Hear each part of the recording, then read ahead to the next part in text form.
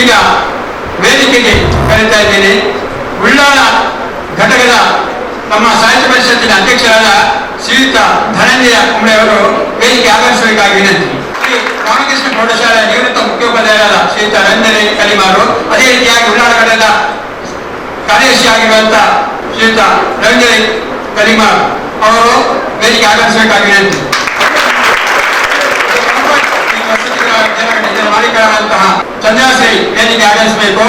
ಅದೇ ರೀತಿಯಾಗಿ ಚುಟುಕು ಸಾಹಿತ್ಯ ಅಧ್ಯಕ್ಷರಾದ ಶ್ರೀ ಯಶೋಧ್ ಲೋಭು, ಅದೇ ರೀತಿಯಾಗಿ ಕಲಾ ಜಗತ್ತು ಗ್ರೂಪಿನ ತೋನ್ಸೆ ವಿಜಯ್ ಕುಮಾರ್ ಶೆಟ್ಟಿ ಅವರು, ನಮ್ಮ ಕರ್ನಾಟಕ ಸರ್ಕಾರದ ಅಲೆಮಾರಿ ಅಧ್ಯಕ್ಷರಾದ ಕೆ ಅನಿಲ್ ಶೆಟ್ಟಿ ಅವರು, ಅದೇ ರೀತಿಯಾಗಿ ನಮ್ಮ ವಿದ್ಯಾರತ್ನ ಶಾಲೆಯ ಕಾರ್ಯದರ್ಶಿ ಸೌಮ್ಯ. ಜಯ ಹೇ ಕರ್ನಾಟಕ ಮಾತೆ,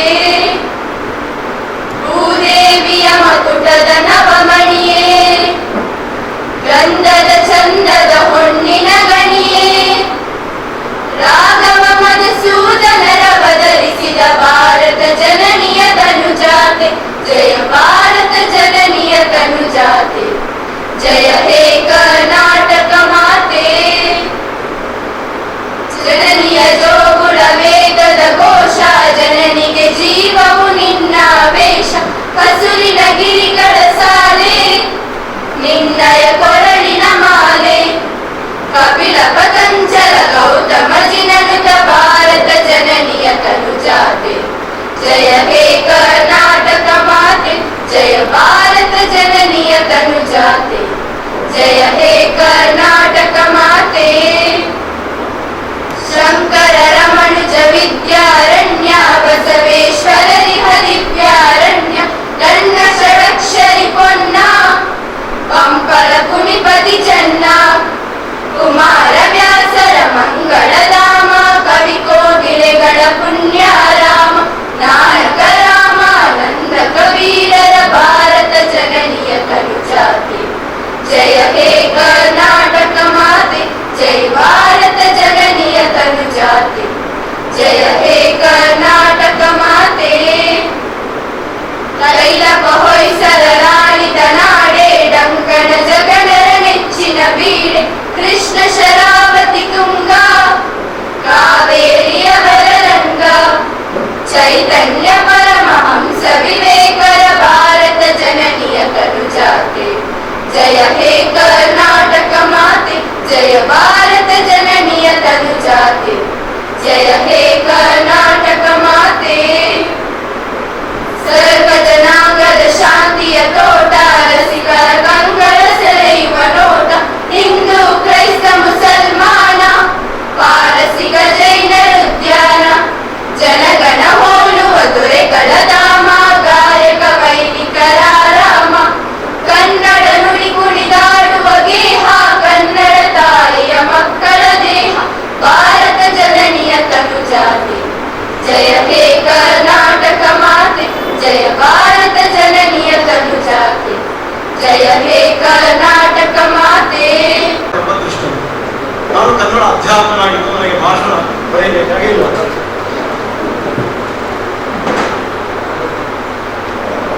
ಈ ಸ್ವಾಗತ ಭಾಷಣಕ್ಕೆ ಮುಂಚೆ ನನಗೆ ಒಂದು ಮಿಂಚಿನಂತೆ ಹೊಡೆದ ಒಂದು 4 ಸಾಲ ಓದಿ ಈ ಸ್ವಾಗತದ ಮಹತ್ವವನ್ನು ಅಗತ್ಯವನ್ನು ಹೇಳ್ತೇನೆ.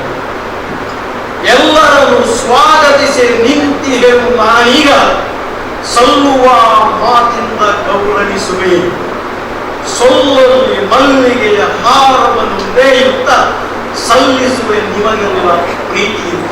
ಇದು ಪುಸ್ತಕದ ಹಾಗೆ.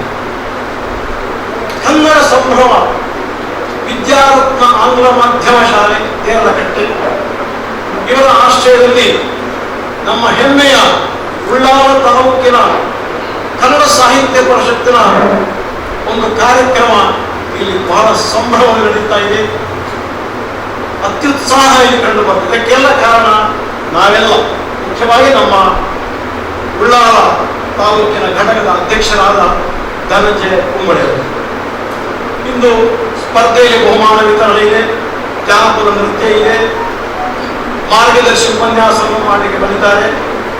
ಮುಖ್ಯವಾಗಿ ಇಂದಿನ ಉದ್ಘಾಟನಾ ಕಾರ್ಯಕ್ರಮವನ್ನು ನೆರವೇರಿಸಬಲ್ಲಂತಹ ಈ ಶಾಲೆಯ ನಿರ್ದೇಶಕರು, ಪ್ರಬಂಧಕರು, ಹಾಗೆ ಕರ್ನಾಟಕ ರಾಜ್ಯಾಧ್ಯಕ್ಷರು ಅಲೆಮಾರಿ ಅಭಿವೃದ್ಧಿ ನಿಗಮದ ನನ್ನ ಆತ್ಮೀಯ ಸಾಹಿತ್ಯ ಪ್ರೇಮಿ ಕೆ ರವೀಂದ್ರ ಶೆಟ್ಟಿ ಉಳಿದೊಟ್ಟು ಅವರನ್ನ ನಿಮ್ಮೆಲ್ಲರ ನಮ್ಮ ಬಳಗದ ಕಾಸಾಪದ ಬಳಗದ ಪರವಾಗಿ ಆರ್ಥಿಕವಾಗಿ ಸ್ವಾಗತಿಸುತ್ತೇನೆ.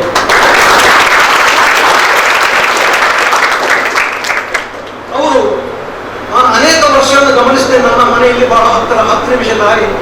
ಅವರು ಕವಿಗೋಷ್ಠಿಗಳನ್ನು ಭಾಸ್ಕರ ಇಟ್ಕೊಂಡು ದೊಡ್ಡ ಸಭೆ. ನಾವು ಸಭೆಸಲು 10 ಜನ 15 ಜನ ಕವಿಗೋಷ್ಠಿ. ಇಲ್ಲಿ 500,000 ಜನ. ನನಗೆ ಹೃದಯ ಮೊಹಮ್ಮದ್ ಬಡ್ಡೂರ್ ಅಂತ ಕವಿಗಳು ಬಂದಿದ್ರು. ನನಗೆ ಹೃದಯ ತುಂಬಿ ಬಂತು. ಆ ಮೆರವಣಿಗೆ ಅಯ್ಯಪ್ಪ ಮಂದಿರದಿಂದ ಒಂಥರ ಅಖಿಲ ಭಾರತ ಕನ್ನಡ ಸಾಹಿತ್ಯ ಸಮ್ಮೇಳನದ ಮಟ್ಟದಲ್ಲಿದೆ. ಅದು ಅಭಿನಂದನೀಯ. ಇಂದು ಮಾರ್ಗದರ್ಶಿ ಉಪನ್ಯಾಸವನ್ನು ನೀಡಲು ಬಂದಂತಹ ರವೀಂದ್ರ ರೈ ಕಲ್ಲೆಮಾಡು, ನಿವೃತ್ತ ಮುಖ್ಯೋಪಾಧ್ಯಾಯರು ಶ್ರೀರಾಮಕೃಷ್ಣ ಪ್ರೌಢಶಾಲೆ ಹನೇಕಳ ಇಂದು ಉಪನ್ಯಾಸಗಳಿಗೆ ಬಂದಿದ್ದಾರೆ. ಅವರು ಇತ್ತೀಚೆಗೆ ಉಳ್ಳಾಲ ತಾಲೂಕು ಹೋಬಳಿ ಮಾದರಿಗಳ ಅಧ್ಯಕ್ಷರಾಗಿ ಆಯ್ಕೆಯಾಗಿದ್ದಾರೆ. ಅದು ನಮಗೆ ಬಹಳ ಹೆಮ್ಮೆ. ಕನ್ನಡ ಪರ ಕಾರ್ಯಕ್ರಮದಲ್ಲಿ ಸದಾ ಉತ್ಸಾಹಿಗಳು ಪಾದರಸದಂತೆ ಓಡಾಡುವ ನಾನು ಗಮನಿಸ್ತೇನೆ. ಧನಂಜಯ ಕುಂಬಳವರಿಗೆ ಪ್ರತಿಯೊಂದು ಹಂತಕ್ಕೂ ಸಹಾಯ ಮಾಡುವುದು ಅವರ ಉತ್ಸಾಹವನ್ನು ಅವರನ್ನು ನಾವು ಆರ್ಥಿಕವಾಗಿ ಸ್ವಾಗತಿಸ್ತೇವೆ. ಇಂದು ಮುಖ್ಯ ಅತಿಥಿಗಳಾಗಿ ನಮ್ಮ ಎಲ್ಲರ ಲಯನ್ ಸದಸ್ಯರ ಚಂದ್ರಹಾಸ ಶೆಟ್ಟಿ ಬಂದಿದ್ದಾರೆ. ಅವರು ಇಲ್ಲಿ ಗೊತ್ತಿರೋರಿಗೆ ದೇವರಕಟ್ಟೆ KS ಹೆಗಡೆ ಆಸ್ಪತ್ರೆ ಎದುರಿರ್ತಕ್ಕಂತಹ ಒಂದು ಸುಸಜ್ಜಿತ ಕಂಫರ್ಟ್ ಇನ್ ವಸತಿ ಗೃಹದ ಮಾಲಕರು. ಆಮೇಲೆ ಕನ್ನಡ ಸಾಹಿತ್ಯ ಪರಿಷತ್ತಿನ ಬೆನ್ನೆಲುಬಾಗಿ ಇರುವವರು, ಸಾಹಿತ್ಯ ಪ್ರೇಮಿಗಳು, ಧನಗಳನ್ನು ಧಾರೆ ಎರೆದವರು, ಬೆನ್ನೆಲುಬು ಅಂತ ಹೇಳ್ಬೋದು. ಇದು ಅತಿಶಯೋಕ್ತಿಯ ಹೊಗಳಿಕೆಯ ಮುಖಸ್ತುತಿಯ ಮಾತನ್ನು ನಾನು ಕಂಡಿದ್ದೇನೆ. ಅವರ ಹೃದಯ ವೈಶಾಲ್ಯವನ್ನು ಅದನ್ನು ಧನಂಜಯ ಕುಂಬಳಿ ನಾವೆಲ್ಲ ಗುಣಿಸ್ತೇವೆ. ಅವರು ಸ್ನೇಹಶೀಲರು, ತುಳು ಸಿನಿಮಾ ನಿರ್ಮಾಪಕರು, ವಿದ್ಯಾ ಎಜುಕೇಶನ್ ಕೌನ್ಸಿಲ್ನ ಸ್ಥಾಪಕರು. ನಮಗೆ ಹೆಮ್ಮೆ ಪಡತಕ್ಕಂತಹ ವಿಚಾರ. ಅವರಿಗೆ ಆರ್ಥಿಕ ಸ್ವಾಗತ.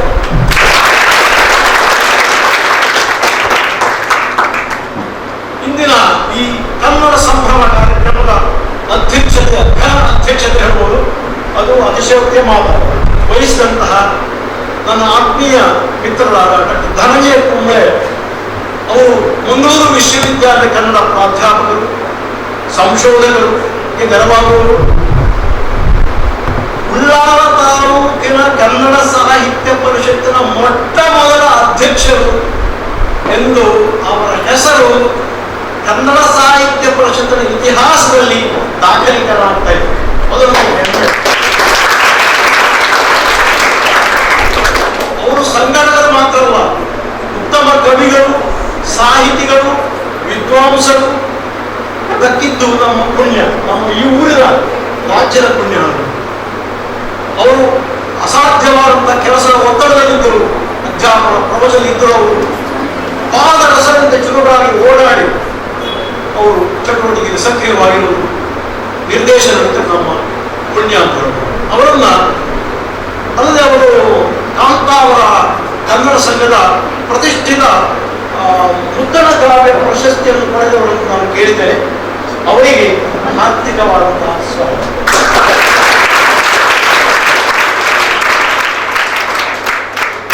ನನ್ನ ಆತ್ಮೀಯರಾದಂತಹ ಎಡ್ವರ್ಡ್ ಲೋಬೋ ವೇದಿಕೆ ಅಪಕರಿಸಿದ್ದಾರೆ. ಅವರನ್ನು ಅನೇಕ ವರ್ಷದಲ್ಲಿ ಅವರು ಎಲೋಷಸ್ನಲ್ಲಿ ಸಾರಂಗರೇಣಿ ಅವರು ಕೇಳಿರುವುದು. ಅಲ್ಲಿ ಅವರು ಕಾರ್ಯಕ್ರಮಗಳನ್ನು ಆಯೋಜಿಸ್ತಾರೆ, ನಿರ್ವಹಿಸ್ತಾರೆ. ಅವರು ನಮ್ಮ ಉಳ್ಳಾಲ ತಾಲೂಕಿನ ಸಾಹಿತ್ಯ ಪರಿಷತ್ ಕಾರ್ಯದರ್ಶಿಗಳು. ಅಲ್ಲದೆ ಇತ್ತೀಚೆಗೆ ಒಂದು ಹೊಸ ಸುದ್ದಿ ನೀವು ಕೇಳಿರ್ಬೋದು. ಅವರು ಉಳ್ಳಾಲ ತಾಲೂಕಿನ ಮೊಟ್ಟ ಮೊದಲ ತಾಲೂಕಾದ ಮೇಲೆ ಅವರು ಅದರ ಅಧ್ಯಕ್ಷರಾಗಿ ಆಯ್ಕೆಯಾಗಿದ್ದಾರೆ. ಈ ಉಳ್ಳಾಲ ತಾಲೂಕು ಆಗುವ ಮುಂಚೆ ಕಳೆದ ವರ್ಷ ನಾನು ಅದರ ಪ್ರಪ್ರಥಮ ಉಳ್ಳಾಲ ವಲಯದ ಅಧ್ಯಕ್ಷರಾಗಿ ಕಾರ್ಯನಿರ್ವಹಿಸಿದ್ದೇನೆ. ಆಗ ಅವರು ಸಹಕರಿಸಿದ್ದಾರೆ, ನಾನು ಅವರಿಗೆ ಸಹಕರಿಸಿದ್ದೇನೆ. ಅವರು ಸಾನುಭೂತಿಯಾಗಿ ಕೆಲಸ ಮಾಡ್ತಾರೆ. ಅವರನ್ನು ನಾನು ಹಾರ್ದಿಕವಾಗಿ ನಿಮ್ಮೆಲ್ಲರ ಪರವಾಗಿ ಸ್ವಾಗತಿಸ್ತಾ ಇದ್ದೇನೆ.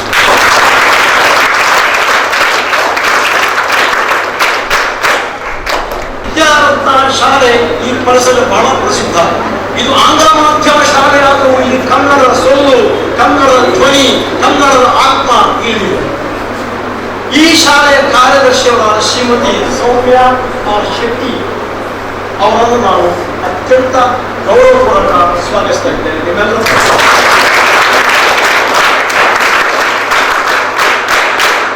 ಈ ಪ್ರತಿಷ್ಠಿತ ಶಾಲೆಯ ಮುಖ್ಯೋಪಾಧ್ಯಾಯರಾಗಿದ್ದಂತಹ ಶ್ರೀಮತಿ ನಯೀಂ ಅಮೀನ್ ಅವರಿಗೆ ಸಾಹಿತ್ಯದ ಬಗ್ಗೆ ಅಪಾರ ಗೌರವ, ಶಿಕ್ಷಣದ ಬಗ್ಗೆ ಅವರನ್ನು ಆತ್ಮೀಯವಾಗಿ ಸ್ವಾಗತಿಸುತ್ತಿದ್ದೇವೆ.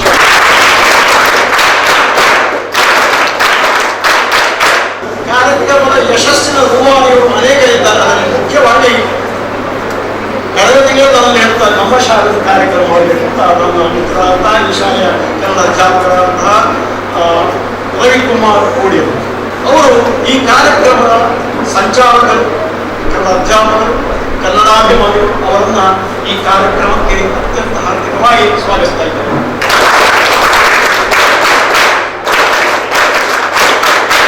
ಇಂದು ಮುಂಬೈಯಂತಹ ದೂರ ಮಹಾನಗರದಿಂದ ನಮ್ಮ ಈ ಕಾರ್ಯಕ್ರಮ ಶ್ರದ್ಧೆ ಇಟ್ಟು, ಪ್ರೀತಿ ಇಟ್ಟು, ಅಕ್ಕರಿಂದ ಬಂದಂತಹ ತೋನ್ಸೆ ವಿಜಯಕುಮಾರ್ ಶೆಟ್ಟಿ ಬಂದಿದ್ದಾರೆ. ರಾಜ್ಯೋತ್ಸವ ಪ್ರಶಸ್ತಿ ವಿಜೇತರು, ಕಲಾ ಜಗತ್ತು ಬಳಗದ ಮುಖ್ಯಸ್ಥರು, ಪತ್ತನಾಯ ಸಿನಿಮಾ, ಪತ್ತನಾಯ ಗೊತ್ತುಂಟು, ಮಳೆಗಾಲ ಬರುವ ಮುಂಚೆ ಆಟದ ಗೆಜ್ಜೆ ಬಿಡಿಸ್ತಾರೆ, ಪತ್ತನಾಯ 10 ಹನಿ ಬೀಳಬೇಕಂತ.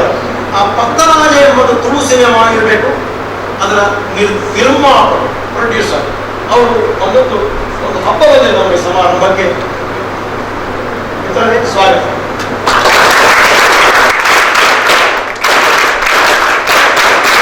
ಹೊಸಪುರವನ್ನ ನಿತೀಶ್ ಬಂದಾಗ ನಾನು ಹೆಸರು ಬರ್ಕೊಂಡಿದ್ದೆ, ಯಾರು ಬಿಟ್ಟು ಹೋಗಬಾರದು. ಅವರಿಗೆ ಹಾಗೆ ಮಾಧ್ಯಮದ ಮಿತ್ರರು ಯಾರು ಬಂದಿದ್ದಾರೆ ನನಗೆ ಗೊತ್ತಿಲ್ಲ, ಕ್ಷಮಿಸಬೇಕು. ಅವರ ಹೆಸರು ಬರ್ಕೊಳ್ಳಿಕ್ಕೆ ಅವರಿಗೆಲ್ಲ ಸ್ವಾಗತ, ಕ್ಷಮಿಸಬೇಕು. ಕನ್ನಡ ಸಾಹಿತ್ಯ ಪರಿಷತ್ ಉಳ್ಳಾಲ ಘಟಕದ ಸದಸ್ಯರು, ಅಭಿಮಾನದ ಪದ, ಅವರೆಲ್ಲರ ಹೆಸರು ನಾವು ಹೇಳಲಾರೆ, ಸಮಯ ಇಲ್ಲ, ಕ್ಷಮಿಸಬೇಕು. ಆದರೆ ನನಗೆ ನೆನಪುಂಟು ಯಾವತ್ತು ಕನ್ನಡ ಸಾಹಿತ್ಯ ಪರಿಷತ್ ಉಳ್ಳಾಲ ಘಟಕದ ಉಪಸ್ಥಿತಿಯಲ್ಲಿರತಕ್ಕಂಥ ಎಲ್ಲ ಪದಾಧಿಕಾರಿಗಳೇ ಆನಂದ ಹಸೆಗೊಳ್ಳುವ ಹಿರಿಯರು, ಆನಂದ ಹಸೆಗೊಳ್ಳಿ ಮುಂತಾದವರಿಗೆ ಉಳಿದ ಹೆಸರು ಮಾಡಿ ಕ್ಷಮಿಸಬೇಕು. ಅತ್ಯಂತ ಆದರಣೀಯ ಹಾರ್ದಿಕ ಸ್ವಾಗತ, ಸುಸ್ವಾಗತ ಹೇಳುವ ಸರಿಯಲ್ಲ, ಸ್ವಾಗತ.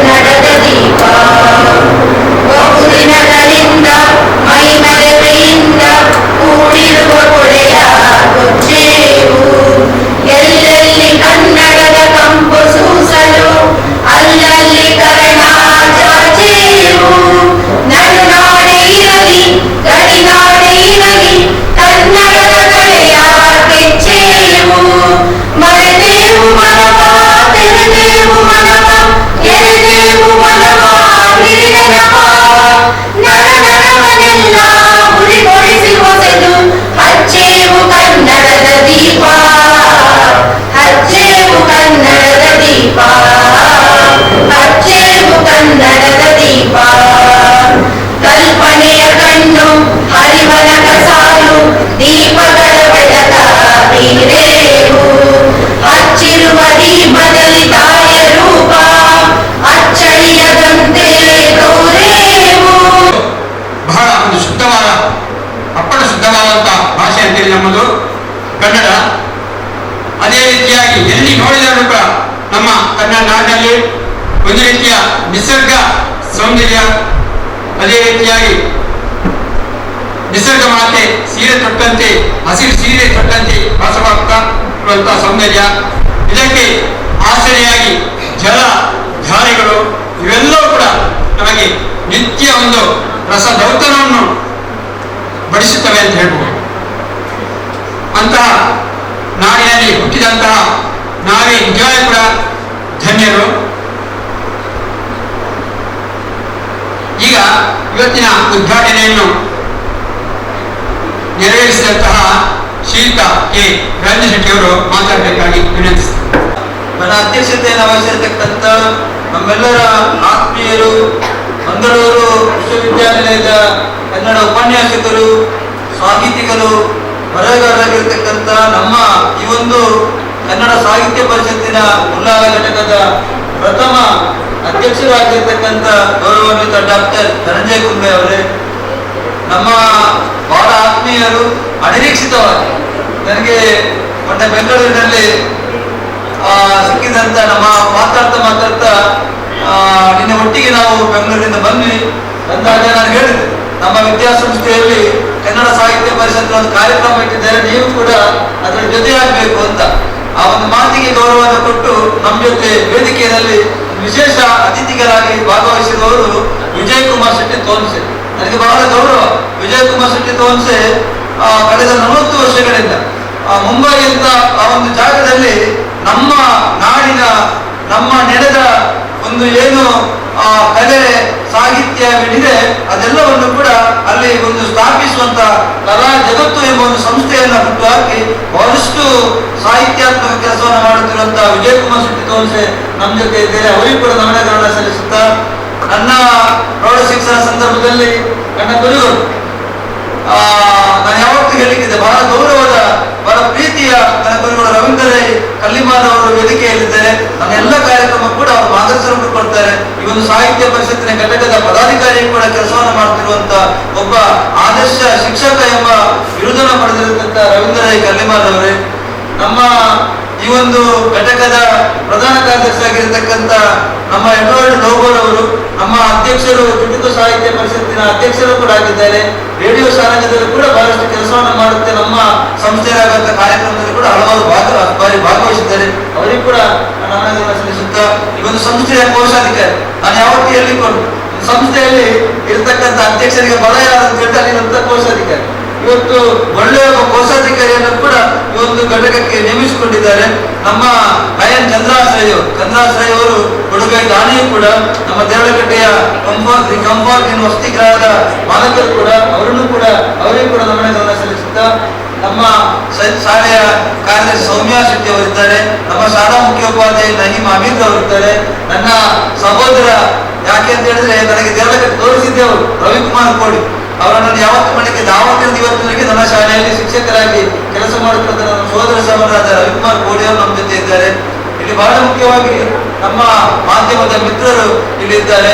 ಈ ಒಂದು ಸಮಿತಿಯ ಉಲ್ಲಾಲ ಘಟಕ ಸಾಹಿತ್ಯ ಪರಿಷತ್ತಿನ ಗೌರವಾನ್ವಿತ ಪದಾಧಿಕಾರಿಗಳು ಆನಂದ ಸೇಗುಲಿ ಅವರು, ನಾವು ಪ್ರಾರಂಭದಲ್ಲಿ ಈ ಒಂದು ಸಾಹಿತ್ಯ ಪರಿಷತ್ತನ್ನ ಉಲ್ಲಾಳದಲ್ಲಿ ಪ್ರಾರಂಭಿಸಬೇಕು ಎನ್ನುವಾಗ ನಾವು ಬೇರೆ ಬೇರೆ ರೀತಿಯ ಚರ್ಚೆಯನ್ನು ಮಾಡಿದಾಗ ಮೊದಲಿಗೆ ನನಗೆ ನಾವೆಲ್ಲ ಮಾತಾಡಿಕೊಂಡವರು ಆನಂದ ಸೇಗುಲಿ ಅವರು ಕೂಡ ಇವತ್ತು ಪದಾಧಿಕಾರಿಯಾಗಿ ಈ ಸಮಿತಿಯಲ್ಲಿ ಕೆಲಸ ಮಾಡ್ತಾ ಇದ್ದಾರೆ. ಹಿರಿಯರಾದ ಗುಣಾಜಿ ರಾಮಚಂದ್ರ ಭಟ್ ಅವರು ನಮ್ಮೆಲ್ಲ ಸಾಹಿತ್ಯ ಸಮ್ಮೇಳನದಲ್ಲಿ ಕೂಡ ಭಾಗವಹಿಸುವವರು. ಎಲ್ಲ ನಮ್ಮ ಈ ಒಂದು ಸಮಿತಿಯ ಪದಾಧಿಕಾರಿ ಬಂಧುಗಳೇ, ನಮ್ಮ ಬಹಳ ಮುಖ್ಯವಾಗಿ ನಮ್ಮ ವಿದ್ಯಾಸಂಸ್ಥೆಯ ನನ್ನ ಪ್ರೀತಿಯ ಹೈಸ್ಕೂಲ್ ವಿಭಾಗದ ವಿದ್ಯಾರ್ಥಿಗಳನ್ನು ಕುರಿಸಿ, ಯಾಕೆ ಅಂತ ಹೇಳಿದ್ರೆ ನಾನು ಸಾರ್ವಜನಿಕವಾಗಿ ಬಹಳಷ್ಟು ಜನರನ್ನ ಕರೆಯಬೇಕು ಅಂತ ಇತ್ತು. ನನಗೂ ಕೂಡ ನನ್ನ ವಿದ್ಯಾಸಂಸ್ಥೆಯಲ್ಲಿ ಆಗುವಂತ ಸಾಹಿತ್ಯಕ್ಕೆ ಸಂಬಂಧಪಟ್ಟಂತ ಬೇರೆ ಬೇರೆ ಕಾರ್ಯಕ್ರಮಗಳಿದ್ದಾಗ ನಾನು ಸಾರ್ವಜನಿಕರನ್ನ ಕರಿತೇನೆ. ನಮ್ಮ ಪೋಷಕರು ಬಂದ್ರೆ ಸುಮಾರು 2-3 ಸಾವಿರ ಜನ ಆಗ್ತಾರೆ. ಆದ್ರೂ ಕೂಡ ಇದು ಬೇಡ, ಒಂದು ಅಚ್ಚುಕಟ್ಟಾಗಿ ಚಿಕ್ಕದಾದ ಕಾರ್ಯಕ್ರಮ ನಮ್ಮ ಮಕ್ಕಳ ಎದುರಿಗೆ. ಯಾಕೆ ಅಂತ ಹೇಳಿದ್ರೆ ಮಕ್ಕಳಿಗೆ ನಮ್ಮ ಇದು ಹೇಳಿ ಆಂಗ್ಲ ಮಾಧ್ಯಮ ಶಾಲೆ ನಮ್ದು ಆಂಗ್ಲ ಮಾಧ್ಯಮ. ನಾನು ಯಾವತ್ತೂ ಕೂಡ ಆಂಗ್ಲ ಮಾಧ್ಯಮ ಯಾಕೆ ಬೇಕು ಅಂತ ಹೇಳಿದ್ರೆ ಈಗಿನ ಈ ಒಂದು ತಂತ್ರಜ್ಞಾನದ ಯುಗದಲ್ಲಿ ನಮಗೆ ವ್ಯಾವಹಾರಿಕವಾಗಿ ನಮ್ಮ ಜೀವನೋಪಾಯಕ್ಕಾಗಿ ಬರತಕ್ಕಂಥ ದಿನಗಳಲ್ಲಿ ಆಂಗ್ಲ ಭಾಷೆ ಬಹಳ ಅಗತ್ಯವೆನಿಸುವಂತ ಸಂದರ್ಭದಲ್ಲಿ ನಾವು ಸ್ಥಾಪನೆ ಮಾಡಿದಂತ ವಿದ್ಯಾಸಂಸ್ಥೆ 1998ರಲ್ಲಿ ನಾವು ನನ್ನ ತಾಯಿಯ ಹೆಸರಿನಲ್ಲಿ ಸಂಸ್ಥೆಯನ್ನ ಸ್ಥಾಪಿಸಿದ್ದು ಗ್ರಾಮೀಣ ಪ್ರದೇಶದ ಮಕ್ಕಳಿಗೆ ಒಂದು ನೈತಿಕ ಗುಣಮಟ್ಟದ ಮೌಲ್ಯಾಧಾರಿತ ಒಂದು ಜೀವನ ಮೌಲ್ಯಗಳನ್ನ ತಿಳಿಸುವಂತ ಒಂದು ಒಳ್ಳೆಯ ಆಂಗ್ಲ ಮಾಧ್ಯಮ ಶಿಕ್ಷಣ ನೀಡಬೇಕು ಎಂಬ ನಿಟ್ಟಿನಲ್ಲಿ ನಾವು ಸಂಸ್ಥೆಯನ್ನ ಕಟ್ಟಿದಂತ ವ್ಯವಸ್ಥೆ. ಇವತ್ತು ಈ ಮಕ್ಕಳನ್ನ ನಾನು ತೋರಿಸಿದ್ದೆ, ಅದಕ್ಕೆ ಕನ್ನಡದ ಬಗ್ಗೆ ಕೂಡ ಅವ್ರು ತಿಳ್ಕೊಳ್ಬೇಕು. ನಾನು ಯಾವತ್ತೂ ಕೂಡ ಹೇಳಿಕೊಂಡು ಆಂಗ್ಲ ಮಾಧ್ಯಮ ಶಾಲೆಗೆ ನಮಗೆ ಪರ್ಮಿಷನ್ಗೆ ಬಹಳಷ್ಟು ದೊಡ್ಡ ಗಲಾಟೆ ಆದಂತ ಸಂದರ್ಭದಲ್ಲಿ 11 ವರ್ಷಗಳ ಹಿಂದೆ ನಮ್ಮನ್ನ ಕಂಗ್ಲೀಷ್ ಅಂತ ಕರೆದು ಆಂಗ್ಲ ಮಾಧ್ಯಮ ಶಾಲೆ ನಡೆಸುವವರು ಕಂಗ್ಲೀಷ್ ಒಂದು ಸರ್ಕಾರ, ಈಗ ನಮ್ದೇ ಸರ್ಕಾರ ಇದೆ.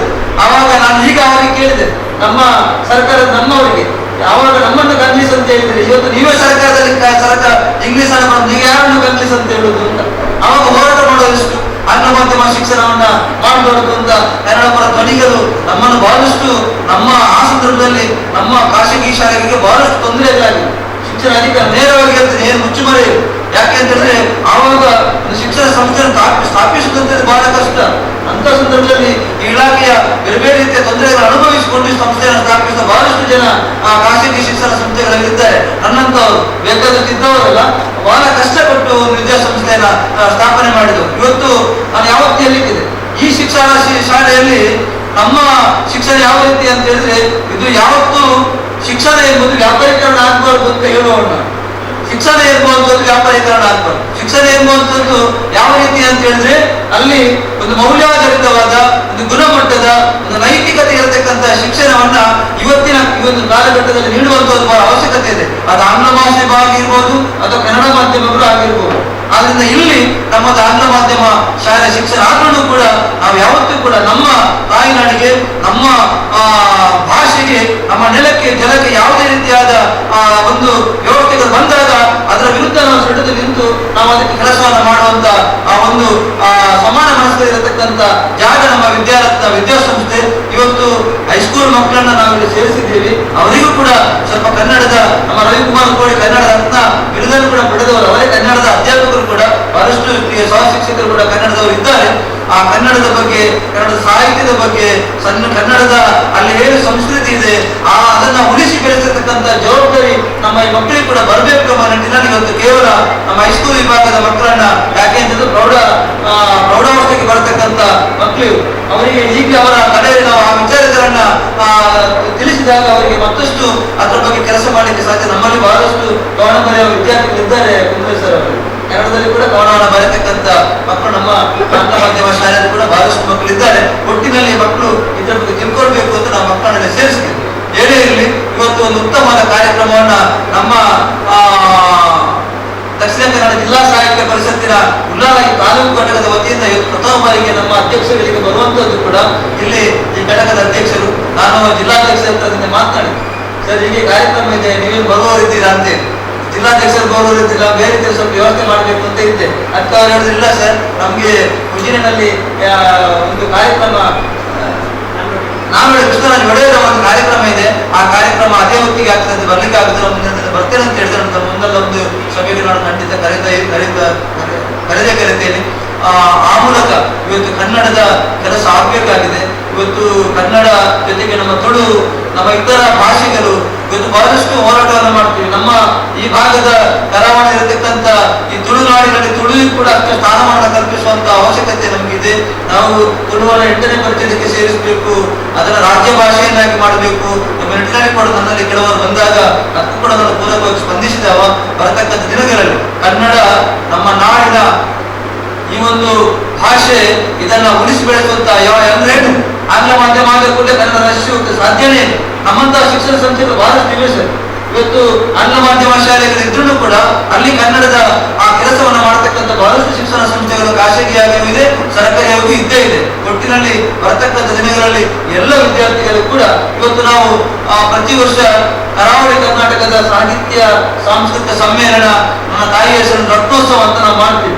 ಕಳೆದ 2 ವರ್ಷದಲ್ಲಿ ನಮಗೆ ಕೊರೋನಾದ ನಮ್ಗೆ ಗೊತ್ತಿದೆ. ಕೊರೋನಾ ವಿಜಯನಗರಕ್ಕೆ ಬಹಳಷ್ಟು ವಿಜಯನಗರ ಬಹಳಷ್ಟು ಕಲಾ ಕ್ಷೇತ್ರಕ್ಕೆ ಯಾವುದೇ ಕ್ಷೇತ್ರ ಕೂಡ ಬಹಳ ದೊಡ್ಡ ಕೊಡುಗೆಯನ್ನು ಕೊಟ್ಟಂತ ಆ ಕೊರೋನಾ ಕಣ್ಣಿ ಕಾಣದಂತ ವೈರಸ್ ಮಾಡಿದಂತ ಅನಾಹುತದಿಂದ ಬಹಳಷ್ಟು ಸ್ವಲ್ಪ ಹಿನ್ನಡೆ ಆಗಿದೆ. ಈಗ ಬರಬರುತ್ತಾ ಇಡೀ ಕ್ಷೇತ್ರವು ಸುಧಾರಿಸುವಂತ ಹಂತದಲ್ಲಿ ನಾವು ಕೂಡ ಬರತಕ್ಕಂಥ ದಿನಗಳಲ್ಲಿ ರತ್ನೋತ್ಸವವನ್ನ ಮಾಡುವವರಿದ್ದೇವೆ. ಆ ಒಂದು ಇಡೀ ದಿನದ ಕಾರ್ಯಕ್ರಮ ಕನ್ನಡಕ್ಕೆ ಮೀಸಲಾಗಿದ್ರ ಜೊತೆಗೆ ಬಹುಭಾಷಾ ಕವಿಗೋಷ್ಠಿಯನ್ನು ಕೂಡ ನಾವು ಅಲ್ಲಿ ಮಾಡ್ತೀವಿ.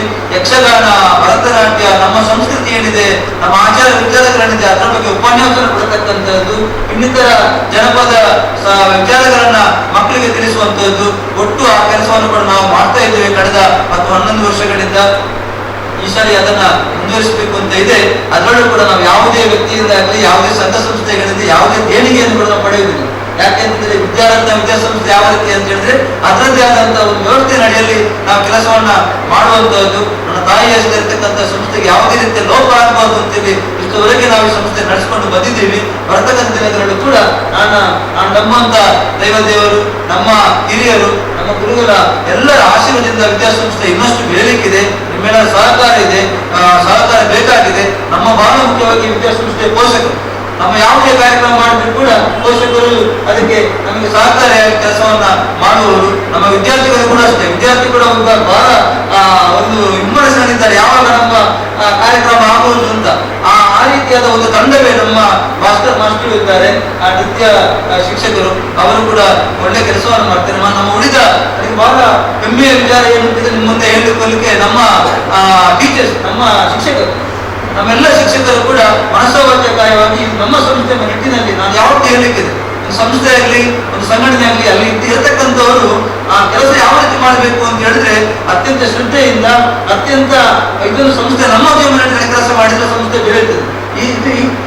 ಈ ರೀತಿಯಾಗಿ ಕೆಲಸವನ್ನು ಮಾಡಿದ್ರೆ ಇವತ್ತು ನಮ್ಮ ಈ ಸಂಸ್ಥೆ ಇಷ್ಟು ಹೆಸರನ್ನು ಗಳಿಸಲಿಕ್ಕೆ ಸಹಾಯಕ ಆಗಿದೆ. ಎಲ್ಲೂ ಹೋದ್ರೂ ಕೂಡ ನನಗೊಂದು ವಿದ್ಯಾರ್ಥಿ ಅಂತ ಹೇಳಿದ ತಕ್ಷಣ ಬಹಳಷ್ಟು ಜನರು ಬಹಳ ಖುಷಿ ಪಡ್ತಾರೆ. ನನಗೂ ಕೂಡ ಒಂದು ರೀತಿಯಲ್ಲಿ ಮನಸ್ಸಿನಲ್ಲಿ ಬಹಳ ಖುಷಿ, ಏನೋ ಒಂದು ಕೆಲಸ ಇಟ್ಕೊಂಡು ತಾಯಿಯ ಹೆಸರಲ್ಲಿ ಸ್ಥಾಪಿಸಿದಂತ ವಿದ್ಯಾಸಂಸ್ಥೆ ಈ ರೀತಿ ಬೆಳೆದಿದೆ ಎಂಬುದು ಕೂಡ ನನಗೆ ಬಹಳ ಗೌರವವನ್ನು ಕೊಡ್ತಕ್ಕಂಥ ವಿಚಾರ.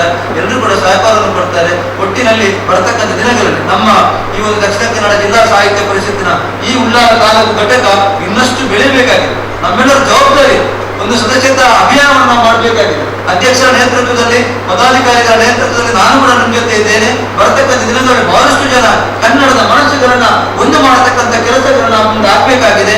ಎಲ್ಲರನ್ನ ಒಂದು ಪರಿಷತ್ತಿಗೆ ಸದಸ್ಯರನ್ನಾಗಿ ಮಾಡಿ, ಕೇಂದ್ರ ಪರಿಷತ್ತಿಗೆ ಸದಸ್ಯರನ್ನಾಗಿ ಮಾಡಿ, ಆ ಮೂಲಕ ಈ ಘಟಕವನ್ನ ಬಹಳಷ್ಟು ಒಂದು ಬಾರಿ ಇಲ್ಲಿ ಕಾರ್ಯಕ್ರಮ ಸಮರ ಮಾಡೋ ಉಳ್ಳಾಲ ಘಟಕದ ಎಷ್ಟು ಕನ್ನಡದ ಸಾಹಿತ್ಯ ಪರಿಷತ್ತಿನ ಮೆಂಬರ್ ಆಗಿದೆ ಎಲ್ಲರನ್ನು ಕೂಡ ಸೇರಿಸಿ ಆ ಮೂಲಕ ಕೂಡ ನಾವು ಒಂದು ಕಾರ್ಯಕ್ರಮ ಮಾಡುವಂತಹ ಯೋಜನೆಯನ್ನ ಮಾಡಬಹುದು. ಬಹಳಷ್ಟು ವರ್ಷಗಳ ಅವಧಿ ಕೂಡ ಅಧ್ಯಕ್ಷರಿಗೆ ಇದೆ.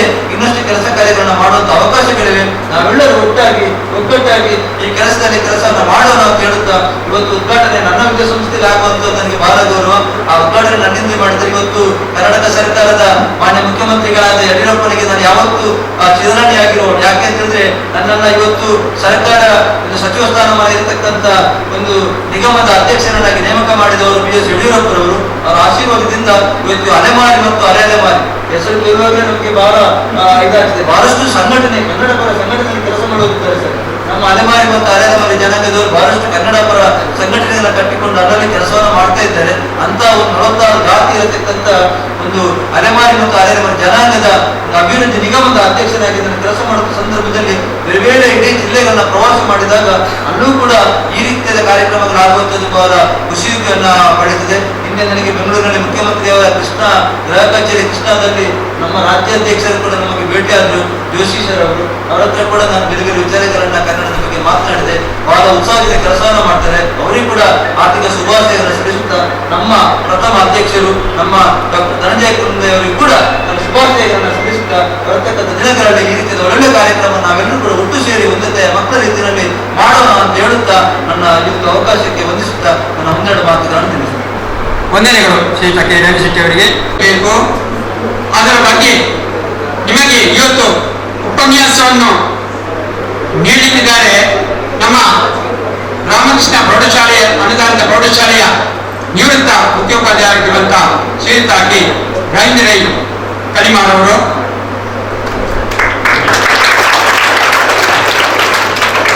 ಇಲ್ಲಿ ನೀವೆಲ್ಲ ಕೂತಿದ್ದೀರಿ. ಇಲ್ಲಿ ವಿದ್ಯಾರತ್ನ ಆಂಗ್ಲ ಮಾಧ್ಯಮ ಶಾಲೆಯ ವಿದ್ಯಾರ್ಥಿಗಳು ನೀವು ನಿಜವಾಗಿಯೂ ನನ್ನ ದೃಷ್ಟಿಯಲ್ಲಿ ಭಾಗ್ಯವಂತರು. ಯಾಕೆ ನೀವು ಭಾಗ್ಯವಂತರು ಅಂತ, ನೀವು ಭಾಗ್ಯವಂತರು ಅಂತ ನಿಮ್ಗೆ ಯಾಕೆ ನಾನು ನಿಮ್ಮನ್ನು ಹೇಳ್ತಾ ಇದ್ದೇನೆ ಅಂತಂದ್ರೆ, ಈ ವಿದ್ಯಾಸಂಸ್ಥೆಯಲ್ಲಿ ಇದೊಂದು ಇಂಗ್ಲಿಷ್ ಮೀಡಿಯಂ ಮಾಧ್ಯಮ ಶಾಲೆ ಆಗಿದ್ರೂ ಕೂಡ ಇಲ್ಲಿ ಕನ್ನಡಕ್ಕೆ ಪ್ರೋತ್ಸಾಹವನ್ನು ಕೊಡತಕ್ಕಂಥ ಕೆಲಸ ಕಾರ್ಯಕ್ರಮಗಳು ನಿರಂತರವಾಗಿ ಈಗ ಹಿಂದಿನಿಂದಲೂ ನಡೀತಾ ಬಂದಿದೆ. ನಮ್ಮ ಯಾರು ರವೀಂದ್ರ ಶೆಟ್ಟಿ ಅವರು ನಮ್ಮ ಮೋಹನ್ ಆಳ್ವರು ನುಡಿಸಿರಿ ಹೇಗೆ ಮಾಡ್ತಾರೆ ಅದೇ ರೀತಿಯಲ್ಲಿ ಇಲ್ಲಿ ಕಾರ್ಯಕ್ರಮಗಳನ್ನು ಮಾಡಿದ್ದುಂಟು. ಅದಷ್ಟು ದೊಡ್ಡ ಒಂದು ಮಟ್ಟದಲ್ಲಿ ಆಗದಿದ್ರೂ ಕೂಡ ಅಂತದೇ ಆದಂತಹ ಒಂದು ಮಾದರಿಯ ಕಾರ್ಯಕ್ರಮವನ್ನು ಅವರು ಇಲ್ಲಿ ಮಾಡ್ತಾ ಇದ್ದರು. ಈಗ ಕೊರೋನಾದಿಂದ ಏನೋ 2 ವರ್ಷಗಳು ಅದಕ್ಕೆ ತೊಂದರೆ ಆಗಿರ್ಬೋದು ಅಂತ ಒಂದು ಅದರಲ್ಲಿ ಆ ಕನ್ನಡದ ಕಾರ್ಯಕ್ರಮದಲ್ಲಿ ಭಾಗವಹಿಸುವಂತಹ ಒಂದು ಭಾಗ್ಯ ಈ ವಿದ್ಯಾರತ್ನ ಶಾಲೆಯ ಮಕ್ಕಳಾದ ನಿಮಗೆ ಸಿಕ್ಕಿದೆ. ಅದು ನೀವು ಭಾಗ್ಯವಂತರು ಅಂತ ನಾನು ಹೇಳಿದ್ದಷ್ಟೇ. ಇನ್ನೊಂದೆಡೆ ಮುಖ್ಯವಾಗಿ ಈ ಭಾಷೆ ಇಂಗ್ಲಿಷ್ ಎನ್ನುವಂತಹದ್ದು, ನಾನು ಕಾರ್ಯಕ್ರಮ ನಿರೂಪಣೆಗೆ ಹೋಗುವ ಮೊದಲು ಅಲ್ಲಿ ಇದನ್ನು ನಾನು ಪ್ರಸ್ತಾವಿಸಬೇಕಾಗ್ತದೆ. ಈ ಇಂಗ್ಲಿಷ್ ಎನ್ನುವಂಥದ್ದು ಅದು ಒಂದು ಅಂತಾರಾಷ್ಟ್ರೀಯ ಭಾಷೆ. ಅದು ನಮಗೆ ಬೇಕು. ಒಂದು ವ್ಯಾವಹಾರಿಕವಾದಂತಹ ಒಂದು ಕೆಲಸ ಕಾರ್ಯಗಳನ್ನು ನಾವು ಮಾಡಬೇಕಾಗಿದ್ರೆ ಈ ದೇಶದಲ್ಲಿ, ಅದೇ ರೀತಿಯಲ್ಲಿ ಈ ಪ್ರಪಂಚದಲ್ಲಿ ನಾವು ಆ ಕೆಲಸವನ್ನು ಮಾಡಬೇಕಾಗಿದ್ರೆ ನಾವು ಇಂಗ್ಲಿಷನ್ನು ಚೆನ್ನಾಗಿ ಕಲಿಯಲೇಬೇಕು. ಅದು ಬೇಕು ನಮಗೆ, ಇಂಗ್ಲಿಷ್ ಬೇಡ ಅಂತ. ಅದರೊಟ್ಟಿಗೆ ನಮ್ಮ ಮಾತೃಭಾಷೆಗಳುಂಟಲ್ಲ, ಅದು ಕನ್ನಡ ಆಗಿರ್ಬೋದು, ತುಳು ಆಗಿರ್ಬೋದು, ಕ್ರಿಶ್ಚಿಯನ್ ಆಗಿರ್ಬೋದು, ಬ್ಯಾರಿ ಭಾಷೆ, ಯಾವುದೇ ಭಾಷೆಗಳಿರ್ಬೋದು, ಮಾತೃ ಭಾಷೆಗಳು ಉಂಟು. ಅದು ಕೂಡ ನಮಗೆ ಬೇಕು. ಯಾಕೆ ಬೇಕು ಅಂತಂದ್ರೆ ಇಂಗ್ಲಿಷ್ ಭಾಷೆಯ ವ್ಯಾವಹಾರಿಕವಾದಂತಹ ಒಂದು ಜ್ಞಾನವನ್ನು ನಮಗೆ ಕೊಡುವಂತಹದ್ದಾಗಿದ್ರೆ, ಮುಖ್ಯವಾಗಿ ಅದು ನಿಮಗೆ ಉನ್ನತ ಶಿಕ್ಷಣಕ್ಕೆ ಅದು ಅನುಕೂಲ ಆಗುವಂಥದ್ದು, ಅಥವಾ ನೀವು ದೇಶದ ಬೇರೆ ಬೇರೆ ಕಡೆಗಳಿಗೆ ಹೋಗುವಂಥದ್ದು, ಹೊರ ದೇಶಗಳಿಗೆ ಹೋಗುವಂತಹ ನಿಮಗೆ ಆ ವ್ಯವಹಾರ ಮಾಡಲಿಕ್ಕೆ ಆ ಭಾಷೆ ಬೇಕು. ಆದರೆ ಅದರ ಜೊತೆಗೆ ನಮ್ಮ ಮಾತೃಭಾಷೆಯನ್ನು ಕೂಡ ನಾವು ಚೆನ್ನಾಗಿ ಓದಬೇಕು. ಯಾವುದೇ ಭಾಷೆಯಲ್ಲಿ ಅದು ನಮಗೆ ಚೆನ್ನಾಗಿ ಬರಬೇಕು ಅಂತಾಗಿದ್ರೆ ನಾವು ನಿರಂತರವಾದಂಥ ಅಧ್ಯಯನವನ್ನು ಮಾಡಬೇಕು. ಈಗ ನಾನು ಇಲ್ಲಿ ಏನು ಪ್ರಸ್ತಾಪ ಮಾಡ್ತೇನೆ, ಒಂದು 10 ನಿಮಿಷ 15 ನಿಮಿಷ ಏನು ನಾನು ನಿಮಗೆ ಕೊಡ್ತಾ ಇದ್ದೇನೆ, ಅದರಲ್ಲಿ ನೀವು ಒಂದು 10 ಮಂದಿ ಆದರೂ ಒಳ್ಳೆಯ ನಿರೂಪಕರಾಗಬೇಕು ಮುಂದಕ್ಕೆ. ಅದು ನಮ್ಮ ಉದ್ದೇಶ. ನೀವು ಅದೆಷ್ಟು 100 ಮಂದಿ ಕೂತ್ಕೊಂಡ್ರು ಕೂಡ, ಅಥವಾ 200 ಮಂದಿ ಕೂತ್ಕೊಂಡಿದ್ರು ಕೂಡ, ನಿಮ್ಮನ್ನು ಅದರಲ್ಲಿ ಒಂದು 10 ಮಂದಿ ಆದರೂ ಒಳ್ಳೆಯ ನಿರೂಪಕರಾಗಬೇಕು ಎನ್ನುವಂಥದ್ದು. ಅದಕ್ಕೋಸ್ಕರ ನಾನು ಈ ಮಾತನ್ನು ಹೇಳ್ತಾ ಇದ್ದೇನೆ. ಏನಂತಂದ್ರೆ, ಮೊದಲು ಭಾಷೆ ಬರಬೇಕು. ಭಾಷೆ ಸ್ವಚ್ಛವಾಗಿಲ್ಲದಿದ್ರೆ, ಭಾಷೆ ಸ್ಪಷ್ಟವಾಗಿಲ್ಲದಿದ್ದರೆ, ಅದರಲ್ಲಿ ನಮಗೆ ಸರಿಯಾದಂಥ ಜ್ಞಾನ ಇಲ್ಲದಿದ್ದರೆ ನಾವು ಒಳ್ಳೆಯ ಮಾತುಗಾರರಾಗಲಿಕ್ಕೆ ಆಗುವುದಿಲ್ಲ. ಇದು ಬಹಳ ಮುಖ್ಯ. ನಾವು ನಮ್ಮ ಕಾರ್ಯಕ್ರಮ ನಿರ್ವಹಣೆಗೆ ಹೋಗುವ ಮೊದಲು, ನಿರ್ವಾಹಕರ ವಿಚಾರಕ್ಕೆ ಹೋಗುವ ಮೊದಲು ಒಳ್ಳೆಯ ಮಾತುಗಾರರಾಗಬೇಕು ಅಂತ ನಾನು ಹೇಳ್ತಾ ಇದ್ದೇನೆ. ಎಂತಂದ್ರೆ ಮುಖ್ಯವಾಗಿ ಇಂಗ್ಲಿಷ್ ಜ್ಞಾನ, ಎಲ್ಲ ಅರ್ಧಂಬರ್ಧ ಜ್ಞಾನಗಳು. ಕೆಲವು ಇಂಗ್ಲಿಷ್ ಮೀಡಿಯಂ ಸ್ಕೂಲ್ಗಳಲ್ಲಿ ಆಚೆಗೆ ಇಂಗ್ಲಿಷ್ ಇಲ್ಲ, ಈಚೆಗೆ ಕನ್ನಡವಿಲ್ಲದಂತ ಪರಿಸ್ಥಿತಿ ಉಂಟಾಗಿದೆ. ಹಾಗಾಗಬಾರ್ದು. ಇಂಗ್ಲಿಷನ್ನು ನೀವು ನಿರಂತರವಾಗಿ ಸ್ಟಡಿ ಮಾಡಬೇಕು. ನೀವು ಇಂಗ್ಲಿಷ್ ನ್ಯೂಸ್ ಅನ್ನು ನೋಡಬೇಕು, ಇಂಗ್ಲಿಷ್ ಪೇಪರ್ ಓದಬೇಕು. ಪ್ರತಿನಿತ್ಯ ನೀವು ಇಂಗ್ಲಿಷ್ನಲ್ಲೇ ನೀವು ಮಾತನಾಡ್ತಾ ಇರಬೇಕು. ಆವಾಗ ನಿಮಗೆ ಒಳ್ಳೆ ಇಂಗ್ಲಿಷ್ ಏನಾಗ್ತದೆ, ಒಳ್ಳೆ ಇಂಗ್ಲಿಷ್ ಜ್ಞಾನವೂ ಬರ್ತದೆ. ಪ್ರಾಕ್ಟಿಕಲ್ ಆಗಿ ನೀವು ಮಾಡಬೇಕು. ನೀವು ಹೆಚ್ಚಿನವರು ಪರಸ್ಪರ ಇಂಗ್ಲಿಷ್ ಮಾತಾಡ್ತಾ ಇದ್ದೀರಿ ಎಂದು ನಾನು ಭಾವಿಸ್ತಾ ಇದ್ದೇನೆ. ನೀವು ಇಡೀ ದಿವಸ ಇಂಗ್ಲಿಷ್ ಮಾತಾಡ್ತಾ ಇರಬೇಕು. ಆಗ ಇಂಗ್ಲಿಷಿನ ಜ್ಞಾನವೂ ಬರ್ತದೆ, ಒಳ್ಳೆ ಇಂಗ್ಲಿಷ್ ಮಾತಾಡ್ಲಿಕ್ಕೂ ಆಗ್ತದೆ. ಅದು ಮುಖ್ಯ. ಅದರ ಜೊತೆಗೆ ಕನ್ನಡದ ಪುಸ್ತಕಗಳ ಅಧ್ಯಯನ ಮಾಡಬೇಕು. ಕನ್ನಡ ಗ್ರಂಥಗಳನ್ನು ಓದಬೇಕು. ಕನ್ನಡ ಭಾಷೆಯನ್ನ ನಾವು ಚೆನ್ನಾಗಿ ಅಧ್ಯಯನ ಮಾಡುವುದರ ಜೊತೆಗೆ ಅದನ್ನು ಪ್ರಾಕ್ಟಿಕಲ್ ಆಗಿ ನಾವು ವ್ಯವಹರಿಸತಕ್ಕಂಥ ಕೆಲಸವನ್ನು ಮಾಡಬೇಕು. ಉದಾಹರಣೆಗೆ ಒಬ್ಬ ಯಕ್ಷಗಾನ ಅರ್ಥಧಾರಿಯಿಂದ ಅವ್ರು ತಗೊಂಡ್ರೆ ಅವ್ರು ಎಷ್ಟು ಚಂದವಾಗಿ ಮಾತಾಡ್ತಾರೆ ನೋಡಿ, ನೀವು ಗಮನಿಸಿರ್ಬೋದು. ಯಕ್ಷಗಾನ ಅರ್ಥಧಾರಿಗಳು ಎಷ್ಟು ಚಂದ ಸ್ವಚ್ಛವಾದಂಥ ಸ್ಪಷ್ಟವಾದಂಥ ಭಾಷೆಯಲ್ಲಿ ಅವರು ಮಾತಾಡ್ತಾರೆ. ಯಾಕೆ ಮಾತಾಡ್ತಾರೆ? ಅವರಿಗೆ ಅಂತಹ ಜ್ಞಾನ, ಆ ವ್ಯಾವಹಾರಿಕವಾದ ಯಕ್ಷಗಾನ ಕ್ಷೇತ್ರದಲ್ಲಿ ಭಾಷೆಯ ಹಿಡಿತವನ್ನು ಇಟ್ಟುಕೊಂಡು ಅವರು ಆ ಕೆಲಸವನ್ನು ಮಾಡಿದ್ದಾರೆ. ಸಾಹಿತ್ಯವನ್ನು ಇಟ್ಕೊಳ್ಳಿ, ಆ ಸಾಹಿತಿ ಹೇಗೆ ಕೆಲಸ ಮಾಡ್ತಾನೆ ನೋಡಿ. ಆ ಸಾಹಿತಿ ಒಳ್ಳೆಯ ರೀತಿಯಲ್ಲಿ ಮಾತನಾಡುವಂಥದ್ದು, ಆ ಸ್ಪಷ್ಟವಾದಂಥ ಸ್ವಚ್ಛವಾದಂಥ ಅದರಲ್ಲಿ ಅವರು ಮಾತನಾಡುವಂಥದ್ದನ್ನು ಆ ಸಾಹಿತಿ ಕೂಡ ಮಾಡ್ತಾರೆ. ಯಾಕಂದ್ರೆ ಅವರಿಗೆ ಆ ಜ್ಞಾನ ಇದೆ. ಉದಾಹರಣೆಗೆ ನಾವು ಹೇಳುತ್ತಿದ್ರೆ, ಒಂದು ಸಾಹಿತ್ಯಾತ್ಮಕವಾಗಿ ನಾವು ಹೇಗೆ ಮಾತನಾಡಬಹುದು ಅಂತ ಪ್ರಶ್ನಿಸಿದ್ರೆ ಒಂದು ಉದಾಹರಣೆ ಕೊಡ್ತೇನೆ. ಒಂದು ಬದುಕಿನಲ್ಲಿ ಒಂದು ಕಲೆ ಅಂತ ಉಂಟು. ಬದುಕೆ ಕಲೆ ಎಷ್ಟು ಮುಖ್ಯ ಅಂತ ನಾವು ಸುದೀರ್ಘವಾದ ಭಾಷಣವನ್ನು ಮಾಡಬಹುದು. ಹಾಗಾದ್ರೆ ಸಾಹಿತಿಯಾದವನು ಹೇಗೆ ಅದನ್ನು ಬಿಂಬಿಸ್ತಾನೆ ನೋಡಿ. ಸಾಗರಕ್ಕೊಂದು ಅಲೆ, ಸಾಗರಕ್ಕೊಂದು ಅಲೆ, ಜೇಡಲಿ ಒಂದು ಬಲೆ, ಇರಳೊಂದು ನೆಲೆ, ಊಟಕ್ಕೊಂದು ಎಲೆ, ಮಾತಿಗೊಂದು ಬೆಲೆ, ಶರೀರಕ್ಕೊಂದು ತಲೆ ಎಷ್ಟು ಮುಖ್ಯನೋ ಅಷ್ಟೇ ಬದುಕಿಗೊಂದು ಕಲೆ ಮುಖ್ಯ ಅಂತ ಸಾಹಿತಿ ಹೇಳ್ತಾರೆ. ನೋಡಿ ಎಷ್ಟು ಅಂದ ಆಗ್ತದೆ, ಎಷ್ಟು ಚಂದ ಆಗ್ತದೆ. ನಮಗೆ ಅದು ಮನಸ್ಸಿಗೆ ಮುಟ್ಟುತ್ತದೆ ಆ ಭಾಷೆ. ಅಂತಹ ಒಂದು ಸಾಹಿತ್ಯಾತ್ಮಕವಾದಂತಹ ಒಂದು ಮಾತನ್ನ ಮಾತಾಡಲಿಕ್ಕೆ ನಾವು ಕಲಿಬೇಕು. ಆದ ಕಾರಣ ಮಾತುಗಾರಿಕೆ ಬಹಳ ಮುಖ್ಯ. ಒಂದು ಸಮಾಜದಲ್ಲಿ ಇರತಕ್ಕಂತಹ ಒಂದು ಸಮಸ್ಯೆಯನ್ನು ಒಂದು ಕವಿ ಹೀಗೆ ನಿಮಗೆ ವಿತರಿಸ್ತಾನೆ. ಹೇಗೆ ಬೇರೆ ಬೇರೆ ಸಮಸ್ಯೆಗಳು ಬಹಳ ಸುಲಭ, ಬಹಳ ಸುಲಭವಾಗಿ ಸರಳವಾಗುವ ಹೇಳ್ತಾನೆ ಕವಿ. ಹೇಗೆ ವಿದ್ಯೆ ಬಂತು ವಿನಯ ಹೋಯಿತು, ಬುದ್ಧಿ ಬಂತು ಶ್ರದ್ಧೆ ಹೋಯಿತು, ಶ್ರದ್ಧೆ ಬಂತು ವಿವೇಚನೆ ಹೋಯಿತು, ವಿಜ್ಞಾನ ಬಂತು ಸಂಸ್ಕೃತಿ ಹೋಯಿತು, ದೀರ್ಘಾಯುಷ್ಯ ಬಂತು ಜೀವನ ಸ್ವಾರಸ್ಯ ಹೋಯಿತು, ಜಾತಿ ಬಂತು ಪ್ರೀತಿ ಹೋಯಿತು. ತುಂಬಾ ಅರ್ಥ ಉಂಟು. ಯಾವುದು ಬೇಕು ಯಾವುದು ಹೋಗಿದೆ ಅಂತ ಎಲ್ಲ ಎಷ್ಟು ಚಂದಮಾಡಿಯ ಕವಿ ಅದನ್ನು ನಿಮ್ಮ ಮುಂದಿಡ್ತಾರೆ ನೋಡಿ. ಯಾಕೆ? ಅದು ಸಾಹಿತ್ಯಾತ್ಮಕವಾಗಿ ಆ ಭಾಷೆಯನ್ನ ಇನ್ನೊಬ್ಬರಿಗೆ ವ್ಯಕ್ತಪಡಿಸುವಂತಹ ರೀತಿ ಇದು ನಮಗೆ ಬೇಕು. ಆದ ಕಾರಣ ಕಾರ್ಯಕ್ರಮ ನಿರ್ವಾಹಕ ಅಂತ ಆಗ್ಬೇಕಾಗಿದ್ರೆ ಅವ ಒಳ್ಳೆಯ ಭಾಷಾಜ್ಞಾನವನ್ನು ಹೊಂದಿರತಕ್ಕಂಥವನಾಗಿರ್ಬೇಕು. ಇದನ್ನು ನೀವು ಮನದಲ್ಲಿ ಇಟ್ಟುಕೊಳ್ಳಿ. ಯಾಕೆಂದ್ರೆ ನೀವು ಮಕ್ಕಳಾದ ಕಾರಣ, ಯಾಕೆಂದ್ರೆ ದೊಡ್ಡವರಲ್ಲಿ ಕಡಿಮೆ ಇರುವುದು, ಮಕ್ಕಳಾದ ಕಾರಣ ನೀವು ನೆನಪಿಟ್ಕೊಳ್ಳಿ. ಒಳ್ಳೆ ಅಧ್ಯಯನ ಮಾಡಿ, ಪುಸ್ತಕಗಳನ್ನು ಅಧ್ಯಯನ ಮಾಡಿ, ನಿರಂತರವಾದಂತಹ ಒಂದು ಅಭ್ಯಾಸವನ್ನು ಮಾಡಿ. ಆಗ ನಿಮಗೆ ಆ ಭಾಷೆಯಲ್ಲಿ, ಕನ್ನಡ ಭಾಷೆಯಲ್ಲಿ ಒಳ್ಳೆಯ ಜ್ಞಾನ ಬರ್ತದೆ. ಆವಾಗ ನಿಮಗೆ ಹೊಸ ಹೊಸ ಪದಗುಚ್ಛಗಳನ್ನು ಉಪಯೋಗ ಮಾಡಿಕೊಂಡು, ಹೊಸ ಹೊಸ ವಾಕ್ಯಗಳನ್ನು ಈಗ ನಾನು ಹೇಳಿದಾಗೆ ಅದನ್ನು ಉಪಯೋಗ ಮಾಡಿಕೊಂಡು ಏನ್ ಮಾಡಬಹುದು ಅಂತಂದ್ರೆ ಮಾತಾಡಲಿಕ್ಕೆ ನಿಮಗೆ ಸಾಧ್ಯ ಉಂಟು. ಇದು ಬಹಳ ಮುಖ್ಯ. ಆದ ಕಾರಣ ಕಾರ್ಯಕ್ರಮ ನಿರ್ವಾಹಕ ಎನ್ನುವಂತ ಆಗ್ಬೇಕಾಗಿದ್ರೆ ಮೊದಲಾಗಿ ಒಳ್ಳೆಯ ಮಾತುಗಾರರಾಗಿ, ಒಳ್ಳೆಯ ಮಾತುಗಾರರಾಗಿ. ಒಳ್ಳೆಯ ಮಾತುಗಾರನು ಒಳ್ಳೆಯ ಕಾರ್ಯಕ್ರಮ ನಿರ್ವಾಹಕನಾಗ್ತಾನೆ. ಒಳ್ಳೆಯ ಕಾರ್ಯಕ್ರಮ ನಿರ್ವಾಹಕನು ಓರ್ವ ಉತ್ತಮ ಜನಪ್ರಿಯ ವ್ಯಕ್ತಿಯಾಗುತ್ತಾನೆ. ಅವ ಉತ್ತಮ ನಾಯಕನಾಗುತ್ತಾನೆ, ಉತ್ತಮ ಅಧ್ಯಾಪಕನಾಗುತ್ತಾನೆ, ಅವ ಸ್ನೇಹ ಜೀವಿಯಾಗುತ್ತಾನೆ, ಎಲ್ಲ ಸಮಾಜದಲ್ಲಿ ಎಲ್ಲರ ಗೌರವಯುತ ವ್ಯಕ್ತಿ ಆಗುತ್ತಾನೆ. ಈ ಕಾರ್ಯಕ್ರಮ ನಿರ್ವಾಹಕನಿಗೆ ಅಷ್ಟೊಂದು ಗೌರವ ಇದೆ. ಇದು ನಾವು ನೆನಪಿಟ್ಟುಕೊಳ್ಬೇಕು. ಅಷ್ಟೊಂದು ಗೌರವ ಇದೆ. ಆ ಕಾರ್ಯಕ್ರಮ ನಿರ್ವಾಹಕ ಅಂತ ಹೇಳುವವನಿಗೆ ಅಷ್ಟೊಂದು ಗೌರವ ಇದೆ. ಅದು ಈಗ ಕಡಿಮೆ, ಈಗ ಇಲ್ಲ. ಯಾಕೆ ಅದು ಕಡಿಮೆ ಆಗಿದೆ ಅಂತ ಹೇಳಿದ್ರೆ, ನಾವು ಈ ಕಾರ್ಯಕ್ರಮದ ಬಗ್ಗೆ ನಮಗೆ ಗೊತ್ತಿದ್ದಿಲ್ಲ. ಮೊನ್ನೆ ಒಂದು ಉತ್ತರ ಕ್ರಿಯೆಯಲ್ಲಿ ಮಾತನಾಡುವಂಥದ್ದು ಉಂಟು. ಅದನ್ನು ಕೂಡ ನಾವು MC ಅಂತ ಹೇಳ್ತಾ ಇದ್ದೇವೆ. ಉತ್ತರ ಕ್ರಿಯೆಯಲ್ಲಿ ಮಾತನಾಡುವ. ಈಗ ನಾನೊಂದು 300-400 ಉತ್ತರ ಕ್ರಿಯೆಯಲ್ಲಿ ಮಾತಾಡಿದ್ದೇನೆ ಇಷ್ಟರವರೆಗೆ. ನನ್ನ ಅಂದಾಜು ಲೆಕ್ಕದಲ್ಲಿ ನಾನು ಮಾತಾಡಿದೆ.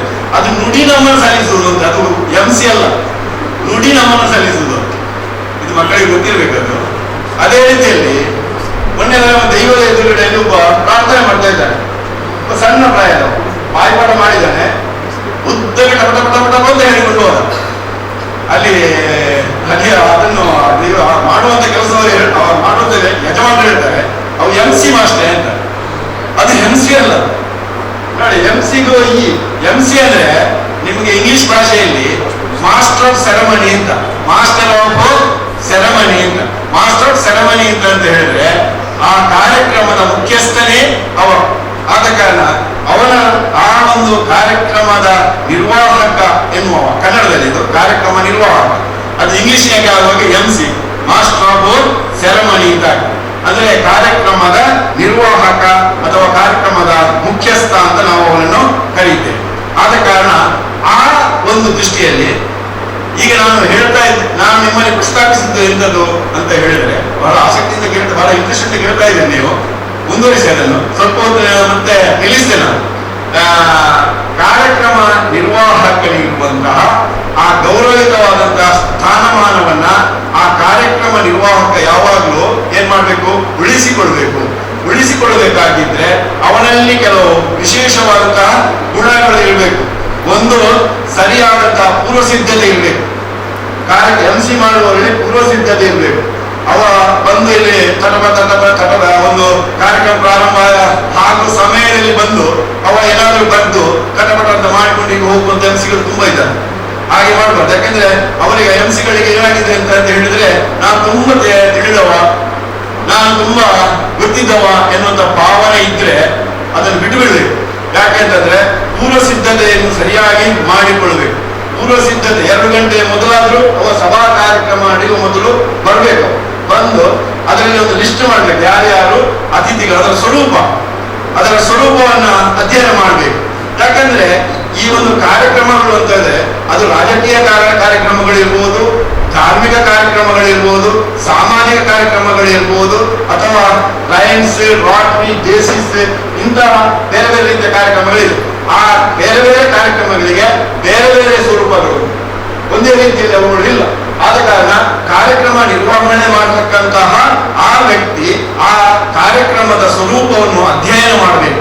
ಅಧ್ಯಯನ ಮಾಡಿ ಅದನ್ನು ಸ್ಟಡಿ ಮಾಡಿ ಆ ಮೂಲಕ ಅದಕ್ಕೆ ಬೇಕಾದ ಹಾಗೆ ಒಂದು ತಯಾರಿಯನ್ನ ಮಾಡಿಕೊಳ್ಳುವಂತ ಅಗತ್ಯತೆ ಇದೆ. ಇನ್ನೊಂದು ಕಾರ್ಯಕ್ರಮ ಎಜೆಂಡಾ ನಾನು ಮತ್ತೆ ಕೊನೆಗೆ ನಿಮ್ಗೆ ಹೇಳ್ತೇನೆ. ಅದೊಂದು ಸಾಮಾನ್ಯ ಎಜೆಂಡಾ ಅಂತ ಉಂಟು, ಮತ್ತೆ ಅದು ಪ್ರಸ್ತಾವಿಸ್ತೇನೆ. ಈಗ ಕಾರ್ಯಕ್ರಮ ನಿರ್ವಾಹಕ ಹೇಗಿರ್ಬೇಕು ಅಂತ ಒಂದು ಪಾಯಿಂಟ್ ನೆನ್ಪಿಟ್ಕೊಳ್ಳಿ.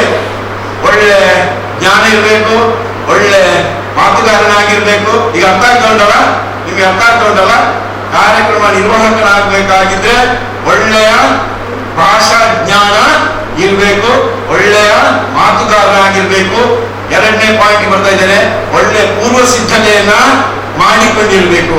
ಮತ್ತೊಂದು ಆತನಲ್ಲಿ ಧೈರ್ಯ ಇರಬೇಕು, ತಾಳ್ಮೆ ಇರಬೇಕು. ಯಾಕಂದ್ರೆ ಯಾರಿಗೆ ಸಭಾ ಕಂಪನ ಇರ್ತದೋ ಅವನಿಗೆ ಒಳ್ಳೆಯ ಕಾರ್ಯಕ್ರಮ ನಿರ್ವಾಹಕನಾಗಲಿಕ್ಕೆ ಆಗುವುದಿಲ್ಲ. ಸಭಾ ಕಂಪನ ಇರಬಾರ್ದು. ತಪ್ಪು ನನ್ನದು ತಪ್ಪಾಗ್ತದೆ ಹಾಗೆ ಹೀಗೆ ಅಂತ ನಾವು ಏನೋ ಆಲೋಚನೆ ಮಾಡಿಕೊಂಡು ಇಲ್ಲಿ ಬಂದು ನಿಂತ್ರೆ ಅಥವಾ ಕಾರ್ಯಕ್ರಮ ನಿರ್ವಹಿಸಿದ್ರೆ ಆಗುವುದಿಲ್ಲ. ನೀವು ಆದಷ್ಟು ಧೈರ್ಯಶೀಲರಾಗಿ ಯಾವುದೇ ರೀತಿಯಾದಂತಹ ಸಂಕುಚಿತವಾದಂತಹ ಹಿಂಜರಿಕೆಯನ್ನು ಮಾಡದೆ ನೀವು ನಿರಂತರವಾಗಿ ಮಾತಾಡಲಿಕ್ಕೆ ಪ್ರಾರಂಭ ಮಾಡಿದ್ರಿಂದಾದ್ರೆ ನಿಮ್ಮ ಎಲ್ಲ ಎಂಥದ್ದು ಆ ಕಂಪನಗಳೆಲ್ಲ ಹೋಗಿಬಿಡ್ತೇವೆ, ಸಭಾ ಕಂಪನ ಎಲ್ಲ ಹೋಗಿಬಿಡ್ತೇವೆ. ಈಗ ಅದು ಸ್ವಲ್ಪ ಅಭ್ಯಾಸದಿಂದ ಬರ್ತದೆ, ಅದು ನೀವು ಅದನ್ನು ಮಾಡಿಕೊಳ್ಬೇಕು. ಆದ್ರೆ ಧೈರ್ಯ ಬೇಕು, ಅದರೊಟ್ಟಿಗೆ ಸಂಯಮ ಬೇಕು, ತಾಳ್ಮೆ ಬೇಕು. ಇದೆಲ್ಲ ಮುಖ್ಯವಾದಂತಹ ಗುಣಗಳು ಒಬ್ಬ MC ಆಗುವ ಅಥವಾ ಒಬ್ಬ ಕಾರ್ಯಕ್ರಮ ನಿರ್ವಾಹಕ ಆಗ್ಬೇಕಾಗಿದ್ರೆ. ಅದರ ಜೊತೆಗೆ ಆತ ಮುಖ್ಯವಾಗಿ ವಿಶೇಷವಾದ ಜ್ಞಾನವನ್ನು ಹೊಂದಿರಬೇಕು. ಸಮಯೋಚಿತವಾಗಿ ಸಂದರ್ಭೋಚಿತವಾಗಿ ಮಾತನಾಡುವುದನ್ನು ಕಲಿಬೇಕು. ಯಾಕಂದ್ರೆ ಆ ಜ್ಞಾನ ಅಂದ್ರೆ ಹಾಗೆ, ಜ್ಞಾನ ಅಂದ್ರೆ ಏನು? ಸಮಯಕ್ಕೆ ಒದಗುವ ಜ್ಞಾನವೇ ನಿಜವಾದ ಜ್ಞಾನ. ಅದು ಎಲ್ಲ ಮನುಷ್ಯನಿಗೆ ಬರ್ಬೇಕು. ಸಮಯಕ್ಕೆ ಒದಗುವ ಜ್ಞಾನವೇ ನಿಜವಾದ ಜ್ಞಾನ. ಇಲ್ಲಿ ನಾನೀಗ ನಿಂತುಕೊಂಡು ಮಾತನಾಡ್ತಾ ಇದ್ದೇನೆ, ನನಗೆ ಕೆಲವು ವಿಷಯಗಳು ನನ್ನ ತಲೆಗೆ ಬರ್ತಾ ಇದೆ, ನಾನು ಅದು ನಿಮ್ಮ ಮುಂದೆ ಇಡ್ತಾ ಇದ್ದೇನೆ. ಆದ್ರೆ ಮುಂದೆ ನೀವು ವೇದಿಕೆಯನ್ನು ಕೆಳಗಿಳಿದು ಹೋದಾಗ ನೀವು ಏನು ನಾನು ಅದನ್ನು ಮಾತನಾಡಬೇಕು ಇದನ್ನು ಮಾತನಾಡಬೇಕಿತ್ತು ಅಂತ ನೀವು ಆಲೋಚನೆ ಮಾಡಿದ್ರೆ ಏನು ಪ್ರಯೋಜನ ಇಲ್ಲ. ಸಮಯಕ್ಕೆ ಒದಗುವ ಜ್ಞಾನವೇ ನಿಜವಾದ ಜ್ಞಾನ. ಅದು ಪ್ರತಿಯೊಬ್ಬ ಕಾರ್ಯನಿರ್ವಾಹಕನಲ್ಲಿರಬೇಕು. ಇದು ಬಹಳ ಮುಖ್ಯ. ಈಗ ನಿಮ್ಮ ಇದ್ರಲ್ಲೆಲ್ಲ ಬರ್ತಾರಲ್ಲ, ಒಬ್ಬ ಅಕುಲ್ ಅಂತ ಇದ್ದಾನಲ್ಲ, ಧಾರಾವಾಹಿ ಇದರಲ್ಲಿ ಟಿವಿಯಲ್ಲೆಲ್ಲ ಬರ್ತಾರೆ, ಅನುಶ್ರೀ, ಅಕುಲ್ ಅಂತೆಲ್ಲ ಒಳ್ಳೆ MC ಕಾರ್ಯಕ್ರಮ ನಿರ್ವಾಹಕರಲ್ಲ. ಅವರಿಗೆ ನೋಡಿ ಆ ಸಂದರ್ಭಕ್ಕಾಗಿ ಅವರು ಹೇಗೆಲ್ಲ ಅದನ್ನು ಉಪಯೋಗ ಮಾಡಿಕೊಂಡು ಮಾತನಾಡ್ತಾರೆ ನೋಡಿ. ಅಂತಹ ಒಂದು ಚಾಕಚಕ್ಯತೆಯನ್ನ MC ಆದವ, ಕಾರ್ಯಕ್ರಮ ನಿರ್ವಾಹಕನಾದವ ಬೆಳೆಸಿಕೊಳ್ಬೇಕು. ಇದು ಬಹಳ ಮುಖ್ಯ. ಆಮೇಲೆ ಮುಖ್ಯವಾಗಿ ಸಮಯ ಪ್ರಜ್ಞೆ ಇರಬೇಕು. ಯಾವುದನ್ನು ಎಷ್ಟು ಮಾತಾಡ್ಬೇಕು, ಹೇಗೆ ಮಾತಾಡ್ಬೇಕು ಅಂತ ಅವರಿಗೆ ಗೊತ್ತಿರ್ಬೇಕು. ಕೆಲವು MC ಅವರು ಇದ್ದಾರೆ ನೋಡಿ, MC ಅವರು ಗೆಸ್ಟ್ಗಳು ಎಷ್ಟು ಮಾತಾಡಿದ್ರು ಅದಕ್ಕಿಂತ ಹೆಚ್ಚು MC ಅವರು ಮಾತಾಡೋದು. ಇದು ನಿಜವಾಗಿ ತಪ್ಪು, ಮಾತನಾಡಬಾರ್ದು. ಮುಖ್ಯ ಅತಿಥಿಗಳು ಏನ್ ಮಾತಾಡಿದ್ದಾರೆ ಅದಕ್ಕಿಂತ ಹೆಚ್ಚು ಪುನಃ ಅದನ್ನೇ ರಿಪೀಟ್ ಮಾಡುವಂತದ್ದೆಲ್ಲ MC-ಗಳು ಖಂಡಿತವಾಗಿ ಮಾಡಬಾರ್ದು, ತಪ್ಪು. ಅದೇ ರೀತಿಯಲ್ಲಿ ಆ ಮೂಲಕ ಅದು ಕೂಡ ಅಂತಹ ಸಮಯ ಪ್ರಜ್ಞೆಯನ್ನು ಕೂಡ ಇಟ್ಟುಕೊಳ್ಬೇಕು. ಸ್ವಚ್ಛವಾದಂತಹ ಮಾತಿನಲ್ಲಿ ಮಾತನ್ನ ಆಡಬೇಕು. ಅದೇ ರೀತಿಯಲ್ಲಿ ಯಾಕಂದ್ರೆ ಸ್ವಚ್ಛವಾದ ಅಂತ ನಾನು ಯಾಕೆ ಹೇಳ್ತಾ ಇದ್ದೇನೆ ಅಂದ್ರೆ, ನಾವು ಮಾತನಾಡುವಾಗ ಅದು ಇನ್ನೊಬ್ಬರಿಗೆ ಅರ್ಥ ಆಗ್ಬೇಕು, ಸರಿಯಾಗಿ ಅರ್ಥ ಆಗ್ಬೇಕು, ಏನು ಮಾತಾಡಿದ್ದಾನೆ ಅಂತ ಎನ್ನುವಂಥದ್ದು ಅರ್ಥ ಆಗ್ಬೇಕು. ಇದು ಬಹಳ ಮುಖ್ಯ. ಆದ ಕಾರಣ ಆತ ಅದು ಅದರ ಜೊತೆಗೆ ಮುಖ್ಯವಾಗಿ MC ಅವರು ಮುಖ್ಯವಾಗಿ ಏನು ಪ್ರಾರಂಭ ಮಾಡ್ತಾರೋ, ಈಗ ಉದಾಹರಣೆಗೆ ಎಜೆಂಡಾ, ಸಾಮಾನ್ಯ ಎಜೆಂಡಾದಲ್ಲಿ ಏನೆಲ್ಲ ಇರ್ತದೆ? ಸಾಮಾನ್ಯ ಎಜೆಂಡಾದಲ್ಲಿ ಪ್ರಾರಂಭದಲ್ಲಿ ಅತಿಥಿಗಳನ್ನು ಆಹ್ವಾನಿಸುವುದು ಅಂತ ಇರ್ತದೆ. ಅತಿಥಿಗಳನ್ನು ಆಹ್ವಾನಿಸುವಂಥದ್ದು ಫಸ್ಟ್ ಎಜೆಂಡಾ. ಅದೇ ಯಾವುದೇ ಎಲ್ಲ ಇರಲಿ, ಫಸ್ಟ್ ಎಜೆಂಡಾ ಅತಿಥಿಗಳನ್ನು ಆಹ್ವಾನಿಸುವುದು. ಅತಿಥಿಗಳನ್ನು ಆಹ್ವಾನಿಸುವಾಗ MCR ಅವರು ಅದೆಷ್ಟು ಅವರನ್ನು ಪರಿಚಯ ಮಾಡಿಕೊಂಡು ಆಹ್ವಾನಿಸುವುದು ಉಂಟು, ಅದು ತಪ್ಪು. ಪರಿಚಯ ಮಾಡಿಕೊಂಡು ಆಹ್ವಾನಿಸುವಂತ ಅಗತ್ಯ ಇಲ್ಲ. ಅವರನ್ನು ಈಗ ಒಂದು ಮುಖ್ಯಮಂತ್ರಿ ಯಾದವರು ಇದ್ದರೆ ಅವರನ್ನು ಗೌರವಾನ್ವಿತ, ಕರ್ನಾಟಕ ಸರ್ಕಾರದ ಗೌರವಾನ್ವಿತ ಮುಖ್ಯಮಂತ್ರಿಯವರು ಅಂತಲೇ ಹೇಳಬೇಕು, ಅಷ್ಟೇ ಹೊರತು ಅವರೆಲ್ಲ ಕೆಲಸ ಕಾರ್ಯಗಳನ್ನು ಹೇಳುತ್ತಾ ಅವರನ್ನು ಕರೆಯುವುದಲ್ಲ. ಅದು ಮುಖ್ಯವಾದದ್ದು. ಯಾಕಂತಂದ್ರೆ ಆ ಇದಕ್ಕೆ ಅದಕ್ಕೊಂದು ಪ್ರೋಟೋಕಾಲ್ ಉಂಟು. ಪ್ರೋಟೋಕಾಲ್ ಅಂತಂದ್ರೆ ಸಂಕ್ಷಿಪ್ತ ಬೇಗ ಹೇಳ್ತೇನೆ ನಾನು. ಒಂದು ಶಿಕ್ಷಣ ಸಂಸ್ಥೆಗೆ BO ಬಂದರಂತೆ, ಯಾರು ಕ್ಷೇತ್ರ ಶಿಕ್ಷಣಾಧಿಕಾರಿ. ಆಗ ಹೆಡ್ ಮಾಸ್ಟರ್ ಮತ್ತು ಆ ಸೀನಿಯರ್ ಟೀಚರ್ಸ್ ಎಲ್ಲ ಹೋಗಿ ಅವರನ್ನು ಸ್ವಾಗತ ಮಾಡಿ. ಅದೇ ರೀತಿಯಲ್ಲಿ BO ಬಂದ ಕೂಡಲೇ DDPI ಬಂದರಂತೆ. DDPI ಬಂದಾಗ BO ಎಲ್ಲ ಹೋಗಿ ಅದು ಅವರನ್ನು ಸ್ವಾಗತ ಮಾಡಿದ್ದಾರೆ. DDPI ಬಂದ ಮೇಲೆ ಶಿಕ್ಷಣ ಸಚಿವರು ಬಂದರಂತೆ. ಶಿಕ್ಷಣ ಸಚಿವರು ಬಂದಾಗ BO, head master, BO, DDPI ಎಲ್ಲ ಹೋಗಿ ಅವರನ್ನು ಸ್ವಾಗತ ಮಾಡಿದ್ರು. ಆಮೇಲೆ ಶಿಕ್ಷಣ ಸಚಿವರು ಬಂದ ಮೇಲೆ ಸ್ವಲ್ಪ ಹೊತ್ತುವಾಗ ಮುಖ್ಯಮಂತ್ರಿಗಳು, ಚೀಫ್ ಮಿನಿಸ್ಟರ್ ಬಂದ್ರಂತೆ. ಆವಾಗ ಅವರೊಟ್ಟಿಗೆ ಮುಖ್ಯ ಮಂತ್ರಿಗಳು, DDPIಗಳು ಎಲ್ಲರೂ ಅವರೊಟ್ಟಿಗೆ ಹೋಗಿ ಅವರನ್ನು ಸ್ವಾಗತ ಮಾಡಿ ಅದು ಹೇಗಾದ ಅಲ್ಲೊಂದು ಪ್ರೋಟೋಕಾಲ್ ಉಂಟು. ಆ ಪ್ರೋಟೋಕಾಲ್ ಅನ್ನು ಅವರು ಉಪಯೋಗ ಮಾಡಿದ್ರು. ಅದು ಮುಖ್ಯ. ಆ ಪ್ರೋಟೋಕಾಲ್ ಬಹಳ ಮುಖ್ಯ. ಈಗ ರವೀಂದ್ರ ಶೆಟ್ಟಿ ಅವರು ಇಲ್ಲಿ ಕೂತಿದ್ದಾರೆ. ಅದು ಯಾಕೆ ಮುಖ್ಯಮಂತ್ರಿಗಳು, ನಾನು ಅದನ್ನೇ ಮುಂದುವರಿಸ್ತಾ ಇದ್ದೇನೆ. ಮುಖ್ಯಮಂತ್ರಿಗಳು ಬಂದ ಮೇಲೆ ಒಬ್ರು ಪ್ರಾಯದ ಒಬ್ರು ರಿಟೈರ್ಡ್ ಟೀಚರ್ ಬಂದರಂತೆ, ರಿಟೈರ್ಡ್ ಮಾಸ್ಟರ್, ನಿವೃತ್ತ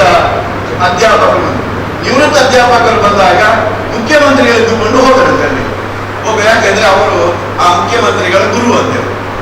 ಆದ ಕಾರಣ ಮುಖ್ಯಮಂತ್ರಿ ಎದ್ದು ಹೋಗುವಾಗ ಎಲ್ಲರೂ ಎದ್ದು ಅವರೊಟ್ಟಿಗೆ ಹೋದರು. ಈಗೇನಾಗ್ತಾ ಇದ್ದಂಗೆ ಎಲ್ಲರಿಗಿಂತಲೂ ಯಾರು ಮುಖ್ಯ? ಗುರು ಮುಖ್ಯ. ಈಗ ನಮ್ಮ ಪ್ರೈಮ್ ಮಿನಿಸ್ಟರ್ ಕೂಡ ಎದ್ದುಕೊಂಡು ಹೋಗಿ ಗುರುಗಳಿಗೆ ಏನ್ ಕೊಡ್ತಾರೆ? ಗೌರವವನ್ನು ಕೊಡ್ತಾರೆ. ಅದು ಸಂಸ್ಕೃತಿ, ಅದು ನಮ್ಮ ಸಂಸ್ಕೃತಿ, ಅದು ಪ್ರೋಟೋಕಾಲ್ಗೆ ಬರುದಿಲ್ಲ.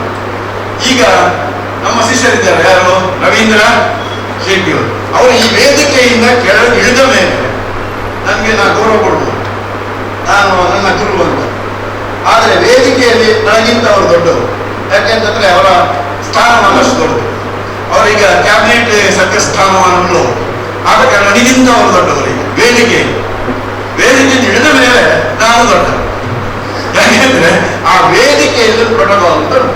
ಆದ ಕಾರಣ ಆ ಪ್ರೋಟೋಕಾಲ್ ನಾವು ಉಪಯೋಗ ಮಾಡಬೇಕು. ಆದ ಕಾರಣ ಕಾರ್ಯಕ್ರಮ ನಿರ್ವಾಹಕರು ಆಹ್ವಾನಿಸುವಂತ ರೀತಿ ಆಗಿರ್ಬೇಕು. ಯಾರು? ಮುಖ್ಯಮಂತ್ರಿಗಳ ಪ್ರಥಮವಾಗಿ ಮುಖ್ಯಮಂತ್ರಿಗಳನ್ನು, ಆಮೇಲೆ ಮಂತ್ರಿಗಳನ್ನು, ಆಮೇಲೆ ಕಾರ್ಯದರ್ಶಿಗಳನ್ನು, ಆಮೇಲೆ ಸಂಬಂಧಪಟ್ಟಂತ ಜನಗಳನ್ನೆಲ್ಲ ವೇದಿಕೆ ಆಹ್ವಾನಿಸಬೇಕು. ಇದೊಂದು ಪ್ರೋಟೋಕಾಲ್. ಇದು ಸರ್ಕಾರಿ ಇದರಲ್ಲಿ ಇರ್ಬೋದು. ಆದ್ರೆ ಇದರಲ್ಲಿ ಇತರ ಕಾರ್ಯಕ್ರಮಗಳಿಗೆ ಹೋದರೆ ಅದು ಏನಾಗ್ತದೆ ಅಂತಂದ್ರೆ, ಅಲ್ಲಿ ಧಾರ್ಮಿಕ ಕಾರ್ಯಕ್ರಮದಲ್ಲಿ ಸ್ವಾಮೀಜಿಯವರು ಇರ್ಬೋದು, ಅಥವಾ ಧಾರ್ಮಿಕ ಮುಂದಾಳುಗಳು ಇರ್ಬೋದು.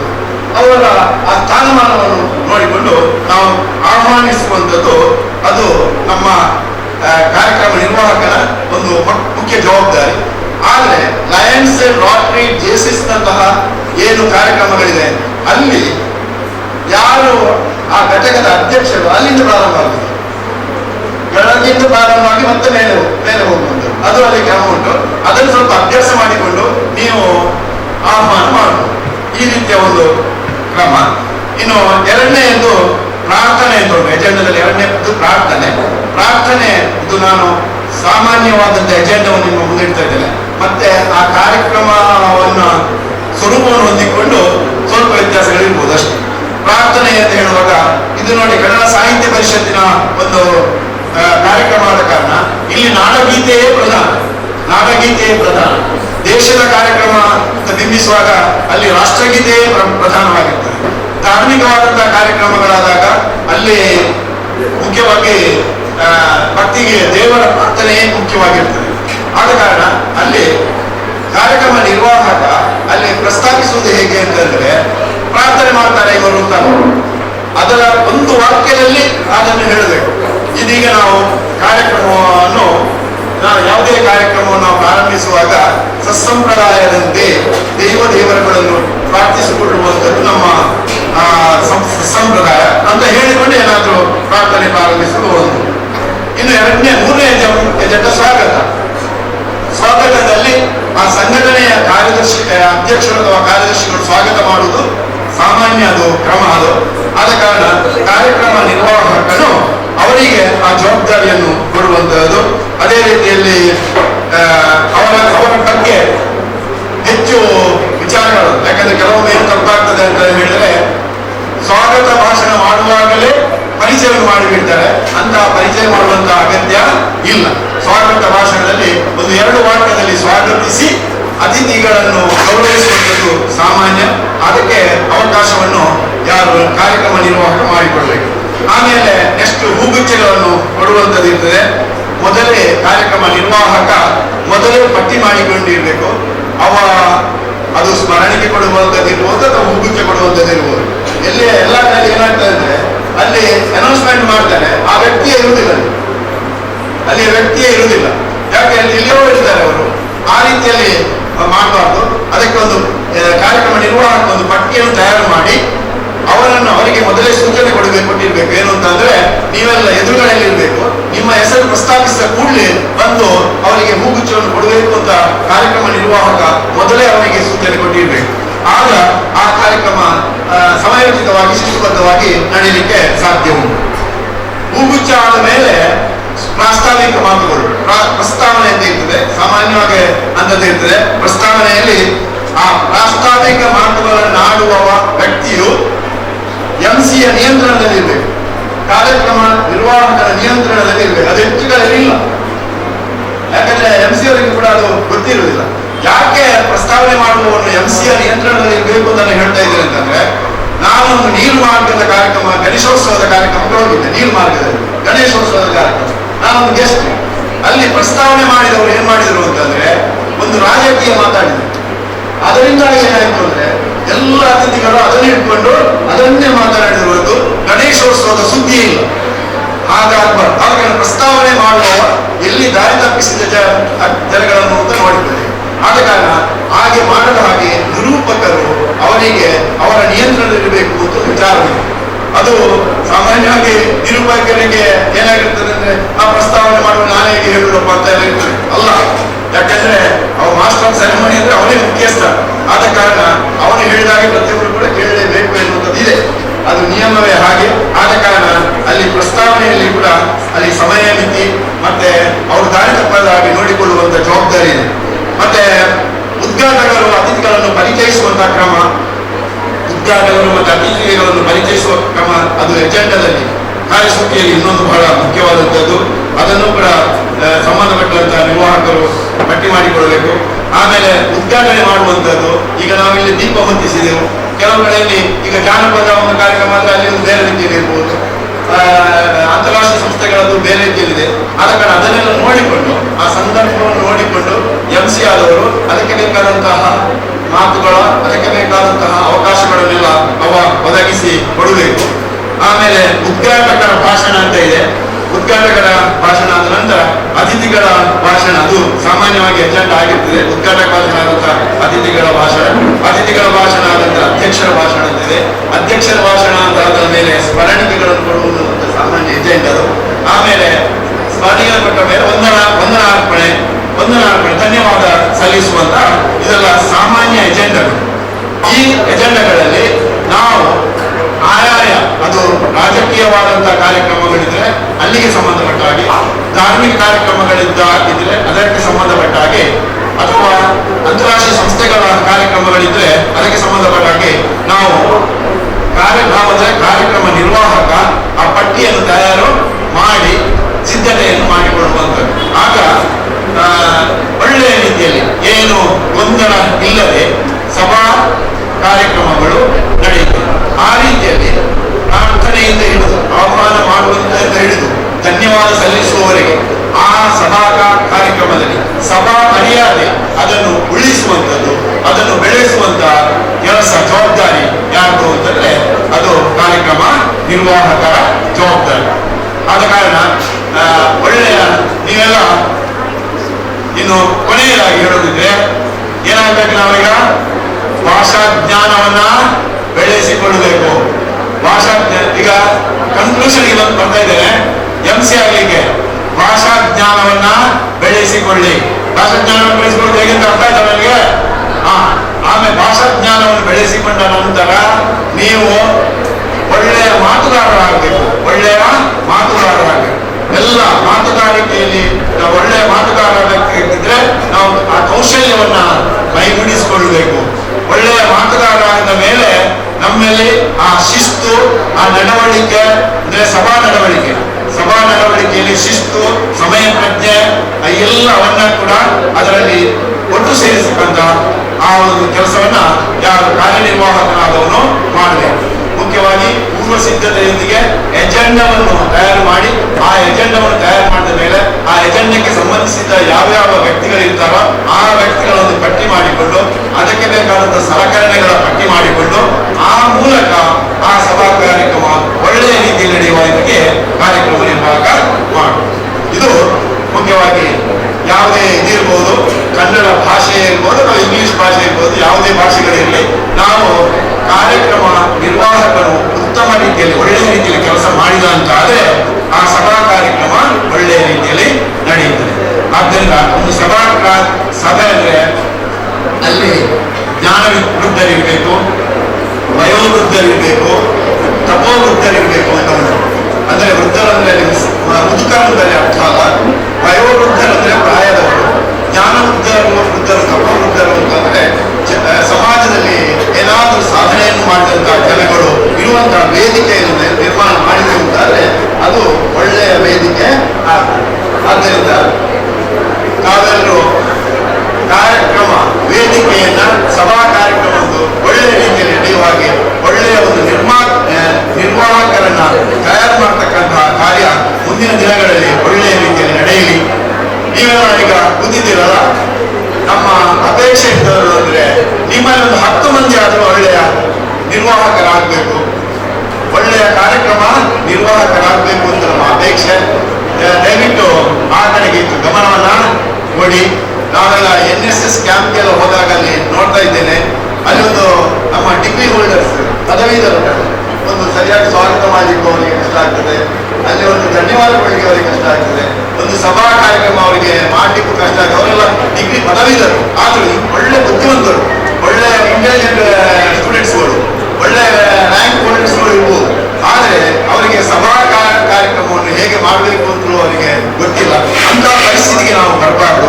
ಮುಂದಿನ ಜನಾಂಗದವರು ಒಳ್ಳೆಯ ರೀತಿಯಲ್ಲಿ ಈ ಸಭಾ ಕಾರ್ಯಕ್ರಮವನ್ನು ನಡೆಸುವುದಕ್ಕೆ ಬೇಕಾದ ವ್ಯವಸ್ಥೆಯನ್ನು ಮಾಡಲಿಕ್ಕೆ ತಯಾರಾಗಬೇಕು ಅಂತ ಹೇಳಿಕೊಂಡು ತಮಗೆಲ್ಲರಿಗೂ ಕೂಡ ನನ್ನ ಮಾತನ್ನ ಆಲಿಸಿದ್ದಕ್ಕೆ, ಅದೇ ರೀತಿಯಲ್ಲಿ ತಾವೆಲ್ಲರೂ ಕೂಡ ಸಂಯಮದಿಂದ ವರ್ತನೆ ಮಾಡಿದ್ದಕ್ಕೆ ನಿಮಗೆ ಧನ್ಯವಾದ ಸಲ್ಲಿಸಿ ನಾನು ಮಾತನಾಡಿದ್ದೇನೆ. ಸರ್ವರು ಕೆಲವು ಮಾರ್ಗವನ್ನು ಕಂಡು, ಕೆಲವು ಕೇಳುಗಳಿಂದ ಕೇಳುತ್ತಾಂ, ಕೆಲವು ಸುಜ್ಞಾನದಿಂದ ನೋಡುತ್ತಾಂ, ಸರ್ವರೋಡು ಒಂದೊಂದು ನುಡಿಗಳ ವಿದ್ಯೆಯ ಪರತ್ಯವೇ ಆದ ಸರ್ವಜ್ಞ ಅಂತ ಹೇಳಿ. ಅದೇ ರೀತಿ ಇನ್ನು ಈ ಕಾರ್ಯಕ್ರಮದ ನಿರ್ವಾಹಕರ ಒಂದು ಸ್ವರೂಪ ಯಾವ ರೀತಿಯಾಗಿರ್ಬೇಕು, ಅದರ ಒಂದು ವಿನ್ಯಾಸ ಯಾವ ರೀತಿಯಾಗಿರ್ಬೇಕು ಎಂಬುದನ್ನು ಬಹಳ ಒಂದು ಚೆನ್ನಾಗಿ ಮನಮುಟ್ಟುವಂತೆ ನಿಮಗೆ ಹೇಳಿದ್ದಾರೆ. ಅದು ಶ್ರೀಯುತ ಕೆ ರವೀಂದ್ರ ರೈ ಕಡಿಮಾರವರು. ಅದು ಇಂದಿನ ಒಂದು ಸಮಯಕ್ಕೆ ನಿಜ ಕೂಡ ಅದೊಂದು ಸಕಾಲಿಕವೂ ಹೌದು, ಸಾರ್ವಕಾಲಿಕವೂ ಹೌದು. ಅವರಿಗೆ ವಂದನೆಗಳು. ಈಗ ತಣ್ಣೀರಿಗಳಿಂದ ಒಂದು ಭಾವ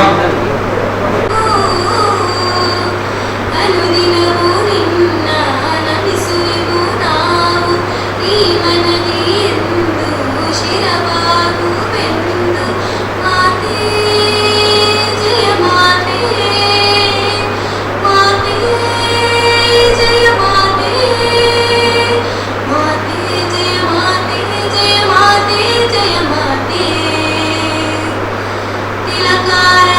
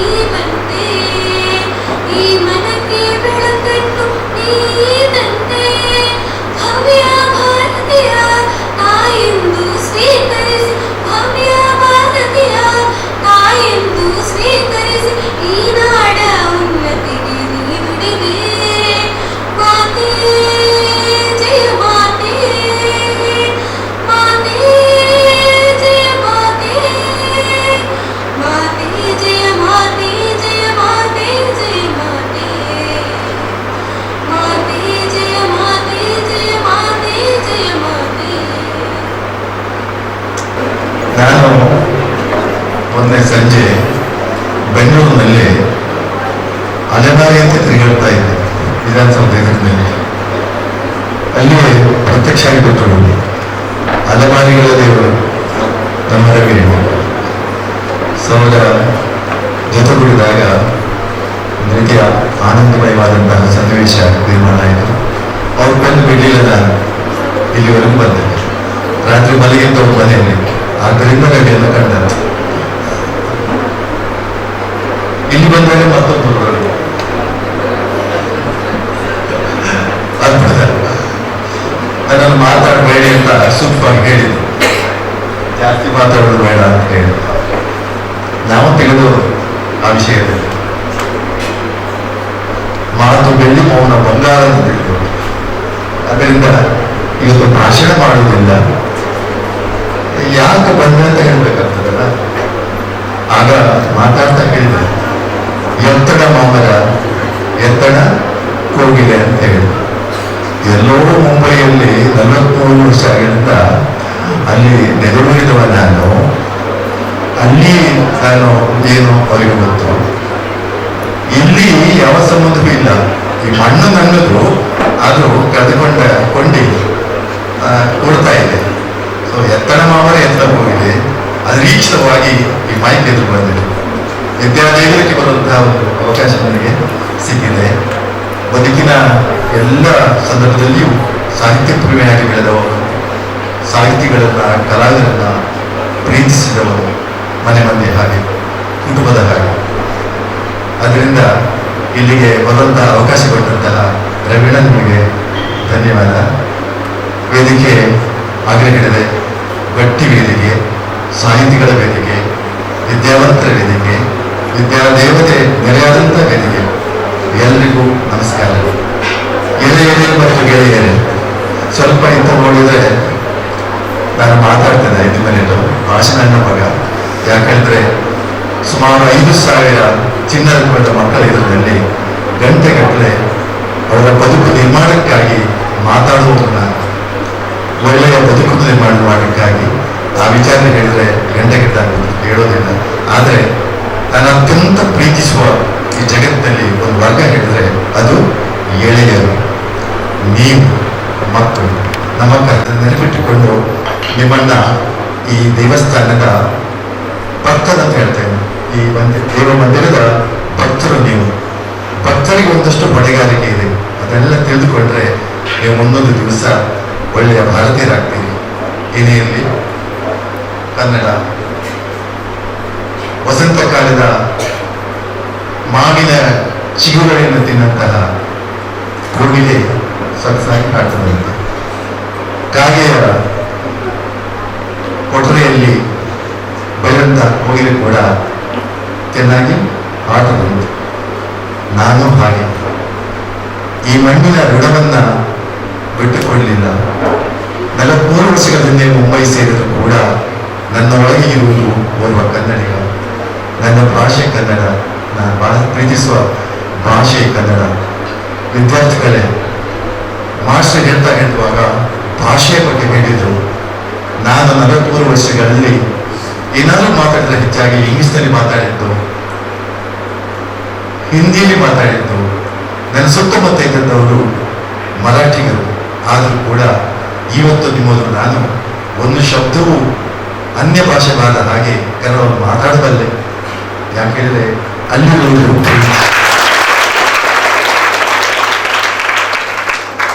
ಇದು ಬೇಕಂತ ಹೇಳಿದ್ರು ನಾನು. ನಾವೆಲ್ಲಿದ್ರೂ ಕೂಡ ಆಡಿದ ಎಲ್ಲಿಯೇ ಇರ್ತೀರೋ ಅದು ಸತ್ಯ. ಆದರೆ ಈ ಪ್ರೀತಿ ಅಭಿಮಾನದ ಮೂಲಕ ಒಂದು ಭಾಷೆ ಮನದಲ್ಲಿ ಗಟ್ಟಿಯಾಗಿರ್ತದೆ ನಮಗೆ. ಅದು ಯಾವ ಭಾಷೆ ಹೇಳಿದ್ರೆ ಅದು ನಾವು ಮನಸ್ಸಿನಲ್ಲಿ ಮತ್ತೊಬ್ಬರಿಗೆ ಬೈಯುವ ಭಾಷೆ, ಮತ್ತೊಬ್ಬರನ್ನ ಹೊಗಳೋ ಭಾಷೆ. ಅದು ನಮ್ಮ ಕನಸಿನ ಭಾಷೆ, ಅದು ನಮ್ಮ ಮನದ ಭಾಷೆ. ಮನದ ಭಾಷೆ ಬಹಳ ಮುಖ್ಯ. ಆದ್ರಿಂದ ಯಾವ ಭಾಷೆ ಬಂದರೂ ಕೂಡ ಮನದ ಭಾಷೆ ಬಿಟ್ಟು ಹೋಗುವುದಿಲ್ಲ. ನೀವೆಲ್ಲ ಅಲ್ಲಿ ಕುಳಿತು ನನ್ನ ಮಾತನ್ನು ಕೇಳ್ತಾ ಈ ವ್ಯಕ್ತಿಯ ಬಗ್ಗೆ ಎಣಿಸ್ತಾ ಇದ್ದೀನಿ. ಅದು ಯಾವ ಭಾಷೆ? ಅದು ನಿಮ್ಮ ಮನದ ಭಾಷೆ. ಅದು ಕನ್ನಡ ಆಗಿರ್ಬೋದು, ಅದು ತುಳು ಆಗಿರ್ಬೋದು. ಮುಂಬರುವುದು ಯಾರೋ ಒಬ್ಬ ಇಲ್ಲಿ ಬಂದು ಹೆಂಗೆ ತುಳು ಪೂಜ್ಯ, ನನಗೆ ಕನ್ನಡ ಬರೋದಿಲ್ಲ, ಯಾರಿಗೂ ತಮಾಷೆಗೆ ಆಸ್ಪದ ಆಗುವಂತಹ ಭಾಷೆಯನ್ನು ಇಲ್ಲಿ ಆಡುತ್ತಾರೆ ಅಂದ್ರೆ ಅದಕ್ಕೆ ನಾನು ಕಟ್ಟಾಡ ಸುಳ್ಳು ಸುಳ್ಳು. ಆ ಮಿಮಿಕ್ರಿ ಆಯ್ತು ನನ್ನದು. ನಾನು ಯಾವಾಗಲೂ ಮಿಮಿಕ್ರಿ ಮಾಡಿದೆ. ಬೇರೆ ಬೇರೆ ಭಾಷೆಯವರು ಮಾತಾಡಿದರೆ ಹೇಗಾಗ್ತದೆ, ಆದರೆ ನಮ್ಮ ಭಾಷೆಗೆ ನಾವು ಬಿಟ್ಟು ಹೋಗೋದಿಲ್ಲ. ಎಷ್ಟುವರೆಗೆ ನಾವು ಯಾವುದನ್ನು ಅತಿಯಾಗಿ ಪ್ರೀತಿಸ್ತೇವೋ ಕರ್ಮದಲ್ಲಿ ಅದು ನಮ್ಮೊಟ್ಟಿಗೆ ಇರ್ತದೆ, ಅದು ಭಾಷೆ ಆಗ್ತದೆ. ಆದ್ರಿಂದ ಅದೇ ಹೇಳಿದೆ, ಎಲ್ಲಿ ಹೋದ್ರು ನಾವು ಭಾಷೆಯಿಂದ ಅಂತ ನಿಮ್ಮ ಎಲ್ಲ ಈ ಭಾಷೆಯನ್ನು ಕೇಳಿದೆ ಬಹಳ ಖುಷಿ ಆಗ್ತದೆ. ಇಲ್ಲಿ ನಿರ್ವಹಣೆ ಅನ್ನುವಂತಹ ಏನದು ಅದೆಲ್ಲ ಶಬ್ದಗಳು ಮೊನ್ನೆ ಉತ್ಪತ್ತಿ ಆಗೋದು ಇರಲಿಲ್ಲ, ಅಗತ್ಯ ಇರಲಿಲ್ಲ. ಒಂದು ಸಭಾ ಕಾರ್ಯಕ್ರಮ ಹೇಳಿದ್ರೆ ಅಲ್ಲಿ ಅಧ್ಯಕ್ಷರಿರ್ತಾರೆ, ಅವರೇ ಮುಖ್ಯಸ್ಥರಾಗಿರ್ತಾರೆ. ಯಾರಿಗೂ ಮಾರಾಟ ಮಾಡಿದ ಹಾಗೆ ಯಾವ ವೇದಿಕೆಯನ್ನ ಏನು ಅರಿಯದ ಕಾರ್ಯ ಬಗ್ಗೆ ಅರಿಯದ ಯಾವುದೋ ವ್ಯಕ್ತಿಗೆ ಕೊಡಗಾಗ್ತಿರುತ್ತೋ ಅವನಿಗೆ ಯಾವ ರೀತಿಯ ವಿದ್ಯುತ್ ಇದೆಯೋ ಅದಕ್ಕೆ ಬೇಕಾದ ವಿದ್ಯುತ್ ಅವನಿಗೆ ಇರೋದಿಲ್ಲ. ಆಮೇಲೆ ನಿರ್ವಹಣೆ ಮಾಡಿದಾಗ ಒಂದು ರೀತಿಯ ಗೊಂದಲ ನಿರ್ಮಾಣ ಸಹಜ. ಆದರೆ ನಾನು ವಿಶೇಷವಾಗಿ ಹೇಳ್ತೇನೆ, ನಾನು ಜಗತ್ತು ಸುತ್ತಿದವ. ಈ ಒಂದು ಸಮಸ್ಯೆ ಇಲ್ಲಿಯೇ ಬಂದದ್ದು ನಮ್ಮ ತುಳುನಾಡಿನಲ್ಲಿ. ಈ ನಿರ್ವಹಣೆ ಮಾಡುವವರು ಆಕ್ರಮಣ ಮಾಡಿಕೊಂಡು ಆ ಕೆಳಗೆ ಕೇಳಿಸ್ಬೋದು ಇಲ್ಲಿ ಯಾಕಂದ್ರೆ ನಮಗೆ ಸ್ವಲ್ಪ ತುಳುನಾಡಿನವರಿಗೆ ನಾವು ಅತಿ ಬುದ್ಧಿವಂತರು. ನನ್ನಲ್ಲಿ ಜಾಸ್ತಿ ಯಾರನ್ನು ಬೈಯುವುದಲ್ಲ, ನಾನು ತಿಳಿದಂತ ಕೊಡಿಸುತ್ತೆ. ಯಾಕಂದ್ರೆ ಮುಂಬೈಲಿ ಬೆಳೆದವರು, ಆ ಮುಂಬೈಯಲ್ಲಿ ಇದ್ದಂತ ಬದುಕು ನಾನು ಬಹಳ ಖುಷಿ ಹೋಗ್ತೇನೆ. ಆ ಮಣ್ಣನ್ನು ನಾನು ಪ್ರೀತಿಸ್ತೇನೆ. ಯಾಕೆಂದ್ರೆ ಅಲ್ಲಿದ್ದಷ್ಟು ಸೌಹಾರ್ದತೆ ನಮ್ಮನ್ನು ಪ್ರೀತಿಸಿದ ಜನದಲ್ಲಿ ಇತ್ತು. ಇವತ್ತು ಮಹಾರಾಷ್ಟ್ರದ ಯಾವುದೋ ರೈಲ್ವೆ ಸ್ಟೇಷನ್ ಹೋದ್ರೆ ಮಹಾರಾಷ್ಟ್ರ ಸರ್ಕಾರವನ್ನು ಕಟೌಟ್ ಹಾಕಿದ್ದಾರೆ, ಇವ ದೇಶಕ್ಕೆ ಕೀರ್ತಿಸಿದವನು. ನೀವು ಡುಮ್ಲಿ ಸ್ಟೇಷನ್ ಬಂದ್ರೆ ಅದನ್ನು ಫೋಟೋ ಹಾಕಿದ್ದಾರೆ, ಮಹಾರಾಷ್ಟ್ರ ಸರ್ಕಾರ ಹಾಕಿದ್ದು. ದಿಮ್ಕಾ ಮುಕ್ತ ದಾಖಲೆ ಮೂಲಕ ಅದನ್ನು ಹಾಕಿದ್ದು. ಇದೇನು ನಾನು ವಿಶೇಷ ಹೆಚ್ಚು ಮಾತಾಡಲಿಕ್ಕೆ ಹೋಗೋದಿಲ್ಲ. ನನ್ನ ಬಗ್ಗೆ ಗೊತ್ತಿಲ್ಲದ ವಿಚಾರವನ್ನು ಹೇಳಬೇಕಾಗ್ತದೆ. 2 ವಿಚಾರಗಳನ್ನು ಹೇಳಬೇಕಾಗ್ತದೆ.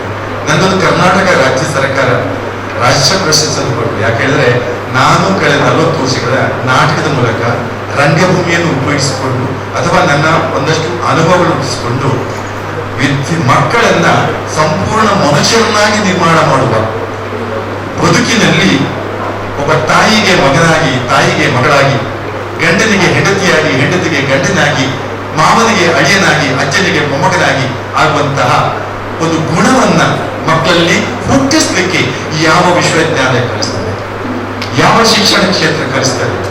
ಹೌದಲ್ಲ? ನೀವು ಕಲಿಸ್ತೀರಿ, ಆಗ ಹೇಳಿದ್ಬಾರ್ದು. ಉದ್ಯಮಿಯಾಗಿ ಉದ್ಯೋಗಿಯಾಗಲಿಕ್ಕೆ ಮಕ್ಕಳ ನಿರ್ಮಾಣ ಮಾಡ್ತೀನಿ ಶಿಕ್ಷಣ ಕ್ಷೇತ್ರ ಹೊರತು ಈಗಿನ ಕ್ಷಮಿಸಬೇಕು ರವೀಣ, ಆಗ ಹೇಳಬಾರ್ದು. ತಪ್ಪಿರುವುದು ಶಿಕ್ಷಣ ಕ್ಷೇತ್ರ, ಶಿಕ್ಷಣ ವ್ಯವಸ್ಥೆ ಮಕ್ಕಳನ್ನು ರೂಪಿಸಲಿಕ್ಕೆ ಬೇಕಾದಂತಹ ಶಿಕ್ಷಣ, ನಾ ಹೇಳಿದ ಸಂಬಂಧಗಳನ್ನು ಅರ್ಥ ಕಳೆದುಕೊಂಡಂತಹ ಯಾವುದೇ ಅರ್ಥ ಗೊತ್ತಿಲ್ಲ. ನಾಳೆ ಮಕ್ಕಳಿಗೆ ಅಣ್ಣನ ಹೇಳಿ ಗೊತ್ತಿಲ್ಲ, ಅಜ್ಜ ಮರೆತು ಹೋಗಿದೆ, ಎಲ್ಲ ಸಂಬಂಧಗಳು ಇಲ್ಲ ಇಲ್ಲ ಇಲ್ಲ. ಆ ಮಕ್ಕಳಿಗೆ ಈ ಸಂಬಂಧಗಳ ಹಿಂದೆ ಇರುವಂತಹ ಅಗಾಧವಾದ ಪ್ರೀತಿ ಆಗೋ ಇದೆಯೇ? 2 ಸಂಬಂಧ, ಅವಳಿಗೆ ಗಂಡ, ಇವನಿಗೆ ಹೆಂಡತಿ, ಅದು ಕೂಡ ಪೂರ್ಣ ಅಲ್ಲ. ಆ ಶಬ್ದದ ಅರ್ಥವನ್ನ ತಿಳಿಯದೆ ಕೇವಲ 10 ವರ್ಷ ಮಾತ್ರ ಗೊತ್ತಿರುವುದರಿಂದ ಮದುವೆಯ ಮುಂಚಿನ ದಿವಸಕ್ಕೆ ಡೈವರ್ಸ್ ಸಿದ್ಧತೆ ನಡೆದಿರ್ತದೆ. ಹೌದಲ್ಲ? ಆದ್ರೆ ಅಷ್ಟು ಒಳ್ಳೆ ಸಂಬಂಧ ಅದು ಬದುಕು ನಿರ್ಮಾಣ ಮಾಡಲಿಕ್ಕೆ, ಬದುಕು ಕಟ್ಟಿಕೊಳ್ಳಿಕ್ಕೆ ಗಂಡ ಹೆಂಡತಿಯ ಪ್ರಾರಂಭ ಮುಖ್ಯ. ಯಾವುದೋ ಆದಿಯಿಂದ ಪ್ರಾರಂಭವಾಗಿದ್ರೆ ಗಂಡು ಮತ್ತು ಹೆಣ್ಣು ಒಟ್ಟಾಗುವ ಎಷ್ಟು ಚಂದ. ಅದರ ಬಗ್ಗೆ ಅಭಾಸ್ಯದಲ್ಲಿ ಬರ್ತಾರೆ ಮಕ್ಕಳಿಗೆ.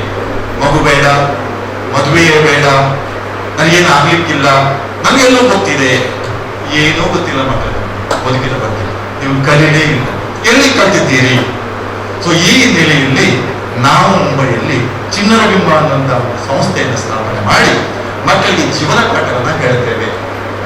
ಮನುಷ್ಯರನ್ನಾಗಿ ನಿರ್ಮಾಣ ಮಾಡುವಂತಹ ಒಂದು ವ್ಯವಸ್ಥೆ ಶಿಕ್ಷಣ ಕ್ಷೇತ್ರದಲ್ಲಿ ಕೇವಲ 10 ಅಥವಾ 20% ಇದ್ರೆ, ನಾನು ಬೆಳೆದಂತಹ ನನ್ನ ಕುಟುಂಬದಲ್ಲಿ 100% ಸಿಕ್ಕಿದೆ. ಇವತ್ತು ಆಗಲೇ ಹೇಳಿದಾಗೆ ಎತ್ತನ ಮಾಮಲೆ ಎಲ್ಲೋ ಇದ್ದಂತಹ ಓರ್ವ ವ್ಯಕ್ತಿ ನನ್ನ ಬಗ್ಗೆ ಏನೂ ಗೊತ್ತಿಲ್ಲ ಇದ್ದಿದ್ರು ಕೂಡ ನನ್ನ ಮಾತನ್ನು ಕೇಳುವಂತ, ನಾನನ್ನು ಮೇಲೆ ಬೆರೆಯುವಂತಹ, ನಿಮ್ಮೆಲ್ಲರನ್ನು ಪ್ರೀತಿಸುವಂತಹ, ನಿಮ್ಮೊಳಗೆ ನಾನು ಆಗುವಂತಹ, ಯಾವುದೇ ಋಣಾತ್ಮಕ ಚಿಂತನೆ ಇಲ್ಲದ ಧನಾತ್ಮಕ ಚಿಂತನೆ ಕೂಡಿಸುವ ಒಬ್ಬ ವ್ಯಕ್ತಿ ನಿರ್ಮಾಣ ವಿಜಯಕುಮಾರ್ ಆಗಿದ್ರೆ ಅದು ಆದದ್ದು ನನ್ನ ತೋರ್ಸೆಯ ಕುಟುಂಬದ ಮನೆ. ನನ್ನ ಅಜ್ಜ ಕೆಲಸದ ಬುದ್ಧಿ, ನನ್ನ ತಾಯಿ ಕೆಲಸದ ಬುದ್ಧಿ, ನನ್ನ ಮಾವ ಕೆಲಸದ ಬುದ್ಧಿ. ನಾನು ವ್ಯಕ್ತಿಯಾಗಿ ನಿರ್ಮಾಣ ಆಗಲಿಕ್ಕೆ ನನ್ನ ಮನೆಯ ಪಕ್ಕದ ಗದ್ದೆಯಲ್ಲಿ ಉಳುವಂತಹ ನೇಗಿಲು ಹೊತ್ತಂತ ಒಬ್ಬ ರೈತ ಕೆಲಸದ ಬುದ್ಧಿ, ಅಂದ್ರೆ ಗುರು ಶ್ರೇಷ್ಠರು, ಗುರುವರಿಯರು ಕಲಿಸಿದಂತಹ, ಗುರುದೇವರು ಕಲಿಸಿದಂತಹ ಬುದ್ಧಿ, ಮಾತೃಶ್ರೀ ಅನ್ನುವಂತಹ ಗೌರವ ಕೊಡ್ಬೇಕಾದಂತ, ಎಲ್ಲವೂ ಗೊತ್ತಿದ್ದು ಏನು ಗೊತ್ತಿಲ್ಲದೆ ಮಕ್ಕಳ ಸೇವೆಯನ್ನು ತಾಯಿಯಾಗಿದೆ ನೋಡುವ ತಾಯಿ ಕಲಿಸಿದ ಬುದ್ಧಿ, ಆ ತಾಯಿಗೆ ತಾಯ್ತನವನ್ನು ಕೊಟ್ಟ ನನ್ನ ತಾಯಿಯ ತಾಯಿ ಅಜ್ಜಿ ಕಲಿಸಿದ ಬುದ್ಧಿ ನನಗೆ ಇವತ್ತು ಅದನ್ನು ನನಗೆಲ್ಲ. ಇವತ್ತು ರವೀಣಂತ ಒಬ್ಬ ಸಮೃದ್ಧ ವ್ಯಕ್ತಿ ಇದ್ರೆ ಮಕ್ಕಳೇ, ನಿಮಗೆ ನೀವು ಅವರಿಗೆ ಗೌರವ ಕೊಟ್ಟರಾದ್ರೆ ಅವರು ಕಲಿತ ವಿದ್ಯೆ ಎಲ್ಲಿ ಗೊತ್ತಾ, ಅವ್ರನ್ನು ಹುಟ್ಟಿದ ಹುಟ್ಟಿದ ಊರು ಕಲಿಸಿದ ಬುದ್ಧಿ, ಅವರ ಅಕ್ಕಪಕ್ಕ ಇದ್ದಂತಹ ಮನುಷ್ಯ ಶ್ರೇಷ್ಠರ ಮೂಲಕ ಅವರು ಬೆಳೆದಂತಹ ರೀತಿ, ಅವರ ಅಪ್ಪ ಅಲ್ಲ ಮಾವ ಕಲಿಸಿದ ಬುದ್ಧಿ. ತುಳು ಸಂಸ್ಕೃತದಲ್ಲಿ ಮಾವ ಎನ್ನುವ ಪದದ ಇರುವಂತಹ ಒಂದು ಗಂಭೀರವಾದಂತಹ ಒಂದು ಅರ್ಥವತ್ತಾದಂತಹ ಸುಂದರವಾದಂತಹ ಅರ್ಥ ಇದ್ದರೆ ಅದು ಮಾವ. ಆ ಮಾವನ ಮೂಲಕ ಕುಟುಂಬ ಬೆಳೀತದೆ. ನಮ್ಮ ಕುಟುಂಬ ಅನ್ನೋದು ಜಗತ್ತಿಗೆ ಈ ಸಾಲ ಮಕ್ಕಳ ಹಳೆಯ ಸಂತಾನ ಕೊಟ್ಟಂತಹ ನಮ್ಮ ಋಣ. ಅಲ್ಲಿ ಎಷ್ಟು ಒಳ್ಳೆ ಬುದ್ಧಿ ಬೆಳೀತಾರೆ. ಆ ಬುದ್ಧಿ ಮಕ್ಕಳು ಯಾವತ್ತೂ ಇರುವುದಿಲ್ಲ. ಆಮೇಲೆ ಡ್ಯಾಡಿ ಮಮ್ಮಿ ಬಿಟ್ಟು ಬೇರೆ ಯಾವ ಸಂಬಂಧ ಬಗ್ಗೆ ವಿಶೇಷ ಅರ್ಥವೇ ಇಲ್ಲ. ಮುಂಬೈನ ಹುಡುಗಿ ಕೇಳಿದ್ರೆ ಪಪ್ಪ ಹೊಡಿತಾ ಇರುವಾಗ ಪಪ್ಪ ಅಜ್ಜಿಯರಿಗೆ ವಿಚಾರಿದ್ರಿ ಊರಿಗೆ ಬಂದು ಆಡ್ಕೊಂಡಿದ್ದೆ ಬೇರೆ ಮನೆ ಸಂಬಂಧ ಇರ್ತದೆ.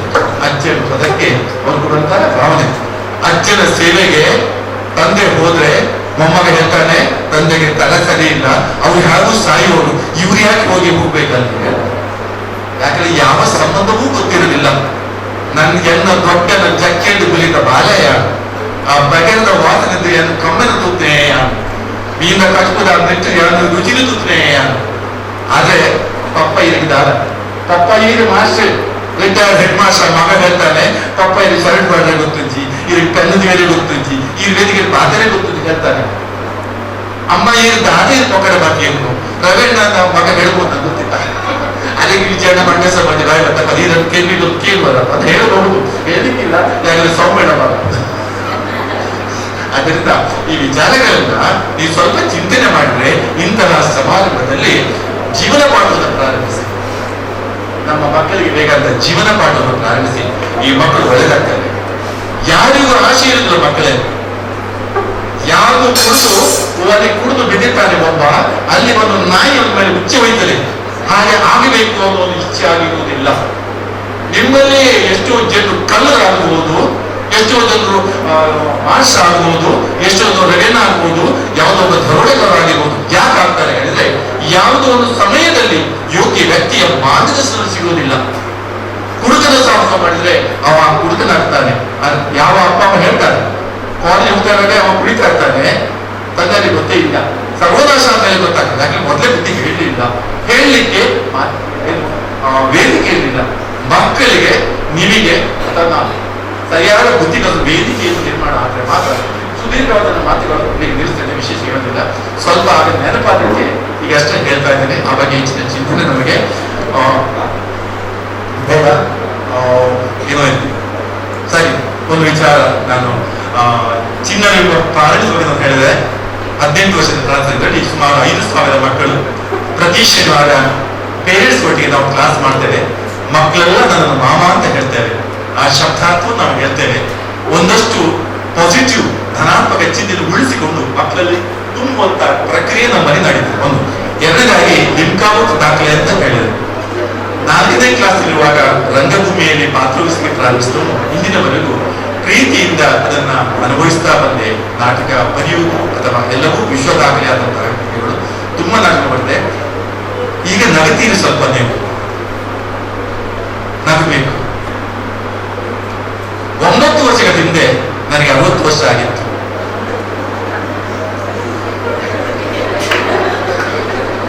ಸತ್ಯ, ನನಗೀಗ 69 ವರ್ಷ ಪ್ರಾಯ. ಹೌದು, ಸತ್ಯ. ಆ 60ನೇ ವರ್ಷದಲ್ಲಿ ಎಲ್ಲರೂ ಹೇಳಿದ್ರು, ವಿಜಯ್ ಸರ್ ನಿಮ್ಮ 60 ವರ್ಷದ ಬಗ್ಗೆ ಸಾಹಿತ್ಯಕ್ಕೆ, ನಾಟಕಕ್ಕೆ, ಅಭಿನಯಕ್ಕೆ ಸಂಬಂಧಪಟ್ಟಂತ ಒಂದು ಕಾರ್ಯಕ್ರಮವನ್ನ ಮಾಡ್ಬೇಕಂತ ಹೇಳಿ. ಈಗ ನಟನಲ್ಲ, ಅಜ್ಜನ ಮಾವಲ್ಲ, ನಾನು ನಿಮ್ಮೆಲ್ಲರಿಗೆ ಅಜ್ಜ. ಆದ್ದರಿಂದ ನಿಮಗೆಲ್ಲ ಆಗಾಗ ಸಿಗದ ಒಬ್ಬ ವ್ಯಕ್ತಿಯಾಗಿ, ಸ್ಥಾಯಿಯಾಗಿ ನಾನು ನಿಮಗೆ ನಿಲ್ಲಕ್ಕೆ ಸಾಧ್ಯತೆ ಇದೆ, ನನ್ನ ಮಾತನ್ನು ನಿಲ್ಲಕ್ಕೆ ಸಾಧ್ಯತೆ ಇದೆ. 60ನೇ ಪ್ರಾಯದಲ್ಲಿ ನಾನು ಮಾಡುವ ಕಾರ್ಯಕ್ರಮ, ನಾನು ಒಂದಷ್ಟು ನಾಟಕ ಬರ್ತಿದ್ದೇನೆ, ಒಂದಷ್ಟು ಸಾಹಿತ್ಯ ಕೃಷಿಗಳು ಇದೆ, ನಾನು ಒಂದಷ್ಟು ಲೇಖನಗಳು ಬರ್ತಿದ್ದೇನೆ. ಸೊ ನನ್ನ ಸ್ಟೂಡೆಂಟ್ಸ್ ಇದ್ದಾರೆ, ಒಂದಷ್ಟು ಅವರಿಗೆಲ್ಲ ಗೊತ್ತಿದೆ ನನ್ನ ಪ್ರತಿಭೆಯ ಬಗ್ಗೆ. ವೇದಿಕೆ ಸಿದ್ಧವಾಯಿತು, ಲಿಮ್ಕಾ ಬುಕ್ಸ್ ಅವರಿಗೆ ಆ ವಿಷಯ ಬೇಕು. ಅವ್ರು ಸುಮಾರು 6 ತಿಂಗಳ ಅಧ್ಯಯನ ಮಾಡಿ ನಮಗೆ ಪರ್ಮಿಷನ್ ಕೊಟ್ಟರು. ಅದೇ ವಿಚಾರ ಗಿನ್ನೆಸ್ ಬುಕ್ಗಳಿಗೆ ಬಂದು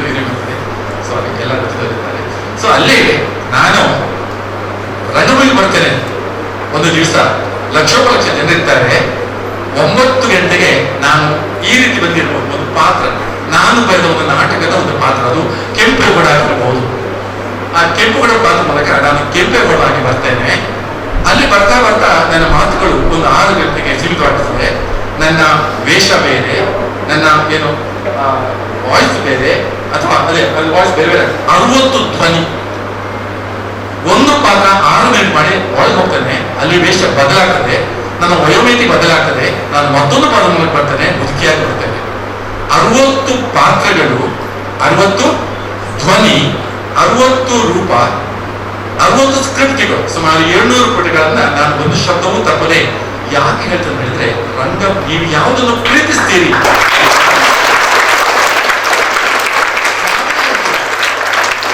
ಏನು ಆಗ್ಲಿಕ್ಕಿದೆ ಆ ದಾರಿಯನ್ನು ಹಿಡಿದು ಹಠ ಹಿಡಿದು ಹೋಗ್ಬೇಕಪ್ಪ. ಸುಖ ಕಷ್ಟ ಸಮೇತ ಆಗ್ಲಿಕ್ಕೆ ಸಾಧ್ಯ. ಅದಕ್ಕೆ ನಾನು ಉದಾಹರಣೆ ಆದೆ. ಸೊ ಅಲ್ಲೇ 60 ಪಾತ್ರಗಳ ನಿರ್ಮಾಣ ಆಯಿತು. 60 ಧ್ವನಿ ಮೂಲಕ ರಾತ್ರಿ 14 ಗಂಟೆ ಆಹಾರವನ್ನು ಸೇವಿಸದೆ ಕೇವಲ 3 ಗಂಟೆಯಲ್ಲಿ ಪಾತ್ರವನ್ನು ಮಾಡಿಕೊಂಡು 8 ರೆಕಾರ್ಡ್ ಆಯಿತು. ಲಿಮ್ಕಾ ದಾಖಲೆ ಮೂಲಕ ರೆಕಾರ್ಡ್. ಇದು ಲಿಮ್ಕಾ ದಾಖಲೆ. ಹೇಳಿಕೆ ನನ್ನನ್ನು ಕೊಚ್ಚಿಕೊಳ್ಳಿಕ್ಕೆ ಬಂದದಲ್ಲ, ಇದು ಮೂಲಕವಾಗಿ ಈ ಮುದುಕ ಎತ್ತಿನಲ್ಲಿ ಯಾವತ್ತೂ ನಾನು ಅಳ್ಳಿಲ್ಲ. ಈ ಬದುಕಲ್ಲಿ ದೇವರಾಗಿ ಯಾರಿಗೂ ನಾನು ಬೈಲಿಲ್ಲ. ನನ್ನ ಬಾಯಿಗೆ ಕೆಟ್ಟ ಶಬ್ದ ಇಸೋರಿಗೆ ಬರಲಿಲ್ಲ. ಯಾಕೆಂದ್ರೆ ನಾನು ಸ್ವಾರ್ಥಿ.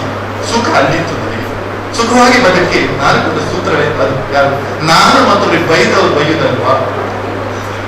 ನಾನು ಪ್ರೀತಿ, ನೀವೆಲ್ಲ ಏನು ಬಯಸ್ತೀರಮ್ಮ, ಬೇರೆಯವ್ರಿಗೆ ಪ್ರೀತಿಸ್ಬೇಕು, ನಿಮ್ಮನ್ನು ಹೊಗಬೇಕು, ಹೌದಲ್ಲ, ಆಗಿರ್ಬೇಕು, ನಿಮ್ಮ ವ್ಯಕ್ತಿತ್ವ ಆಗಿರ್ಬೇಕು. ಆವಾಗ ನಿಮಗೆ ಯಶಸ್ಸು ಸಿಗ್ತದೆ.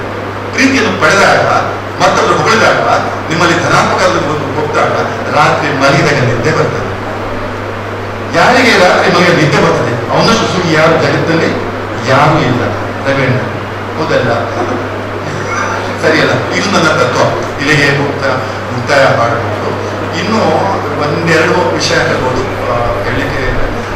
ವಾಯ್ಸ್ ಬಗ್ಗೆ ಸ್ವಲ್ಪ ಒಂದೆರಡು ಹೇಳ್ಬೋದು. 60 ವಾಯ್ಸ್ ಬಗ್ಗೆ ಹೇಳಿದ್ದಾರೆ. ವಾಯ್ಸ್ ಇರ್ತದೆ, ಭಾಷೆ ಬಗ್ಗೆ ಹೇಳಿದ್ದಾರೆ. ಭಾಷೆಯಲ್ಲಿ ಬಹಳ ಭಾಷೆ ಒಳ್ಳೆದಾಗಬೇಕು ಹೇಳಿಲ್ಲ, ಅದೇ ಇದೆ ಇದೆ. ಕೆಲವೊಮ್ಮೆ ನಾವು ಕಾಮಿಡಿ ಮಾಡಿದ್ವಿ. ಕಾಮಿಡಿ ನಾನು ಹಾಸ್ಯದಲ್ಲಿ ಒಂದು ಹಾಡು ಹೇಳ್ತೇನೆ, ಸಣ್ಣ ಹಾಡು ಎಲ್ಲರೂ ಅದ್ರ ಒಂದು ಮಾಡೋಣ. ಓಕೆ, ಅದು ಬಹಳ ಕಷ್ಟ. ಓಕೆ 60ರ ಪಾತ್ರದಲ್ಲಿ ಒಂದು ಇಂಗ್ಲಿಷ್ ಪಾತ್ರ ಮಾಡ್ತೇನೆ. ಒಂದು ಧ್ವನಿ. Whatever I could understand you silly girls cannot judge. Don't try to exhibit yourself as the more distinguished ladies of the society and behave like animals. God has endowed upon you all the riches, status and intelligence to create your own heaven here, and yet your master creates a fully desired, you are dangerously creating it. Hello, ಈಗ 89 ನಾನೇ ಇದನ್ನು ಸೇರ್ತೀನಿ ಕರೆದ trying to exhibit yourself as the one distinguished ladies of the society. Behave like animals. God has endowed upon you all the riches, status and intelligence to create your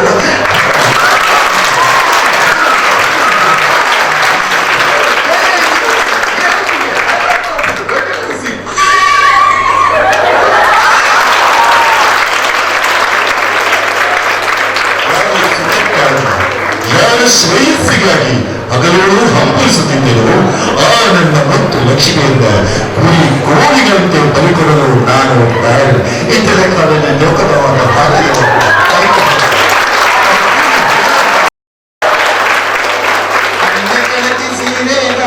ಬಣ್ಣದೊಂದು ಕೆಂಪುದ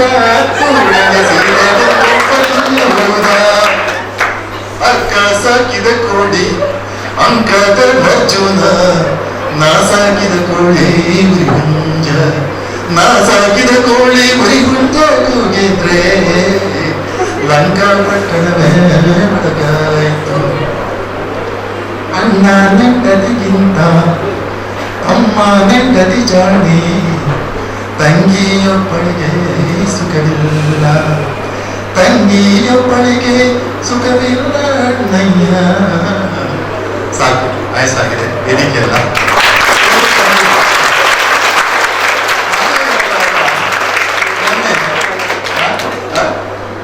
ಒಂದು ಮಾತ ಆಯ್ತು but ಮೊನ್ನೆ ಮನೆಗೆ ಹೋದೆ, ಹಾಗೆ ಕೇಳ್ತಾ ಬಿದ್ದೆ.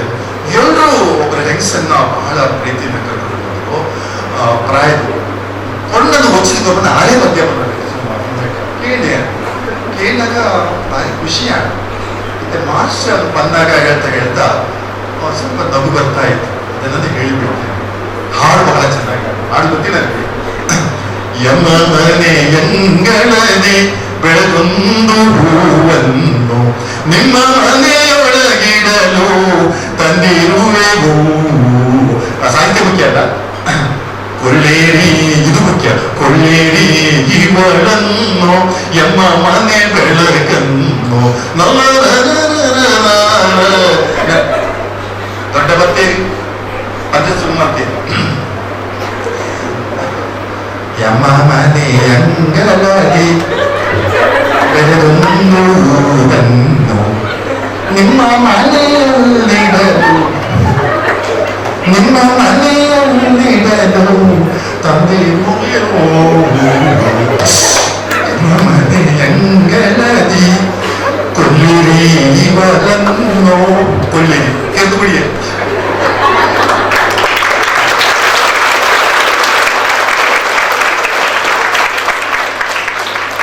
ಕೊಲ್ಲಿರಿ ಇವರನ್ನು ಎಮ್ಮ ಮನೆ ಬೆಳಕನ್ನು ನಿಮ್ಮ ಹೆಚ್ಚಿನ ಮಾತ ಭಾಷೆ ತತ್ತಣ್ಣ ಇಂಚ ಮಾತು ಭಾಷೆ ಹೆಚ್ಚಿನ ಬಂದ್ರೆ ಅದು ಒಡೆಗ ಪದನ್ಬೋದು ಏನೇನೋ ಆಗಿ ಹೋಗ್ತದೆ.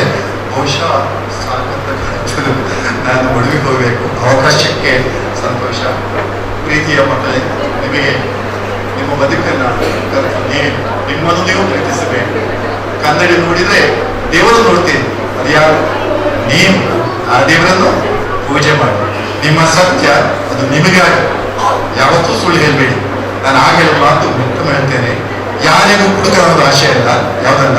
ನಿಮ್ಮ ಬದುಕಿನಲ್ಲಿ ನಿಮ್ಮನ್ನು ಹಾಳು ಮಾಡುವ ಯಾವುದೇ ವ್ಯಕ್ತಿ, ಹುಡುಗನಿಗೆ ಹುಡುಗಿಯಾಗಲಿ ಆಗಲೇ ಅವರ ಹತ್ತಿರ ಸುಳಿಯಬೇಡಿ.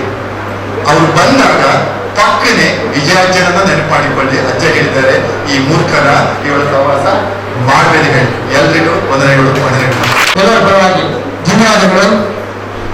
ಅದೇ ರೀತಿಯಾಗಿ ಈಗ ಅನನ್ಯರೇ ಇವರಿಗೂ ಭಾಗ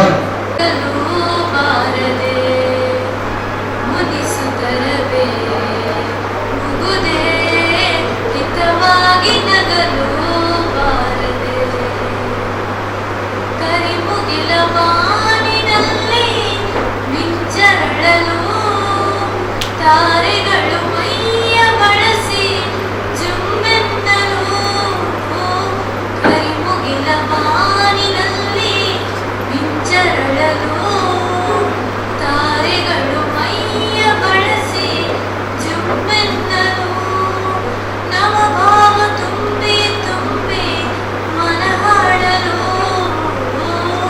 ನವಭಾವ ತುಂಬಿ ತುಂಬಿ ಮನ ಹಾಡಲು ತೆರೆದಂತಿದೆ ಭಾಗ್ಯದ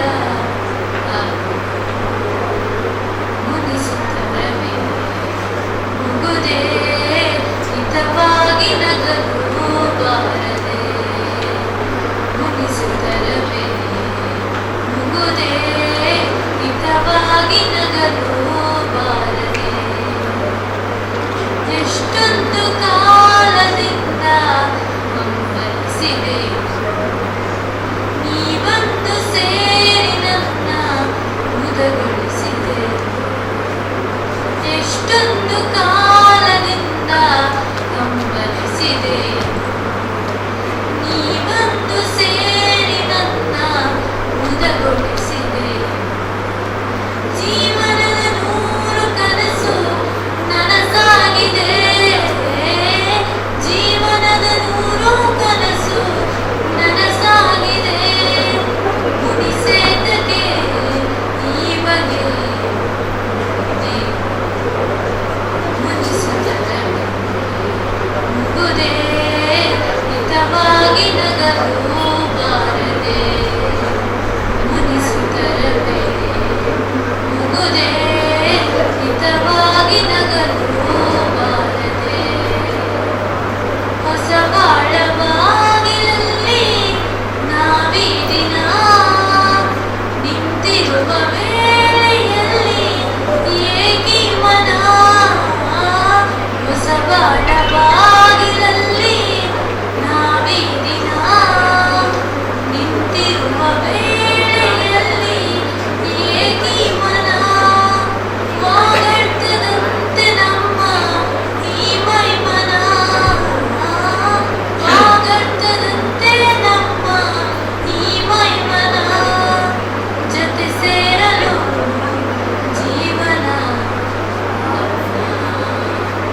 ಮುಗಿಸುತ್ತಲೇ ಮುಗುದೇ ಹಿತವಾಗಿ ನಗಲು ಬಾರದೆ ಮುಗಿಸುತ್ತಲೇ ಮುಗುದೇ ಹಿತವಾಗಿ ನಗಲು ಬಾರದೆ. ಅದು ಸೌಮ್ಯವಾಗಿದೆ ಎಂದು ಸುಂದರವಾದ ಮಾತು. ಇದ್ದ ವಿಜಯಕುಮಾರ ಶೇಖರು ಹಳೆ ಬೇರು ಹೊಸ ಚಿಗುರು ಕುಡಿರಲು ಮನಸಬಹುದು. ಕುಟುಂಬವು ಬೇರಿನಡಿಯಲ್ಲಿ ಹೊಸ ಚಿಗುರು ನನ್ನದು.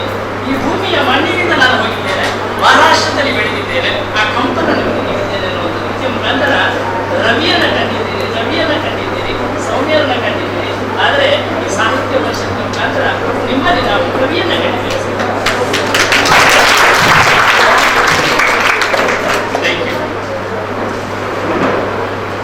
ಎಳೆ ವಯಸ್ಸಿನ ಮೃದು ಮನಸ್ಸಿನ ಕನಸುಗಳನ್ನ ಅದರಿಂದ ಮುಖಗೊಳಿಸುವಂತ ಪ್ರಾಯ, ಹೊಸ ಹೊಸ ವಿಚಾರಗಳನ್ನ ಅರಿಯುವಂತ ತಿಳಿಯುವಂತ ಮಿಳಿತದಲ್ಲಿರುವಂತ ಹೃದಯ ನಿಮ್ಮದು. ಇಂಥ ಮಕ್ಕಳಿಗೆ ಈ ಸಂದರ್ಭದಲ್ಲಿ ಪಠ್ಯ ಪುಸ್ತಕಗಳನ್ನು ತಯಾರು ಮಾಡಿದ್ದಾರೆ. ಅದು ನಿಮ್ಮ ಬೆಳವಣಿಗೆಯನ್ನ ರೂಪಿಸಲಿಕ್ಕೆ ಇರುವಂಥದ್ದು ಸರಿ. ಆದರೆ ಈ ಒಂದು ಚೌಕಟ್ಟಿನ ಒಳಗೆ ಮಾತು ಹೇಳ್ತಾರೆ, ನೀವೆಲ್ಲ ಭತ್ತವನ್ನು ತುಂಬುವ ಚೀಲಗಳಾಗಬೇಡಿ, ಭತ್ತವನ್ನು ಬೆಳೆಯುವಂತ ಗದ್ದೆಗಳಂತಾಗಿರಬೇಕು ಅಂತ ಹೇಳಿ. ಅಂದ್ರೆ ಈ ಒಂದು ಪರಿಸರದ ಒಳಗೆ ಏನು ನಾವು ಕಲಿತೇವೆ ಅದೇ ವಿದ್ಯೆಯಲ್ಲ.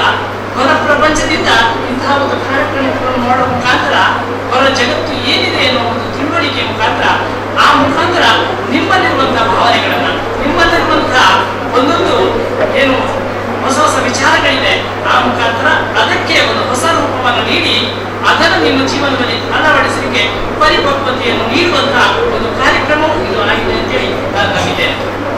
ಕನ್ನಡ ಸಾಹಿತ್ಯ ಪರಿಷತ್ ಮುಖಾಂತರ ಸಾಹಿತ್ಯ ಇರ್ಬೋದು, ಕಲೆ ಇರ್ಬೋದು, ಸಂಸ್ಕೃತಿ ಇರ್ಬೋದು, ಈ ಒಂದು ನೆಲೆಯಲ್ಲಿ ನಿಮ್ಮನ್ನ ರೂಪಿಸಬೇಕು ಎನ್ನುವ ಒಂದು ನಿಟ್ಟಿನಲ್ಲಿ ಈ ಶಾಲೆಯಲ್ಲಿ ಈ ಕಾರ್ಯಕ್ರಮವನ್ನು ನಾವು ಹಮ್ಮಿಕೊಂಡಿದ್ದೇವೆ. ಮಕ್ಕಳು ಅಂತ ಹೇಳಿದ್ರೆ ನಮ್ಮೆಲ್ಲರ ಮನೆಯ ಘನತೆಗಳು, ಶಾಲಾ ಕಾಲೇಜಿನ ಅತ್ಯಮೂಲ್ಯವಾದಂತಹ ಆಸ್ತಿ. ಈ ಸಮಾಜದ ನೀವೆಲ್ಲ ಕಣ್ಣುಗಳು, ನಮ್ಮ ಮುಂದಿನ ಭವಿಷ್ಯದ, ರಾಷ್ಟ್ರದ, ರಾಜ್ಯದ, ಈ ಪ್ರಪಂಚದ ನೀವೆಲ್ಲ ಭವಿಷ್ಯದ ಭವಿಷ್ಯವಾಣಿ. ಆದ್ರಿಂದ ನೀವೆಲ್ಲಿ ಬಿದ್ದುತ್ತೀರೋ ಅದನ್ನು ನಾವು ಪಡಿತೇವೆ.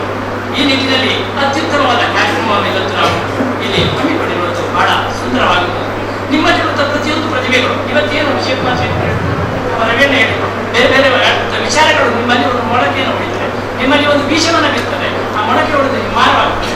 ಆದರೆ ಅದಕ್ಕೆ ಬೇಕಾಗುತ್ತದೆ ಏನು, ನಮ್ಮಲ್ಲಿರುವಂತಹ ಏನು ಕ್ರಿಯೆಗಳಿದೆ ಅದರ ರೂಪಕ್ಕೆ ಕಾರ್ಯರೂಪಕ್ಕೆ ತರುವಂಥದ್ದು. ಅದು ಯಾವ ರೀತಿಯಾಗಿ ಕಬ್ಬಿರ್ಬೋದು, ಅದು ಬರೀ ಕಬ್ಬು ಬೆಲ್ಲ ಆಗಬೇಕಿದ್ರೆ ಅದಕ್ಕೆ ಸಂಸ್ಕಾರವನ್ನು ನೀಡಬೇಕು. ನಮ್ಮ ಹತ್ತಿ ಇರ್ಬೋದು, ಅದು ಬಟ್ಟೆಯಾಗಿ ಇದೊಂದು ಅಂಗಿಯಾಗಿ ಹೊರ ಮಾಡಬೇಕಿದ್ರೆ ಅದಕ್ಕೆ ಸಂಸ್ಕಾರವನ್ನು ನೀಡಬೇಕು. ನಾವು ಉಣ್ಣುವಂತ ಅಕ್ಕಿ ಇರ್ಬೋದು, ಅದನ್ನು ಬೇಯಿಸಿದಾಗ ಮಾತ್ರ ಅನ್ನವಾಗಿ ಉಣ್ಣಿಕೆ ಆಗ್ತದೆ, ಅದಕ್ಕೆ ಸಂಸ್ಕಾರವನ್ನು ನೀಡಿದಾಗ ಮಾತ್ರ. ಅದೇ ರೀತಿ ನಮ್ಮ ಕಾಲಿಗೆ ಸಂಸ್ಕಾರವನ್ನು ನೀಡಿದಾಗ ಅದು ನೃತ್ಯ ಆಗ್ಬೋದು, ಕಂಠಕ್ಕೆ ಸಂಸ್ಕಾರವನ್ನು ನೀಡಿದಾಗ ಅದು ನಮಗೆ ಮಧ್ಯ ರೂಪದಲ್ಲಿ ಬರ್ಬೋದು. ಇಲ್ಲೇ ನಮ್ಮ ತಲೆಗೆ ಅದೇ ರೀತಿಯ ಬೇರೆ ಬೇರೆ ವಿಚಾರಗಳನ್ನು ತುಂಬಿದಾಗ ಅದು ಕವಿ ಆಗ್ಬೋದು.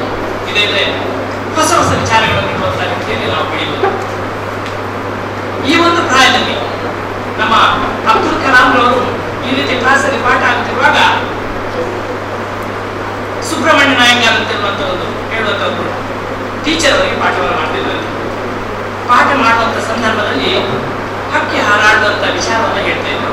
ಆ ಮುಖಾಂತರವಾಗಿ ಅವರಿಗೆ ಏರೋಪ್ಲೇನ್ಗಳನ್ನ ತಯಾರು ಮಾಡ್ತಾರೆ ಅಂತ ಹೇಳಿದ್ದಾರೆ. ಈ ಎಲ್ಲ ವಿಚಾರಗಳನ್ನೆಲ್ಲ ಹೇಳ್ತಿರ್ಬೇಕಿದ್ರೆ ಹಕ್ಕಿಯ ಮುಂದೆ ತಿರುಗುವಾಗ ಅದರ ಬೆಂಡ್ ಯಾವುದಿರ್ತದೆ, ಬಾಲ ಯಾವುದಿರ್ತದೆ ಎನ್ನುವುದನ್ನೆಲ್ಲ ವಿಚಾರವನ್ನು ಹೇಳುವಾಗ ಕೊನೆಯಲ್ಲಿ ಪಾಠ ಮುಗಿದ ನಂತರ ಕಲಾಂ ಮಕ್ಕಳನ್ನ ಕೇಳಿದಂತೆ, ನಿಮಗೆ ನನ್ನ ಪಾಠ ಅರ್ಥವಾಯಿತಾ ಅಂತ ಹೇಳಿದ್ರು. ಮಕ್ಕಳೆಲ್ಲರೂ ತಲೆ ತುಳಿಸಿ ಹೇಳಿದ್ರು, ಪಾಠ ಅರ್ಥ ಆಯಿತು. ಆದರೆ ಅಬ್ದುಲ್ ಕಲಾಂ ಅವರು ಹೇಳಿದಂತೆ ನನಗೆ ಪಾಠ ಅರ್ಥ ಆಗಲಿಲ್ಲ. ಹಕ್ಕಿಯ ಅದಕ್ಕೆ ಬಡಿಯುವಂಥದ್ದು, ಅದರ ಕೈಕಾಲು ಹೋಗುವಂಥದ್ದು, ಅದರ ಮುಖ ತಿರುಗುವಂಥದ್ದು, ಬಾಲ ತಿರುಗುವಂಥದ್ದು ಎಲ್ಲವೂ ಆಯಿತು. ಆದರೆ ಅದಕ್ಕೆ ಶಕ್ತಿ ಇಲ್ಲಿಂದ ದೊರೀತು ಎನ್ನುವಂಥದ್ದು ನನಗೆ ಇನ್ನೂ ಕೂಡ ಅರ್ಥ ಆಗಲಿಲ್ಲ ಅಂತ. ಇಡೀ ಕ್ಲಾಸನ್ನು ಮರುದಿನ ಸಮುದ್ರ ಬದಿಗೆ ಕರೆದುಕೊಂಡು ಹೋಗಿ ಪಾಠವನ್ನು ತೋರಿಸಿ ಪಾಠವನ್ನು ತೋರಿಸಿದ್ದಾರೆ. ಆ ಮುಖಾಂತರವಾಗಿ ಅಬ್ದುಲ್ ಕಲಾಂ ಅವರು ಮರುದಿನ ಕ್ಲಾಸಿಗೆ ಬಂದು ಹೇಳಿದಂತೆ, ನನಗೆ ಏರೋಪ್ಲೇನ್ ಅನ್ನು ತಯಾರಿಸುವಂತ ಸಂಸ್ಥೆಗೆ ಸೇರಬೇಕಿದ್ರೆ ಏನಾಗಬೇಕು? ಒಂದು ಪುಸ್ತಕ ಮಾರುವಂತಹ ಪುಸ್ತಕ ಪೇಪರ್ ಹಾಕುವಂತ ಮನೆಯಲ್ಲಿ ಕಲಿತಂತಹ ಮಗ ಅಬ್ದುಲ್ ಕಲಾಂ ಈ ಒಂದು ಮಾತನ್ನ 4ನೇ ಕ್ಲಾಸಲ್ಲಿ ಒಂದು ಶಾಲೆಯಲ್ಲಿ ಕೇಳ್ತಾರೆ. ಮಾಸ್ಟರ್ ಹೇಳಿದ್ರು, SLC ಯಲ್ಲಿ ಒಳ್ಳೆಯ ಮಾರ್ಕನ್ನು ತೆಗಿಬೇಕು, PUC ಯಲ್ಲಿ ಸೈನ್ಸ್ ಸಬ್ಜೆಕ್ಟ್ ಅನ್ನು ತೆಗಿಬೇಕು, IIT ಎನ್ನುವಂತಹ ಸಂಸ್ಥೆ ಇದೆ, ಆ ಮುಖಾಂತರ ಅದು ಚೆನ್ನೈಯಲ್ಲಿ ಇರ್ಬೋದು, ನಮ್ಮ ರಾಷ್ಟ್ರದಲ್ಲಿ ಬೇರೆ ಬೇರೆ ಕಡೆಯಲ್ಲಿರುವಂತಹ IIT ಸಂಸ್ಥೆಯನ್ನು ಸೇರಬೇಕು. ಆ ಮುಖಾಂತರವಾಗಿ ಏರೋನಾಟಿಕಲ್ ಇಂಜಿನಿಯರಿಂಗ್ ಅನ್ನು ಕಲಿಬೇಕು. ಅದರಲ್ಲಿ ಒಳ್ಳೆ ಮಾರ್ಕನ್ನು ತೆಗೆದ್ರೆ, ಒಳ್ಳೆ ವಿದ್ಯಾಭ್ಯಾಸವನ್ನು ತೆಗೆದ್ರೆ ಮಾತ್ರ ನಿಮಗೆ ಕಲಿಕೆ ಸಾಧ್ಯ ಇದೆ. ಆ ಮುಖಾಂತರ ಇವತ್ತಿನಿಂದಲೇ ನೀವು ಚಿಂತನೆ ಮಾಡಿದ್ರೆ ಮಾತ್ರ ಅದು ಸಾಧ್ಯ ಅಂತೇಳಿ ಇಂತಹ ಒಂದು ಬೀಜವನ್ನ ಅವತ್ತು ಬಿತ್ತಿದ್ರಿಂದ ಇವತ್ತು ನಮಗೆ ಅತ್ಯುತ್ತಮವಾದ ಒಂದು ತಂತ್ರಜ್ಞಾನದ ವ್ಯಕ್ತಿ ಅಬ್ದುಲ್ ಕಲಾಂ ಇದ್ರು. ಆ ಮುಖಾಂತರವಾಗಿ ನಮಗೆ ರಾಷ್ಟ್ರಕ್ಕೆ ರಾಷ್ಟ್ರಪತಿಯಾಗಿದ್ದಾರೆ. ಮತ್ತೆ ನಿಮ್ಮಂತ ಮಕ್ಕಳೇ ಯಾಕೆ ಹೇಳಿದ್ರೆ, ನೀವೆಲ್ಲರೂ ಈ ಒಂದು ಶಾಲೆಯಿಂದ ನಮಗೆ ಅತ್ಯುತ್ತಮವಾದಂಥ ರಾಷ್ಟ್ರಾಧ್ಯಕ್ಷರು ಆಗ್ಬೋದು, ಅತ್ಯುತ್ತಮವಾದ ಸೈನಿಕರು ಆಗ್ಬೋದು, ಅತ್ಯುತ್ತಮವಾದ ಕ್ರೀಡಾಪಟುಗಳು ಆಗ್ಬೋದು, ಅತ್ಯುತ್ತಮವಾದ ನೃತ್ಯ ಪಟುಗಳು ಆಗ್ಬೋದು, ಅತ್ಯುತ್ತಮವಾದ ಯಕ್ಷಗಾನ ಪಟುಗಳು ಆಗ್ಬೋದು, ಅತ್ಯುತ್ತಮವಾದ ಜಿಲ್ಲಾಧಿಕಾರಿಯೂ ಆಗ್ಬೋದು, ಅತ್ಯುತ್ತಮವಾದ ಸಮಾಜ ಸೇವಕರು ಆಗ್ಬೋದು. ಅದೆಲ್ಲವೂ ನಿಮ್ಮಲ್ಲಿದ್ದೀರಿ, ಈ ಕ್ಲಾಸಲ್ಲಿದ್ದೀರಿ, ನೀವಾಗಿದ್ದೀರಿ. ಆದ್ರಿಂದ ಮುಂದಿನ ಜೀವನದಲ್ಲಿ ಇದನ್ನೆಲ್ಲ ಸಾಧಿಸುವಂತ ಶಕ್ತಿ ಈ ಮುಖಾಂತರ ನಿಮಗೆ ದೊರೆಯಲಿ. ಈ ಒಂದು ಕನ್ನಡ ಸಾಹಿತ್ಯ ಪರಿಷತ್ ಮುಖಾಂತರ ನಿಮಗೆ ಕನ್ನಡದ ಬೀಜವನ್ನು ಬಿತ್ತುವಂತ, ಯಾಕಂದ್ರೆ ಇದು ನಮ್ಮ ಕನ್ನಡ ಅನ್ನುವಂಥದ್ದು ಒಡೆಯರ ಕಾಲದಲ್ಲಿ ಬಂದಂತಹ ಒಂದು ಸೊತ್ತು. ಇದನ್ನ ರಕ್ಷಿಸುವಂಥದ್ದು ನಮ್ಮೆಲ್ಲರ ಕರ್ತವ್ಯ ಅಂತ ಹೇಳ್ತಾ ಈ ಒಂದು ಸಂದರ್ಭದಲ್ಲಿ ನನಗೆ ಈ ಒಂದು ಕಾರ್ಯಕ್ರಮಕ್ಕೆ ನಾನು ಮಾಡಿಕೊಟ್ಟಿರುವ ನಮ್ಮೆಲ್ಲರಿಗೂ ಅಭಿನಂದನೆ ಸಲ್ಲಿಸುತ್ತಾ ನನ್ನ ಮಾತುಗಳನ್ನು ಮುಗಿಸುತ್ತೇನೆ. ಕಂಫರ್ಟ್ ಇದರ ಮಾಲೀಕ ಇವರಿಗೆ ವಂದನೆಗಳು.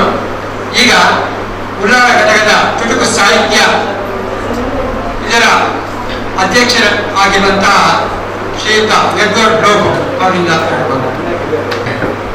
ಒಂದು GS ಶಿವರುದ್ರಪ್ಪ ಅವರು ಹೇಳಿದಂತ ಒಂದು ಹಾಡಿನ ಒಂದು 2 ಸಾಲುಗಳು ಏನಂದ್ರೆ, ಎಲ್ಲಿದೆ ಬಂಧನ, ಎಲ್ಲಿದೆ ನಂದನ, ಎಲ್ಲ ಇದೆಯೋ ನಮ್ಮೊಳಗೆ. ಎಲ್ಲಿದೆ ಬಂಧನ, ಎಲ್ಲಿದೆ ನಂದನ, ಎಲ್ಲ ಇದೆಯೋ ನಮ್ಮೊಳಗೆ. ಒಳಗಿನ ತಿಳಿಯನು ಒಳಗಿನ ತಿಳಿಯನು ಕಲುಕದೇ ಇದ್ದರೆ ಅಮೃತದ ಸವಿದೆ ನಾಲಗೆಗೆ. ಅಮೃತದ ಸವಿದೆ. ಈ ಹಾಡಿನಲ್ಲಿ ಎಷ್ಟೊಂದು ಅರ್ಥ ಇಲ್ಲ. ಈ ಬಂಧನ ಎಲ್ಲಿದೆ, ಬಂಧನ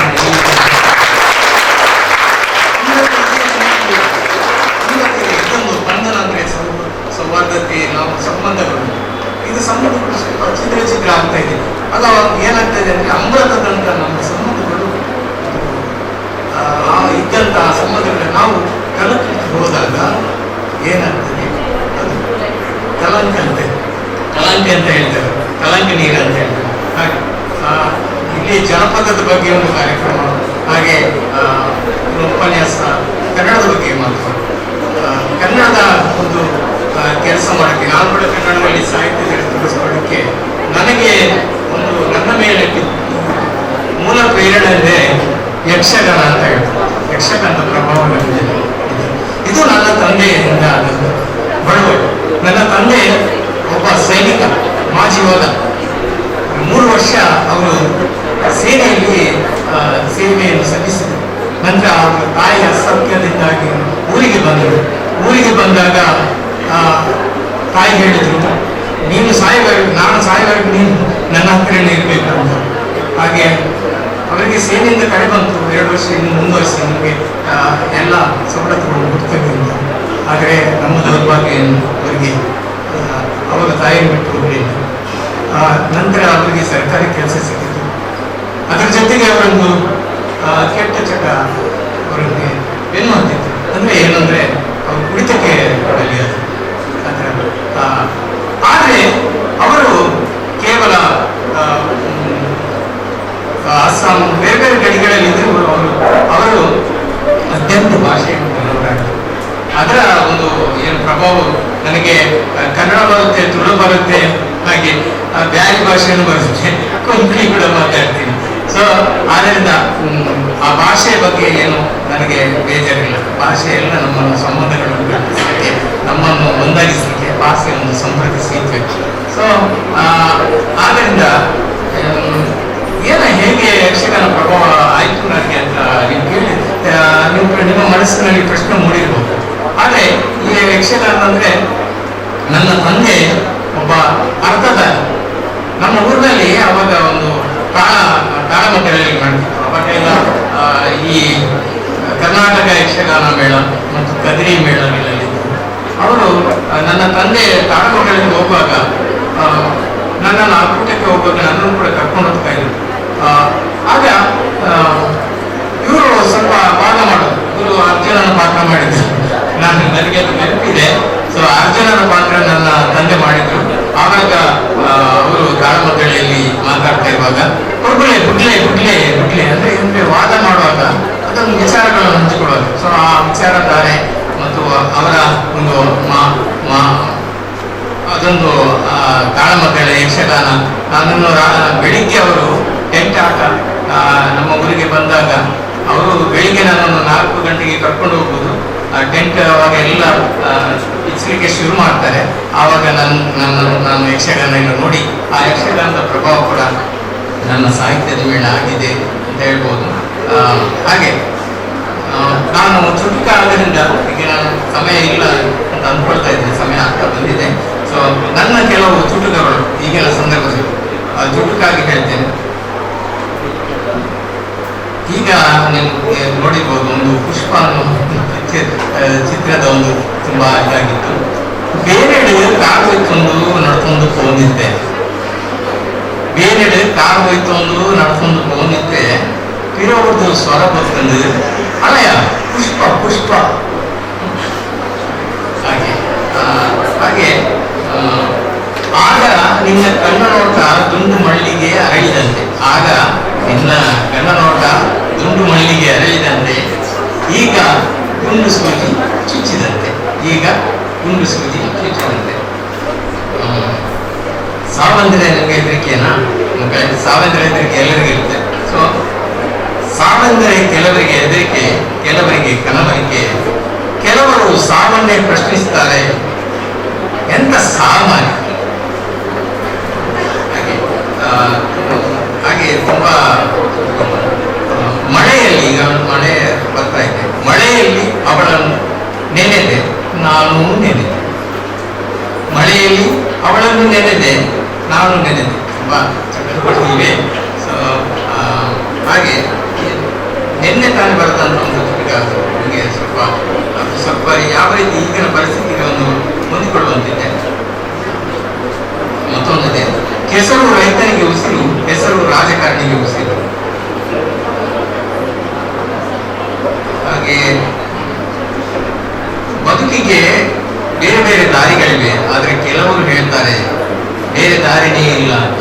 ಹಾಗೆ ಬದುಕಲಿಕ್ಕೆ ತುಂಬಾ ದಾರಿ ಇದೆ, ಯಾವಾಗಲೂ ನಿರಾಶರಾಗಬಾರ್ದು ನಾವು. ಹಾಗೆ ನಿನ್ನೆ ಬರೆದಂತ ಒಂದು ಚುಟುಕೆಯನ್ನು, ಕಾವಳಿಯನ್ನು ಎಣ್ಣೆ ಬಿಸಿ ಮಾಡಿ ಕಾಯುತ್ತಾರೆ, ಕಾವಳಿಯಲ್ಲಿ ಎಣ್ಣೆ ಬಿಸಿ ಮಾಡಿ ಕಾಯುತ್ತಾರೆ, ಮೈ ಮರೆತರೆ ಸಾಕು ತಿಂಡಿಯಾಗಿ ಕರಿದು ಕುರಿದು ತಿನ್ನುತ್ತಾರೆ. ಮೈ ಮರೆತರೆ ಸಾಕು ತಿಂಡಿಯಾಗಿ ಕರಿದು ಕುರಿದು ತಿನ್ನುತ್ತಾರೆ.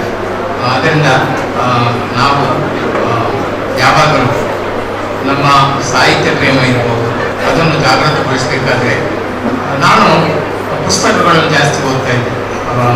ತೇಜೇಶ್ವರ, ಪೂರ್ಣಚಂದ್ರ ತೇಜೇಶ್ವರ ಕರವಾಲು ಅಥವಾ ಇನ್ನಿತರ ಪುಸ್ತಕಗಳು ನನ್ನ ಒಂಟಿತನಕ್ಕೆ ಜೊತೆಯಾದ ಸಂಗಾತಿಗಳು. ಯಾಕಂದರೆ ಕೆಲವರೆಲ್ಲ ಒಂಟಿತನ ಕಾಡಿದಾಗ ಬೇರೆ ಬೇರೆ ಕೆಟ್ಟ ಚಟಗಳಿಗೆ ಬಲಿಯಾಗ್ತಾರೆ. ಆವಾಗ ನೀವು ಪುಸ್ತಕವನ್ನು ಕೈ ಹಿಡಿದ್ರೆ ಅದು ನಿಮ್ಮ ಬೇರೆ ಲೋಕಕ್ಕೆ, ಒಂದು ಜ್ಞಾನ ಲೋಕಕ್ಕೆ ಕರ್ಕೊಂಡು ಹೋಗ್ತದೆ. ಹಾಗೆ ಜ್ಞಾನ ಸಂಪತ್ತು ನಿಮ್ಮದಾಗುತ್ತೆ. ನಿಮ್ಮಲ್ಲಿ ಹಣ ಇದ್ದರೆ ಕದೀಬಹುದು, ಆದರೆ ಜ್ಞಾನ ಇದ್ದರೆ ಅದನ್ನು ಕದೀಲಿಕ್ಕೆ ಆಗುವುದಿಲ್ಲ. ಅದು ನಿಮ್ಮ ಸಂಪತ್ತು, ಅದು ಭದ್ರವಾದ ಬುನಾದಿ ನಿಮ್ಮ ಜೀವನದ್ದು.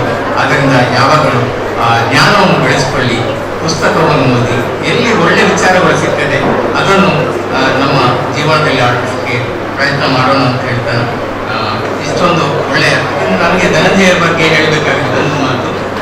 ಏಕೆಂದರೆ ನಮ್ಮವರನ್ನು ಕೂಡ ಒಂದು ಅತಿಥಿಯಾಗಿ ಕೂತ್ಕೊಳಿಸಿ ಒಂದು ಹೊಸ ಪ್ರಯತ್ನ ಮಾಡಿದ್ದಾರೆ. ನಾವು ಸದಸ್ಯರಾದ ಕೂಡ ನಮ್ಮಲ್ಲೇ ಒಂದು ಅತಿಥಿಯಾಗಿ ಕೂತಿಸಿಕೊಂಡು ಇತರ ಬೇರೆ ಬೇರೆ ರೀತಿಯ ಪ್ರಯೋಗಗಳು ಅವರು ಮಾಡ್ತಾ ಇದ್ದಾರೆ.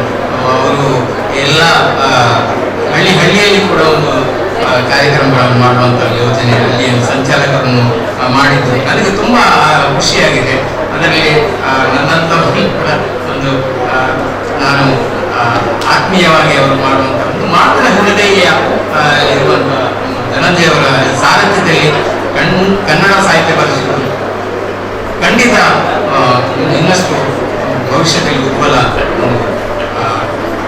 ಪ್ರಜ್ವಲಿಸಿ ಇನ್ನಷ್ಟು ಹೆಸರು ಗಳಿಸುವಂತಹ ಸಾಧ್ಯತೆ ಖಂಡಿತ ನಿಚ್ಚಳವಾಗಿದೆ ಅಂತ ಹೇಳ್ತಾ ಅವಕಾಶಕ್ಕಾಗಿ ಈ ಶೈಕ್ಷಣಿಕ ವರ್ಷದಲ್ಲಿ ನಮ್ಮದು ಪ್ರಪ್ರಥಮ ಕಾರ್ಯಕ್ರಮ, ಅದು ಕೂಡ ಕನ್ನಡದ ಕಾರ್ಯಕ್ರಮ ಎನ್ನುವುದಕ್ಕೆ ನಮಗೆ ಬಹಳ ಹೆಮ್ಮೆಯ ವಿಚಾರ. ಅದಕ್ಕೆ ನಮ್ಮ ವಿದ್ಯಾಸಂಸ್ಥೆಯ ಅಧ್ಯಕ್ಷರು, ಮುಖ್ಯೋಪಾಧ್ಯಾಯನಿ, ಶಿಕ್ಷಕರು ಹಾಗೂ ಎಲ್ಲ ವಿದ್ಯಾರ್ಥಿಗಳ ಸಾಹಿತ್ಯ ಪ್ರೇಮಕ್ಕೆ ಈ ಕಾರ್ಯಕ್ರಮ ಕಾರಣೀಭೂತವಾಗುತ್ತದೆ. ಈಗ ನಾವು ಈ ಕನ್ನಡ ಸಂಭ್ರಮದ ಕಾರ್ಯಕ್ರಮದ ಅಂಗವಾಗಿ ಆಯೋಜಿಸಿದಂತಹ ಭಾಷಣ ಸ್ಪರ್ಧೆಯಲ್ಲಿ ಪ್ರಥಮ ಬಹುಮಾನವನ್ನು ಪಡೆದವರು ಮೊಹಮ್ಮದ್ ಆಶಿಕ್ AS 10ನೇ ತರಗತಿ ವಿದ್ಯಾರ್ಥಿ. ಮೊಹಮ್ಮದ್ ಆಶಿಕ್ AS ಇವರಿಗೆ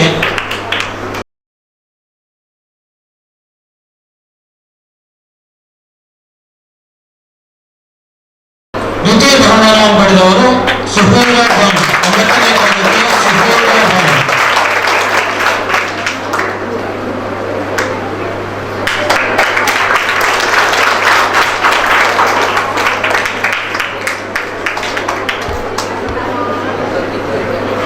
ದ್ವಿತೀಯ ಬಹುಮಾನವನ್ನು ಪಡೆದವರು 9ನೇ ತರಗತಿಯ ಸುಹೇಲಾ ಖಾನ್.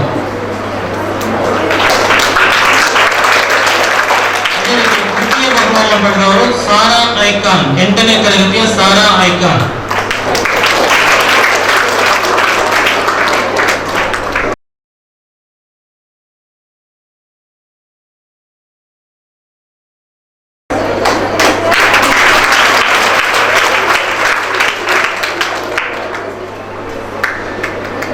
ಮತ್ತೊಂದು ಸ್ಪರ್ಧೆ ಭಾವಗೀತ ಸ್ಪರ್ಧೆ. ಈ ಸ್ಪರ್ಧೆಯ ವಿಜೇತರನ್ನು ಈ ಶ್ರೀ ರವೀಂದ್ರ ಹರೇಕಾಳಿ ಅವರು ನೆರವೇರಿಸಿಕೊಳ್ಳಲು ನಿರ್ಣಯಿಸುತ್ತಿದ್ದೇವೆ. ಭಾವಗೀತೆಯಲ್ಲಿ ಪ್ರಥಮ ಸ್ಥಾನವನ್ನು ಪಡೆದಿರುವವರು ತನ್ವಿ ರೈ, 8ನೇ ತರಗತಿಯ ತನ್ವಿ ರೈ.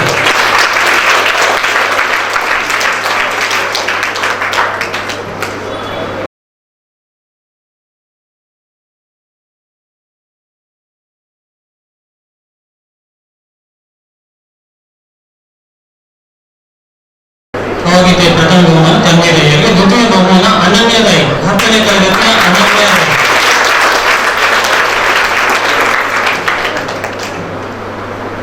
ದ್ವಿತೀಯ ಬಹುಮಾನ ಅನನ್ಯ ರೈ, 10ನೇ ತರಗತಿಯ ವಿದ್ಯಾರ್ಥಿನಿ. ಮೂರನೇ ಬಹುಮಾನ ಆಶ್ಮಿಕ್ ರಿಷಬ್, 10ನೇ ತರಗತಿಯ ವಿದ್ಯಾರ್ಥಿ. ಆಶ್ಮಿಕ್ ರಿಷಬ್, 10ನೇ ತರಗತಿಯ ಆಶ್ಮಿಕ್ ರಿಷಬ್ ತೃತೀಯ ಬಹುಮಾನ ಭಾವಗೀತೆ.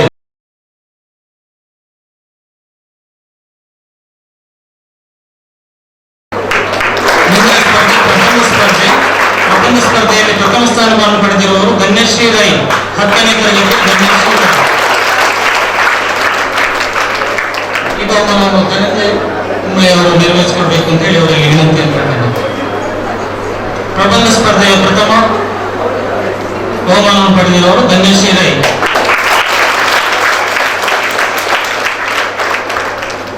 ದ್ವಿತೀಯ ಬಹುಮಾನ ತಾಯಿರ ಮಲಿಹ, 10ನೇ ತರಗತಿಯ ತಾಯಿರ ಮಲಿಹ. ಪ್ರಬಂಧ ಸ್ಪರ್ಧೆಯ ದ್ವಿತೀಯ ಬಹುಮಾನ ತಾಯಿರ ಮಲಿಹ, 10ನೇ ತರಗತಿ. ಪ್ರಬಂಧ ಸ್ಪರ್ಧೆಯ ತೃತೀಯ ಬಹುಮಾನ ಜೆಸ್ಸಿಕಾ ಡಿಸೋಜಾ, 10ನೇ ತರಗತಿಯ ಜೆಸ್ಸಿಕಾ ಡಿಸೋಜಾ. ಜೆಸ್ಸಿಕಾ ಡಿಸೋಜಾ ಅವರ ಅನುಪಸ್ಥಿತಿಯಲ್ಲಿ ಗೌರವಿಸ್ತಾ ಇದ್ದೇನೆ. ಬಹುಮಾನವನ್ನು ನೆರವೇರಿಸಿಕೊಟ್ಟಂತ ಎಲ್ಲ ಗೌರವಾನ್ವಿತರಿಗೆ ಹಾಗೂ ಬಹುಮಾನವನ್ನು ಸ್ವೀಕರಿಸಿದಂತ ಎಲ್ಲ ಸ್ಪರ್ಧಾಳುಗಳಿಗೆ ಧನ್ಯವಾದವನ್ನು ಸಮರ್ಪಿಸ್ತಾ ಈ ಕಾರ್ಯಕ್ರಮವನ್ನು ಮುಗಿಸ್ತೇನೆ.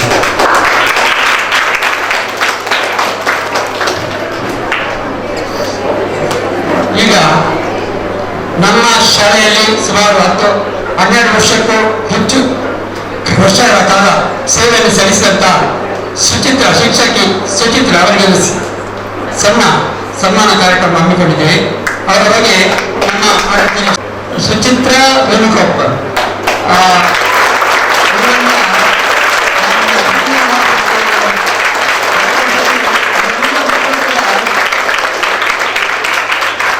ಹೆಚ್ಚಿನವರು ಅವರಿಂದ LKG ಶಿಕ್ಷಣವನ್ನು ಪಡೆದವರು.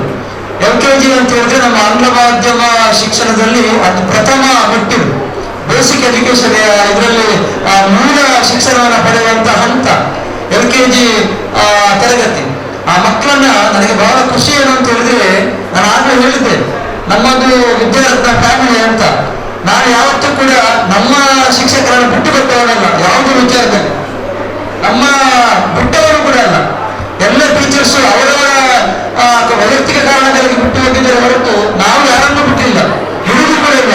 ಅಂತ ಸಂದರ್ಭದಲ್ಲಿ ಕೂಡ ಬಿಡುವಂತ ಕೆಲಸವನ್ನು ಮಾಡಿದ್ದೇನೆ ಒಂದೆರಡು ಬಾರಿ. ಯಾಕೆಂತಂದ್ರೆ ಅವರ ವೈಯಕ್ತಿಕ ನನ್ನ ಒಂದು ಹಿಡಿತಕ್ಕೆ ತಪ್ಪಿದಾಗ ಅಥವಾ ಬೇರೆ ರೀತಿಯಲ್ಲಿ ಆ ಒಂದು ಇದಾಗ ನಾನು ಬೇಕಾದಂತ ಕೆಲಸವನ್ನು ಕೂಡ ನಾನು ಮಾಡ್ತೇನೆ. ನಾನು ಆಡಳಿತ ಈ ಸಂಸ್ಥೆಯ ಸ್ಥಾಪನೆ ಮಾಡಬೇಕಾಗಿದೆ.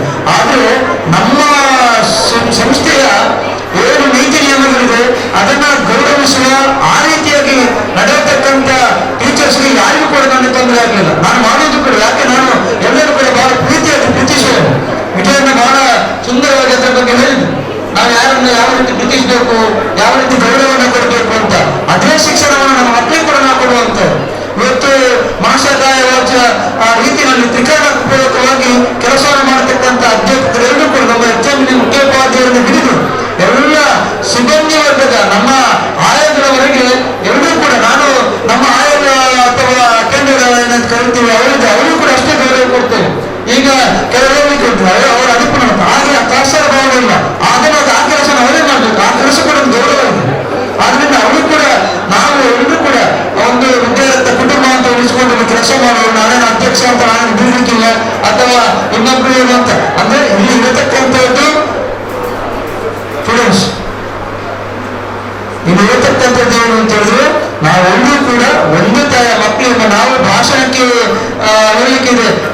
ಏನು ನಾವು ಭಾಷಣ ಮಾಡುವಾಗ ಯಾವ ರೀತಿ ಇದ್ದೇವೆ ಅಂತ. ನಾವು ಕೇವಲ ಭಾಷಣ ಮಾಡಿ ತೋರಿಸಿದ್ರೆ ನಮ್ಮ ನಡೆನುಡಿಯಲ್ಲಿ ಕೂಡ ಆ ರೀತಿ ಇರಬೇಕು. ನಾವೆಲ್ಲರೂ ಕೂಡ ನಾನು ಹೇಳಲಿಕ್ಕಿದೆ, ಯಾವುದೋ ಸಭಾ ಸಮಾರಂಭದಲ್ಲಿ ನಾನು ಅತಿಥಿಗಾಗಿ ನನ್ನನ್ನು ಕರೆದಾಗ ನಾನು ಬಸ್ಸಿಗೆ ತಪ್ಪದಾಗಿ ನಾವು ಸೇರಿದ್ರೆ ನಾವೆಲ್ಲರೂ ಕೂಡ ಒಂದೇ ತಾಯಿ ಮಕ್ಕಳಿಗೆ ಭಾವನೆ ಬೇಕು ಅಂತ.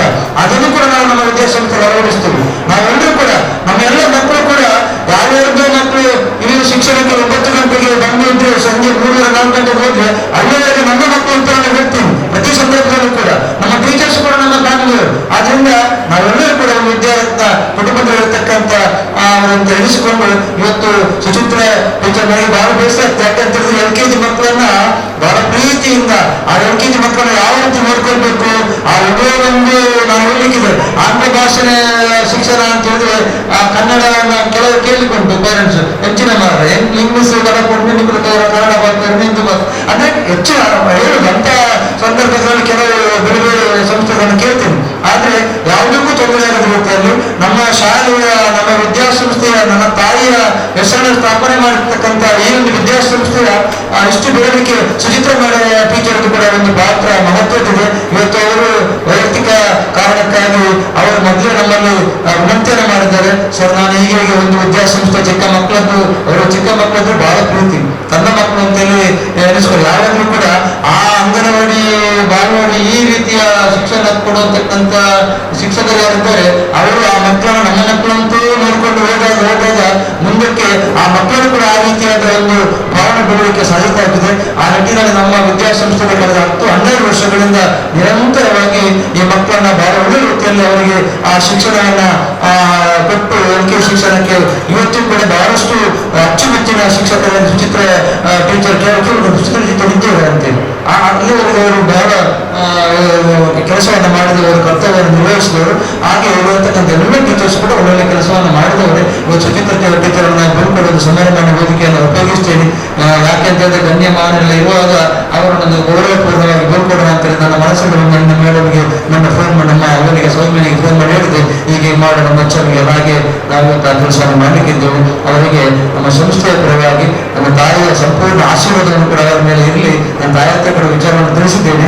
ನಾವು ನಮ್ಮಲ್ಲಿ ಎಲ್ಲ ದೇವರ ಆಶೀರ್ವಾದ ಕೂಡ ಅವರು ಇರಲಿ. ಅವರು ಏನು ದೇವರಕಟ್ಟೆ ಜಂಕ್ಷನ್ ಅಲ್ಲಿ ಫಸ್ಟ್ ಸ್ಟೆಪ್ ಅಂತ ಒಂದು ವಿದ್ಯಾಸಂಸ್ಥೆಯನ್ನ ಚಿಕ್ಕ ಮಕ್ಕಳಿಗಾಗಿ 2.5 ವರ್ಷ 3 ವರ್ಷದ ಮಕ್ಕಳಿಗಾಗಿ ಅವರು ಸ್ಥಾಪನೆ ಮಾಡಿದ್ದಾರೆ. ಆ ಸಂಸ್ಥೆ ಒಳ್ಳೆ ರೀತಿಯಲ್ಲಿ ಬೆಳೆಯಲಿ, ಅವರ ನಮ್ಮ ಮುಂದಿನ ಭವಿಷ್ಯ ಉಜ್ವಲ ಆಗಲಿ ಅಂತೇಳಿ ಸಂದರ್ಭದಲ್ಲಿ ನಾನು ಸರ್ವಶಕ್ತಿ ಭಗವಂತನ ಪ್ರಾರ್ಥನೆ ಮಾಡುತ್ತಾ ಅವರಿಗೆ ಒಂದು ನಮ್ಮ ಚಿಕ್ಕ ಒಂದು ಅಭಿನಂದನಾ ಕಾರ್ಯಕ್ರಮ ನಾವು ಮಾಡಲಿದ್ದೇನೆ.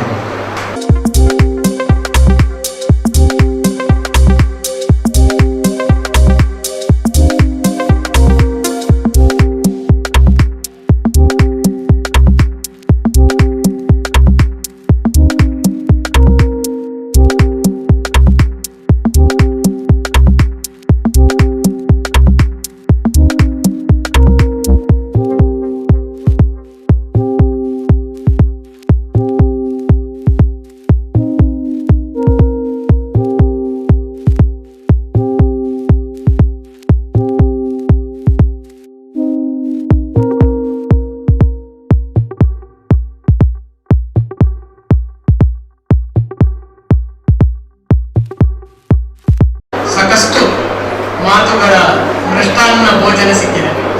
ಬೇಕಾದಷ್ಟು ಒಳ್ಳೊಳ್ಳೆಯ ಮಾತುಗಳನ್ನ ವೇದಿಕೆಯಲ್ಲಿರುವ ಹಿರಿಯರು ನಿಮ್ಮ ಜೊತೆಗೆ ಹಂಚಿಕೊಂಡಿದ್ದಾರೆ.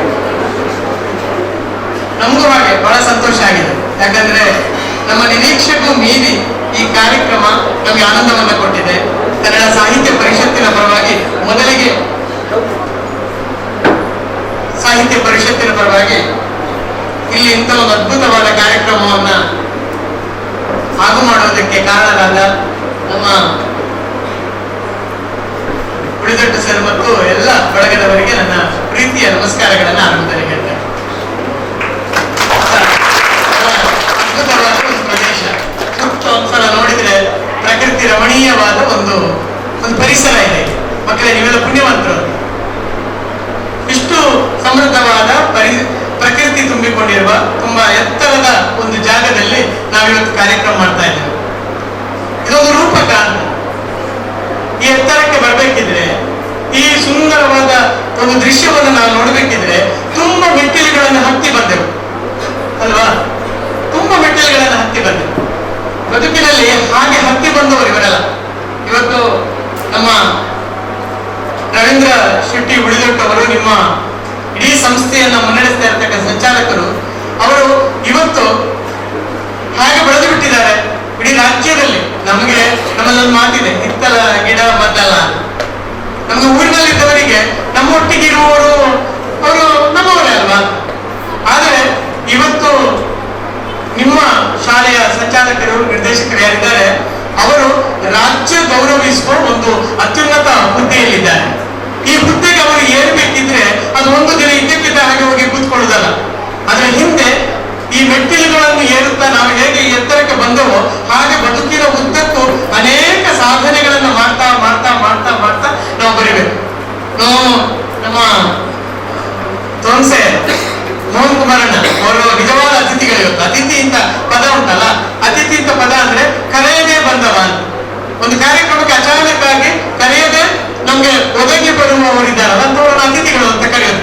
ನಿಜವಾದ ಅರ್ಥದ ಅತಿಥಿ ಅವರು ನಮ್ಗೆ ಇವತ್ತು ಬಂದಿದ್ದಾರೆ. ಅವರ ಮಾತುಗಳನ್ನ, ಅವರ ಪ್ರತಿಭೆಯನ್ನ ಕೇಳಿದ್ರೆ ನಮ್ಗೆಲ್ಲ ರೋಮಾಂಚನ ಆಗಿದೆ. ಅವ್ರು ಮಾತಾಡ್ತಾ ಕೇಳ್ತಾ ಇದ್ರೆ ನಾವೆಲ್ಲ ರೋಮಾಂಚಿತಗೊಂಡು ಅವರನ್ನು ತದೇಕ ಚಿತ್ತದಿಂದ ನೋಡ್ತಾ ಅವ್ರ ಮಾತುಗಳನ್ನು ಕೇಳ್ತಾ ಇದ್ದೇವೆ. ಅಂದ್ರೆ ಅವರು ಇಂಥ ಒಂದು ಪ್ರತಿಭಾ ಶಾಲೆಯಾಗಿ ಬೆಳಿಬೇಕು ಅಂತಿದ್ರೆ ಅವ್ರು ಹೇಳಿದ್ರು ನೋಡಿ, ಅದು ನನ್ನ ಊರಿನಿಂದ ಹೊರಟು ಅದು ಹೇಗೆ ನಾನು ಹಂತ ಹಂತವಾಗಿ ಬೆಳೆದೆ ಅಂತ. ಅದರಿಂದ ಮಕ್ಕಳೇ, ನಾವು ತಿಳ್ಕೋಬೇಕಾದ ಸಂಗತಿ ಇದೆ ಏನಂದ್ರೆ, ಬದುಕಿನಲ್ಲಿ ಸಾಧನೆ ಯಶಸ್ಸು ಎನ್ನುವ ಅದು ನಿರಂತರವಾದ ಹೋರಾಟದ ಮೂಲಕ, ನಿರಂತರವಾಗಿ ನಾವು ಮಾಡತಕ್ಕಂಥ ಸಾಧನೆ ಏನುಂಟು ಆ ಸಾಧನೆಯ ಮೂಲಕ ಬರಬೇಕು. ಈ ಕಾರ್ಯಕ್ರಮದ ವಿಶೇಷತೆ ಏನಂದ್ರೆ ಇದು ಕನ್ನಡ ಸಂಭ್ರಮ ಕಾರ್ಯಕ್ರಮ. ಕನ್ನಡ ನಮ್ಮ, ಈಗಾಗಲೇ ಮಾತಾಡಿದವರೆಲ್ಲ ಹೇಳಿದ್ರು, ಕನ್ನಡ ನಮ್ಮ ಹೃದಯದ ಭಾಷೆ, ಇಂಗ್ಲಿಷ್ ನಮ್ಮ ವ್ಯವಹಾರದ ಭಾಷೆ. ಇವತ್ತು ರೈನ್ ಅಂತ ನಾವು ಪದ ಬಳಕೆ ಮಾಡಿದ್ರೆ ಎಂತದಂತ, ಲೈಟ್ ಅಂತ ಹೇಳಿದ್ರೆ ಏನು, ಅದ್ಯಾಕೆ ಹಾಗಾಗಬೇಕು? ಲೈಟ್ ಅಂದ್ರೆ ಲೈಟ್, ರೈನ್ ಅಂದ್ರೆ ರೈನ್ ಆಗ್ಬೇಕಿತ್ತಲ್ಲ.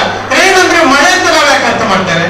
ಲೈಟ್ ಅಂದ್ರೆ ಬೆಳಕು ಅಂತ ಯಾಕೆ ನಾವು ತಗೊಳ್ತೇವೆ? ಯಾಕಂದ್ರೆ ನಾವು ಇಂಗ್ಲಿಷಿನಲ್ಲಿ ಯಾವುದೇ ಭಾಷೆ ಇರಲಿ ಆ ಭಾಷೆಯನ್ನು ಅರ್ಥ ಮಾಡಿಕೊಳ್ಳುವುದು ನಮ್ಮ ಭಾಷೆಯ ಮೂಲಕ, ನಮ್ಮ ಮಾತೃ ಭಾಷೆಯ ಮೂಲಕ. ಅದರಿಂದ ಹೃದಯದ ಭಾಷೆ ಅಂತ ಒಂದಿದೆ.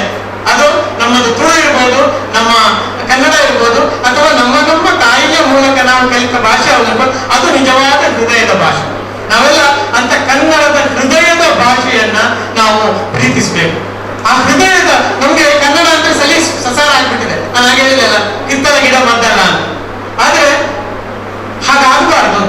ನೀವು ಯಾರು ಆಂಗ್ಲ ಮಾಧ್ಯಮ ಶಾಲೆಯಲ್ಲಿ ಓದ್ತಾ ಇದ್ದೀರೋ ನೀವೆಲ್ಲ ಅದನ್ನ ಅರ್ಥ ಮಾಡಿಕೊಳ್ಬೇಕು. ನಾವು ಆಂಗ್ಲ ಮಾಧ್ಯಮದಲ್ಲಿ ಓದ್ಬೇಕು, ಯಾಕಂದ್ರೆ ಭವಿಷ್ಯದಲ್ಲಿ ನಮಗೆ ಏನೇನು ಅವಕಾಶಗಳು ಆ ಮಾಧ್ಯಮದ ಮೂಲಕ ಬರಬಹುದು. ಆದ್ರೆ ನಾವು ನಮ್ಮ ಹೃದಯದ ಭಾಷೆಯನ್ನ ಮರಿಬಾರ್ದು. ನಮ್ಮ ಅಮ್ಮನ ಭಾಷೆ, ಅಮ್ಮ ಕಲಿಸಿದ ಭಾಷೆ ಉಂಟಲ್ಲ, ಆ ಭಾಷೆಯನ್ನು ನಾವು ಮರಿಬಾರದು ಎನ್ನುವ ಒಂದು ಪ್ರೀತಿಯನ್ನ ನಮ್ಮ ಮನಸ್ಸಿನ ಒಳಗಡೆ ಇಟ್ಟುಕೊಳ್ಬೇಕು. ಇಲ್ಲಿ ಅನೇಕ ಮಂದಿ ಬಂದಿದ್ದಾರೆ. ನಾನು ಒಬ್ಬೊಬ್ಬರನ್ನೇ ಪರಿಚಯ ಮಾಡ್ತಾ ಬಂದ್ರೆ ಅದು ತುಂಬಾ ದೀರ್ಘ ನಮ್ಮ ಇಡೀ ಕಾರ್ಯಕ್ರಮವನ್ನ ಇಲ್ಲಿ ಆಗು ಮಾಡುವುದಕ್ಕೆ ಕಾರಣರಾದವರು ರವಿಕುಮಾರ್ ಕೋಡಿ ಅವರವರು ತುಂಬಾ ಶ್ರಮ ಪಟ್ಟಿದ್ದಾರೆ. ಮೊನ್ನೆಯಿಂದ ಈ ಕಾರ್ಯಕ್ರಮ ಹೇಗಾಗಬೇಕು, ಏನಾಗಬೇಕು ಅನ್ನೋದರ ಕುರಿತು ಈ ಸಂಘಟನೆಯ ಕೆಲಸದಲ್ಲಿ ಬಹಳ ಶ್ರಮವನ್ನ ಕೊಟ್ಟವರು. ನಮ್ಮಲ್ಲಿ ಎಡ್ವರ್ಡ್ ಅವರು ಕಾರ್ಯದರ್ಶಿಗಳಾಗಿ ನಮ್ಮ ಜೊತೆಗಿದ್ದಾರೆ. ಚುಟುಕು ಸಾಹಿತ್ಯ ಪರಿಷತ್ತಿನ ಅಧ್ಯಕ್ಷರಾಗಿ ಅವರು ಇವತ್ತಿದ್ದಾರೆ. ಮತ್ತು ಸಾರಂಗದಂತಹ ಒಂದು ತುಂಬಾ ಊರುಗಳಿಗೆ ಹೋಗಿ ಎಳೆಯರನ್ನ, ಪ್ರತಿಭೆಗಳನ್ನ ಗುರುತಿಸಿ ಗೌರವಿಸುವ ಕೆಲಸವನ್ನ ಮಾಡ್ತಾ ಬಂದವರು. ನಮ್ಮ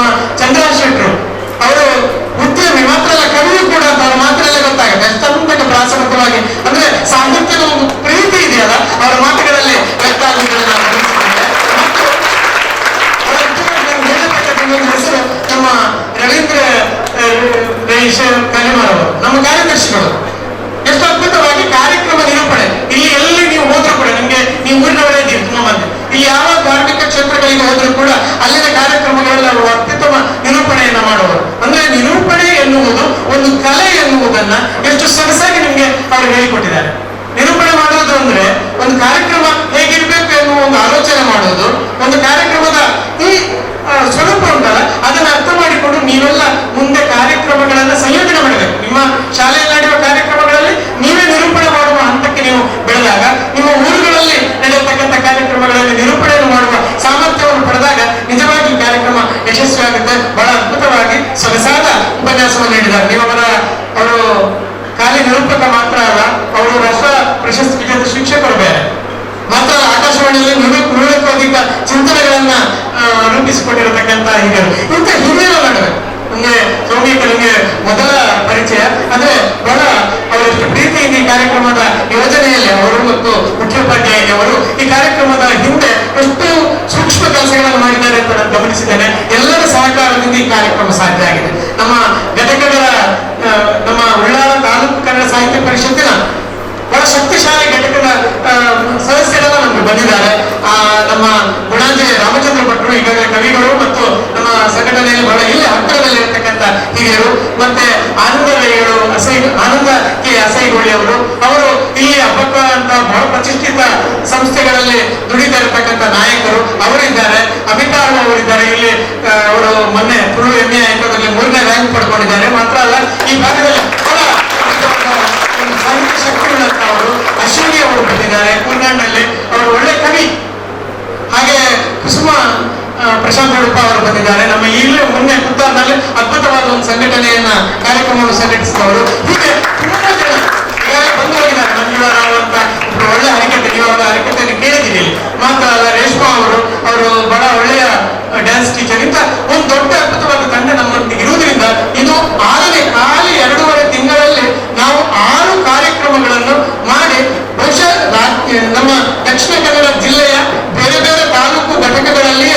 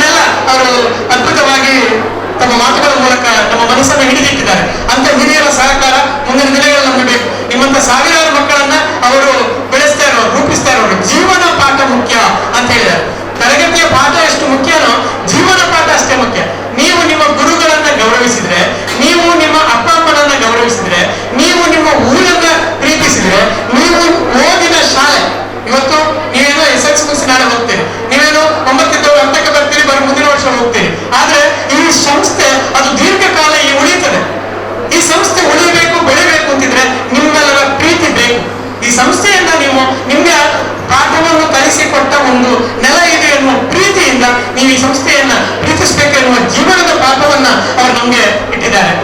ನಾಲ್ವಡಿ ಕೃಷ್ಣರಾಯರು ಕನ್ನಡ ಸಾಹಿತ್ಯ ಪರಿಷತ್ತಿನ ಸ್ಥಾಪಕರು.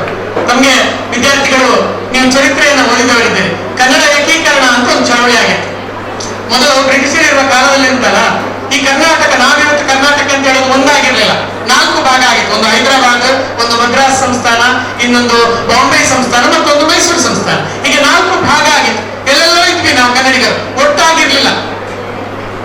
ನಾವೆಲ್ಲ ಮತ್ತೆ ಒಟ್ಟಾಗಬೇಕು, ನಾವೆಲ್ಲ ಕನ್ನಡಿಗರು ಒಂದಾಗಬೇಕು ಅಂತ ಹೋರಾಟ ಮಾಡಿದ ಕನ್ನಡ ಏಕೀಕರಣ ಚಳವಳಿಯಲ್ಲಿ ನಾಲ್ವಡಿ ಕೃಷ್ಣರಾಯರು ಅಂದ್ರೆ ಒಬ್ರು ಬಹಳ ಮಹತ್ವದ ವ್ಯಕ್ತಿತ್ವ.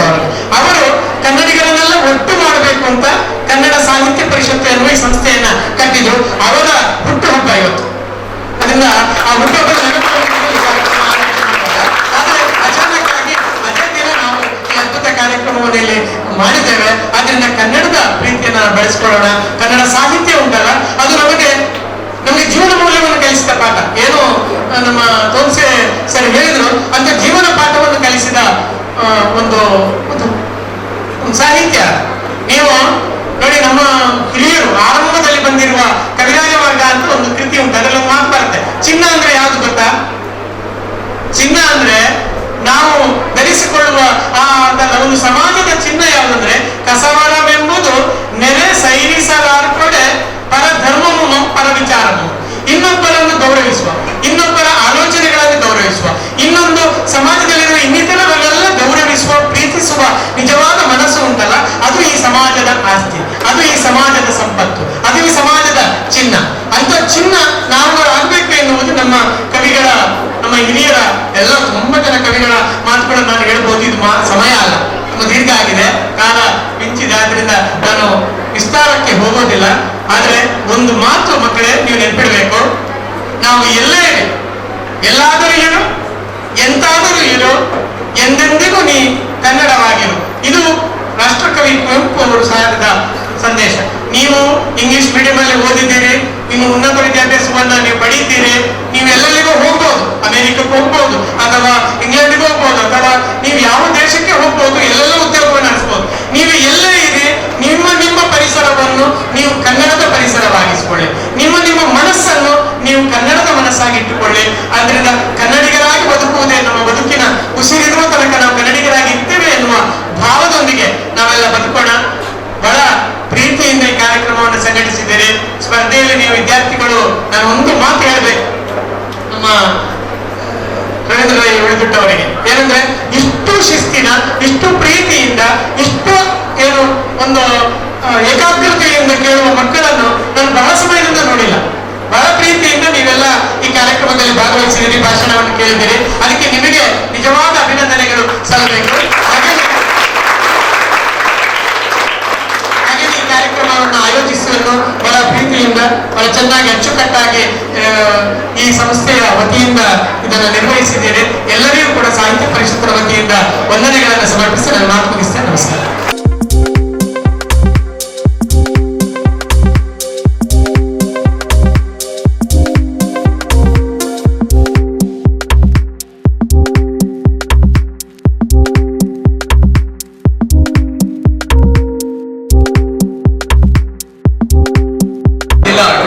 ಸಾಹಿತ್ಯ ಪರಿಷತ್ ಕನ್ನಡ ತಾಲೂಕು ಘಟಕ ವಿದ್ಯಾರತ್ನ ಆಂಗ್ಲ ಮಾಧ್ಯಮ ಶಾಲೆ ಕನ್ನಡತೆ ಸಹಯೋಗದೊಂದಿಗೆ ಇಷ್ಟರವರೆಗೆ ನಮ್ಮ ಈ ರವೀಂದ್ರ ಕಲಾ ವೇದಿಕೆಯಲ್ಲಿ ಕನ್ನಡ ಸಂಭ್ರಮ ಎಂಬ ಕಾರ್ಯಕ್ರಮ ಬಹಳ ಅದ್ದೂರಿಯಾಗಿ ನೆರವೇರಿದೆ. ಇದೀಗ ಕಾರ್ಯಕ್ರಮದ ಕೊನೆಯ ಹಂತಕ್ಕೆ ನಾವಿದ್ದೇವೆ. ಧನ್ಯವಾದ ಸಮರ್ಪಣಾ ಕಾರ್ಯಕ್ರಮ. ಈ ನಿಟ್ಟಿನಲ್ಲಿ ಈ ಒಂದು ಸುಂದರ ಕಾರ್ಯಕ್ರಮದ ಅಧ್ಯಕ್ಷ ಸ್ಥಾನವನ್ನು ವಹಿಸಿದಂತಹ ಡಾಕ್ಟರ್ ಧನಂಜಯ್ ಕುಂಬ್ಳೆ, ಅಧ್ಯಕ್ಷರು ದಕ್ಷಿಣ ಕನ್ನಡ ಜಿಲ್ಲಾ ಕನ್ನಡ ಸಾಹಿತ್ಯ ಪರಿಷತ್ ಉಳ್ಳಾಲಘಟ್ಟ, ಇವರಿಗೆ ನಮ್ಮ ನಿಮ್ಮೆಲ್ಲರ ಪರವಾಗಿ ತುಂಬ ಹೃದಯದ ಧನ್ಯವಾದಗಳನ್ನು ಹೇಳ್ತಾ ಇದ್ದೇವೆ. ಅದೇ ರೀತಿ ನಮ್ಮವರೇ ಆದಂತಹ ಹಾಗೂ ಇಂದಿನ ಕನ್ನಡ ಸಂಭ್ರಮ ಕಾರ್ಯಕ್ರಮದ ಉದ್ಘಾಟನೆಯನ್ನು ಗೈದಂತಹ ಶ್ರೀ ಕೆ ರವೀಂದ್ರ ಶೆಟ್ಟಿ ಉಳಿದಿಟ್ಟು, ರಾಜ್ಯ ಅಧ್ಯಕ್ಷರು, ಅಲೆಮಾರಿ ಹಾಗೂ ಅರೆ ಅಲೆಮಾರಿ ನಿಗಮ ಕರ್ನಾಟಕ ಸರ್ಕಾರ, ಹಾಗೂ ಅಧ್ಯಕ್ಷರು ವಿದ್ಯಾರತ್ನ ಆಂಗ್ಲ ಮಾಧ್ಯಮ ಶಾಲೆ ಇದರ ಅಧ್ಯಕ್ಷ ಇಲ್ಲಿ ಕೈಯೆತ್ತಿಸಲು ಅವಕಾಶವನ್ನು ಕೂಡ ಮಾಡಿಕೊಟ್ಟಿರುತ್ತದೆ. ಇವರಿಗೆ ನಮ್ಮ ನಿಮ್ಮೆಲ್ಲರ ಪರವಾಗಿ ಹಾರ್ದಿಕ ಧನ್ಯವಾದಗಳನ್ನು ಅರ್ಪಿಸ್ತಾ ಇದ್ದೇವೆ. ಅದೇ ರೀತಿ ಈ ಒಂದು ಕನ್ನಡ ಸಂಭ್ರಮ ಕಾರ್ಯಕ್ರಮದಲ್ಲಿ ಬಹಳ ಉಪಯುಕ್ತವಾದಂತಹ ಉಪನ್ಯಾಸವನ್ನು ನೀಡಿದಂತಹ ಶ್ರೀಯುತ ರವೀಂದ್ರ ರೈ ಕಲಿಮಾರು ನಿವೃತ್ತ ಮುಖ್ಯೋಪಾಧ್ಯಾಯರು, ಶ್ರೀ ರಾಮಕೃಷ್ಣ ಅನುದಾನಿತ ಪ್ರೌಢಶಾಲೆ ಹರೇಕಳ ಇವರಿಗೂ ನಮ್ಮ ನಿಮ್ಮೆಲ್ಲರ ಪರವಾಗಿ ಧನ್ಯವಾದಗಳನ್ನು ಅರ್ಪಿಸ್ತಾ ಇದ್ದೇವೆ. Shriyuta Vijay Kumar Shetty, Limca book record holder, Kala Jagattu group ಹಾಗೂ ಪತನಾಜಿ ಸಿನಿಮಾದ ನಿರ್ಮಾಪಕರು, ಇವರಿಗೂ ಕೂಡ ನಮ್ಮ ನಿಮ್ಮೆಲ್ಲರ ಪರವಾಗಿ ತುಂಬ ಧನ್ಯವಾದಗಳನ್ನು ಅರ್ಪಿಸ್ತಾ ಇದ್ದೇವೆ. ಅದೇ ರೀತಿ ಲಯನ್ಸ್ ಚಂದ್ರಾಸ್ ರಾಯ್ ಮಾಲಕರು ದಿ ಕಂಫರ್ಟ್ ಇನ್ ವಸತಿ ಗೃಹ ದೇರಟ್ಟೆ ಇವರಿಗೂ ಕೂಡ ನಮ್ಮ ನಿಮ್ಮೆಲ್ಲರ ಪರವಾಗಿ ತುಂಬ ಧನ್ಯವಾದಗಳು. ಹಾಗೆ ಶ್ರೀ ಎಡ್ವರ್ಡ್ ಲೋಬು ಅಧ್ಯಕ್ಷರು ಚುಟುಕು ಸಾಹಿತ್ಯ ಪರಿಷತ್ ಉಳ್ಳಲ ಇವರಿಗೂ ತುಂಬ ಧನ್ಯವಾದಗಳನ್ನು ಅರ್ಪಿಸ್ತಾ ಇದ್ದೇವೆ. ಹಾಗೆ ಈ ಕಾರ್ಯಕ್ರಮಕ್ಕೆ ಶ್ರೀಮತಿ ಸೌಮ್ಯ ಆರ್ ಶೆಟ್ಟಿ ಸಂಚಾಲಕರು ಹಾಗೂ ಕಾರ್ಯದರ್ಶಿಗಳು ವಿದ್ಯಾರತ್ನ ಆಂಗ್ಲ ಮಾಧ್ಯಮ ಶಾಲೆ ಇವರಿಗೂ ಕೂಡ ಧನ್ಯವಾದಗಳನ್ನು ಅರ್ಪಿಸ್ತಾ ಇದ್ದೇವೆ. ಹಾಗೆ ಈ ಶಾಲೆಯ ಮುಖ್ಯೋಪಾಧ್ಯಾಯರಂತ ಶ್ರೀಮತಿ ನಹೀಂ ಅಮೀರ್ ಶೇಖ್ ಇವರಿಗೂ ಕೂಡ ಧನ್ಯವಾದಗಳನ್ನು ಅರ್ಪಿಸ್ತಾ ಇದ್ದೇವೆ. ಹಾಗೆ ಈ ಕಾರ್ಯಕ್ರಮವನ್ನು ಬಹಳ ಸೊಗಸಾಗಿ ಸ್ವಾಗತವನ್ನು ನೆರವೇರಿಸಿದಂತ ಗುಣಾಜಿ ಶ್ರೀ ರಾಮಚಂದ್ರ ಭಟ್ ಖ್ಯಾತ ಸಾಹಿತಿ ಇವರಿಗೂ ಕೂಡ ಧನ್ಯವಾದಗಳನ್ನು ಅರ್ಪಿಸ್ತಾ ಇದ್ದೇವೆ. ಹಾಗೆ ಈ ಒಂದು ಕಾರ್ಯಕ್ರಮವು ಅಚ್ಚುಕಟ್ಟಾಗಿ ನೆರವೇರಬೇಕಾದ್ರೆ ಬಹಳ ಸಮಯದವರೆಗೆ ತನ್ನ ಕಾರ್ಯವನ್ನು ಸ್ವ ಇಚ್ಛೆಯಿಂದ ಮುಂದುವರಿಸಿಕೊಂಡು ಯಶಸ್ವಿಗೆ ಕಾರಣಕರ್ತರಾದಂತ ಶ್ರೀ ರವಿಕುಮಾರ್ ಕೋಡಿ ಕಾರ್ಯಕ್ರಮದ ಸಂಚಾಲಕರು ಇವರಿಗೂ ಕೂಡ ನಮ್ಮ ನಿಮ್ಮೆಲ್ಲರ ಪರವಾಗಿ ಧನ್ಯವಾದಗಳನ್ನು ಅರ್ಪಿಸುತ್ತೇವೆ. ಹಾಗೆ ಈ ಕಾರ್ಯಕ್ರಮವನ್ನು ಚಂದಗಾರಿಗಳು ಬಂದಂತಹ ಎಲ್ಲ ಉಳ್ಳಾಲ ಘಟಕದ ಪದಾಧಿಕಾರಿಗಳಿಗೂ ಹಾಗೂ ಸುದ್ದಿ ಮಾಧ್ಯಮ